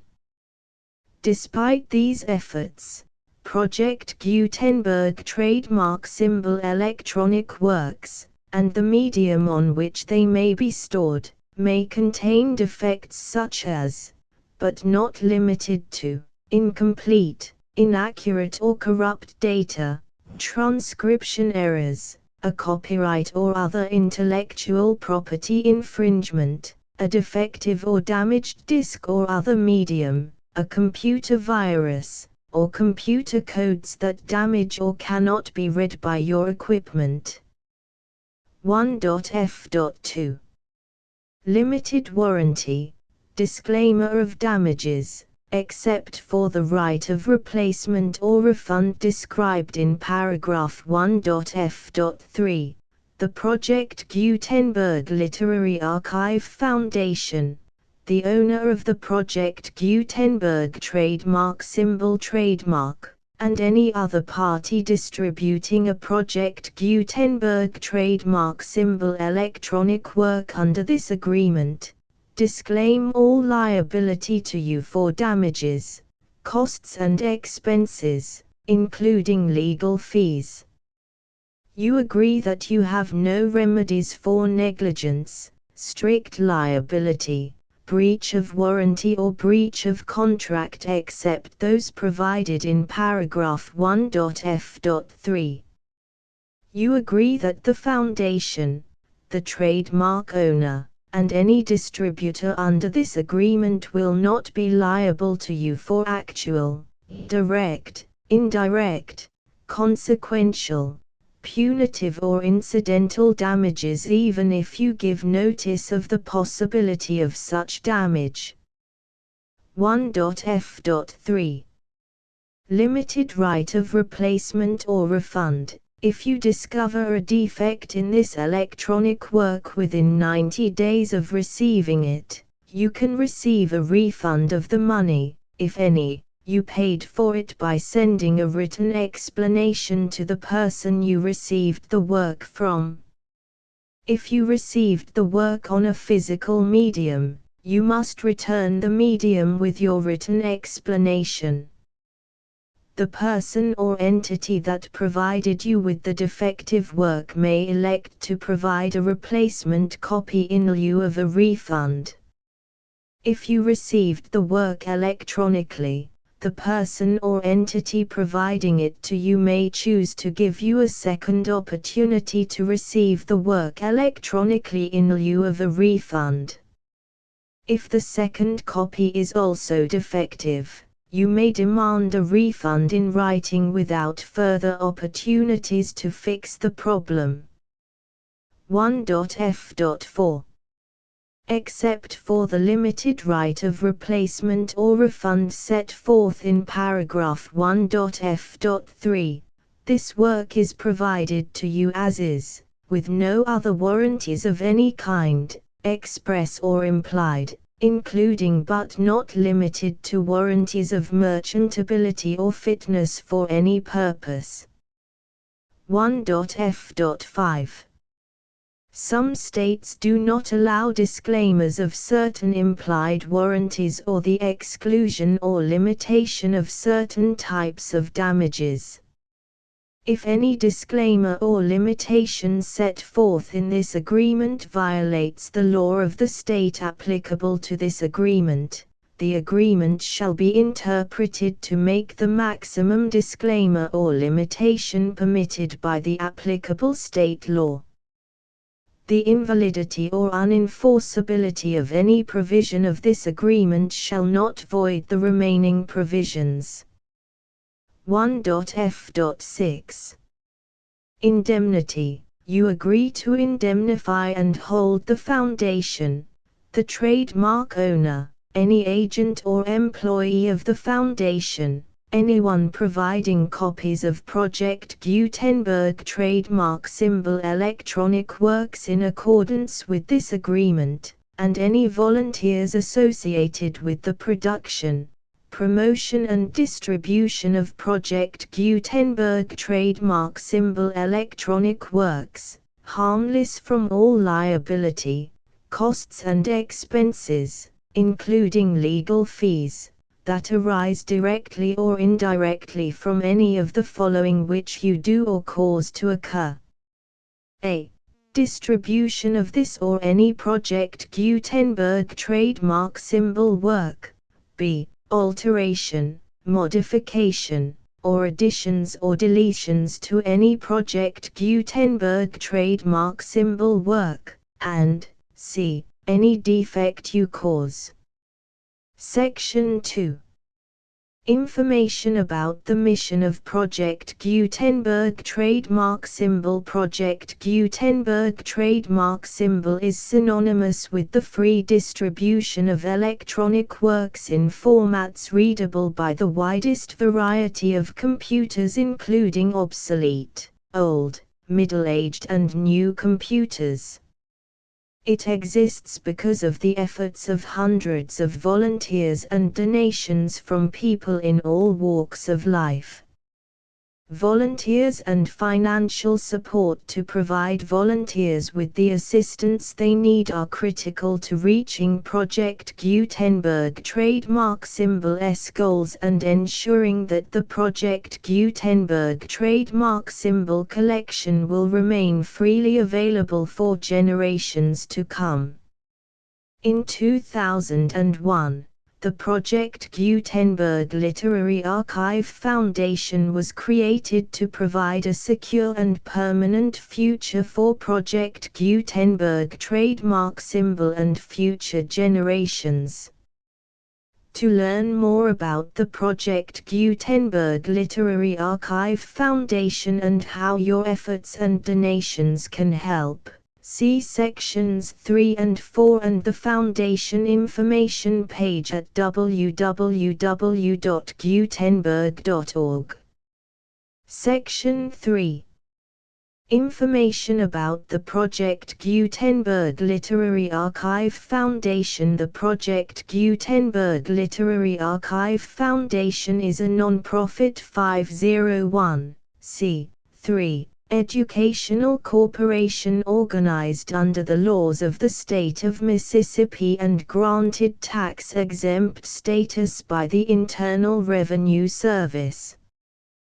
The Foundation's IN or Federal Tax Identification Number is 64-6221541. Contributions to the Project Gutenberg Literary Archive Foundation are tax-deductible to the full extent permitted by U.S. federal laws and your state's laws. The Foundation's business office is located at 809 North 1500 West, Salt Lake City, UT 84116. 801-596-1887. Email contact links and up-to-date contact information can be found at the Foundation's website and official page at www.gutenberg.org/contact section 4. Information about donations to the Project Gutenberg Literary Archive Foundation. Project Gutenberg trademark symbol depends upon and cannot survive without widespread public support and donations to carry out its mission of increasing the number of public domain and licensed works that can be freely distributed in machine-readable form accessible by the widest array of equipment including outdated equipment. Many small donations, $1 to $5,000, are particularly important to maintaining tax-exempt status with the IRS. The Foundation is committed to complying with the laws regulating charities and charitable donations in all 50 states of the United States. Compliance requirements are not uniform and it takes a considerable effort, much paperwork and many fees to meet and keep up with these requirements. We do not solicit donations in locations where we have not received written confirmation of compliance. To send donations or determine the status of compliance for any particular state, visit www.gutenberg.org/donate. While we cannot and do not solicit contributions from states where we have not met the solicitation requirements, we know of no prohibition against accepting unsolicited donations from donors in such states who approach us with offers to donate. International donations are gratefully accepted, but we cannot make any statements concerning tax treatment of donations received from outside the United States.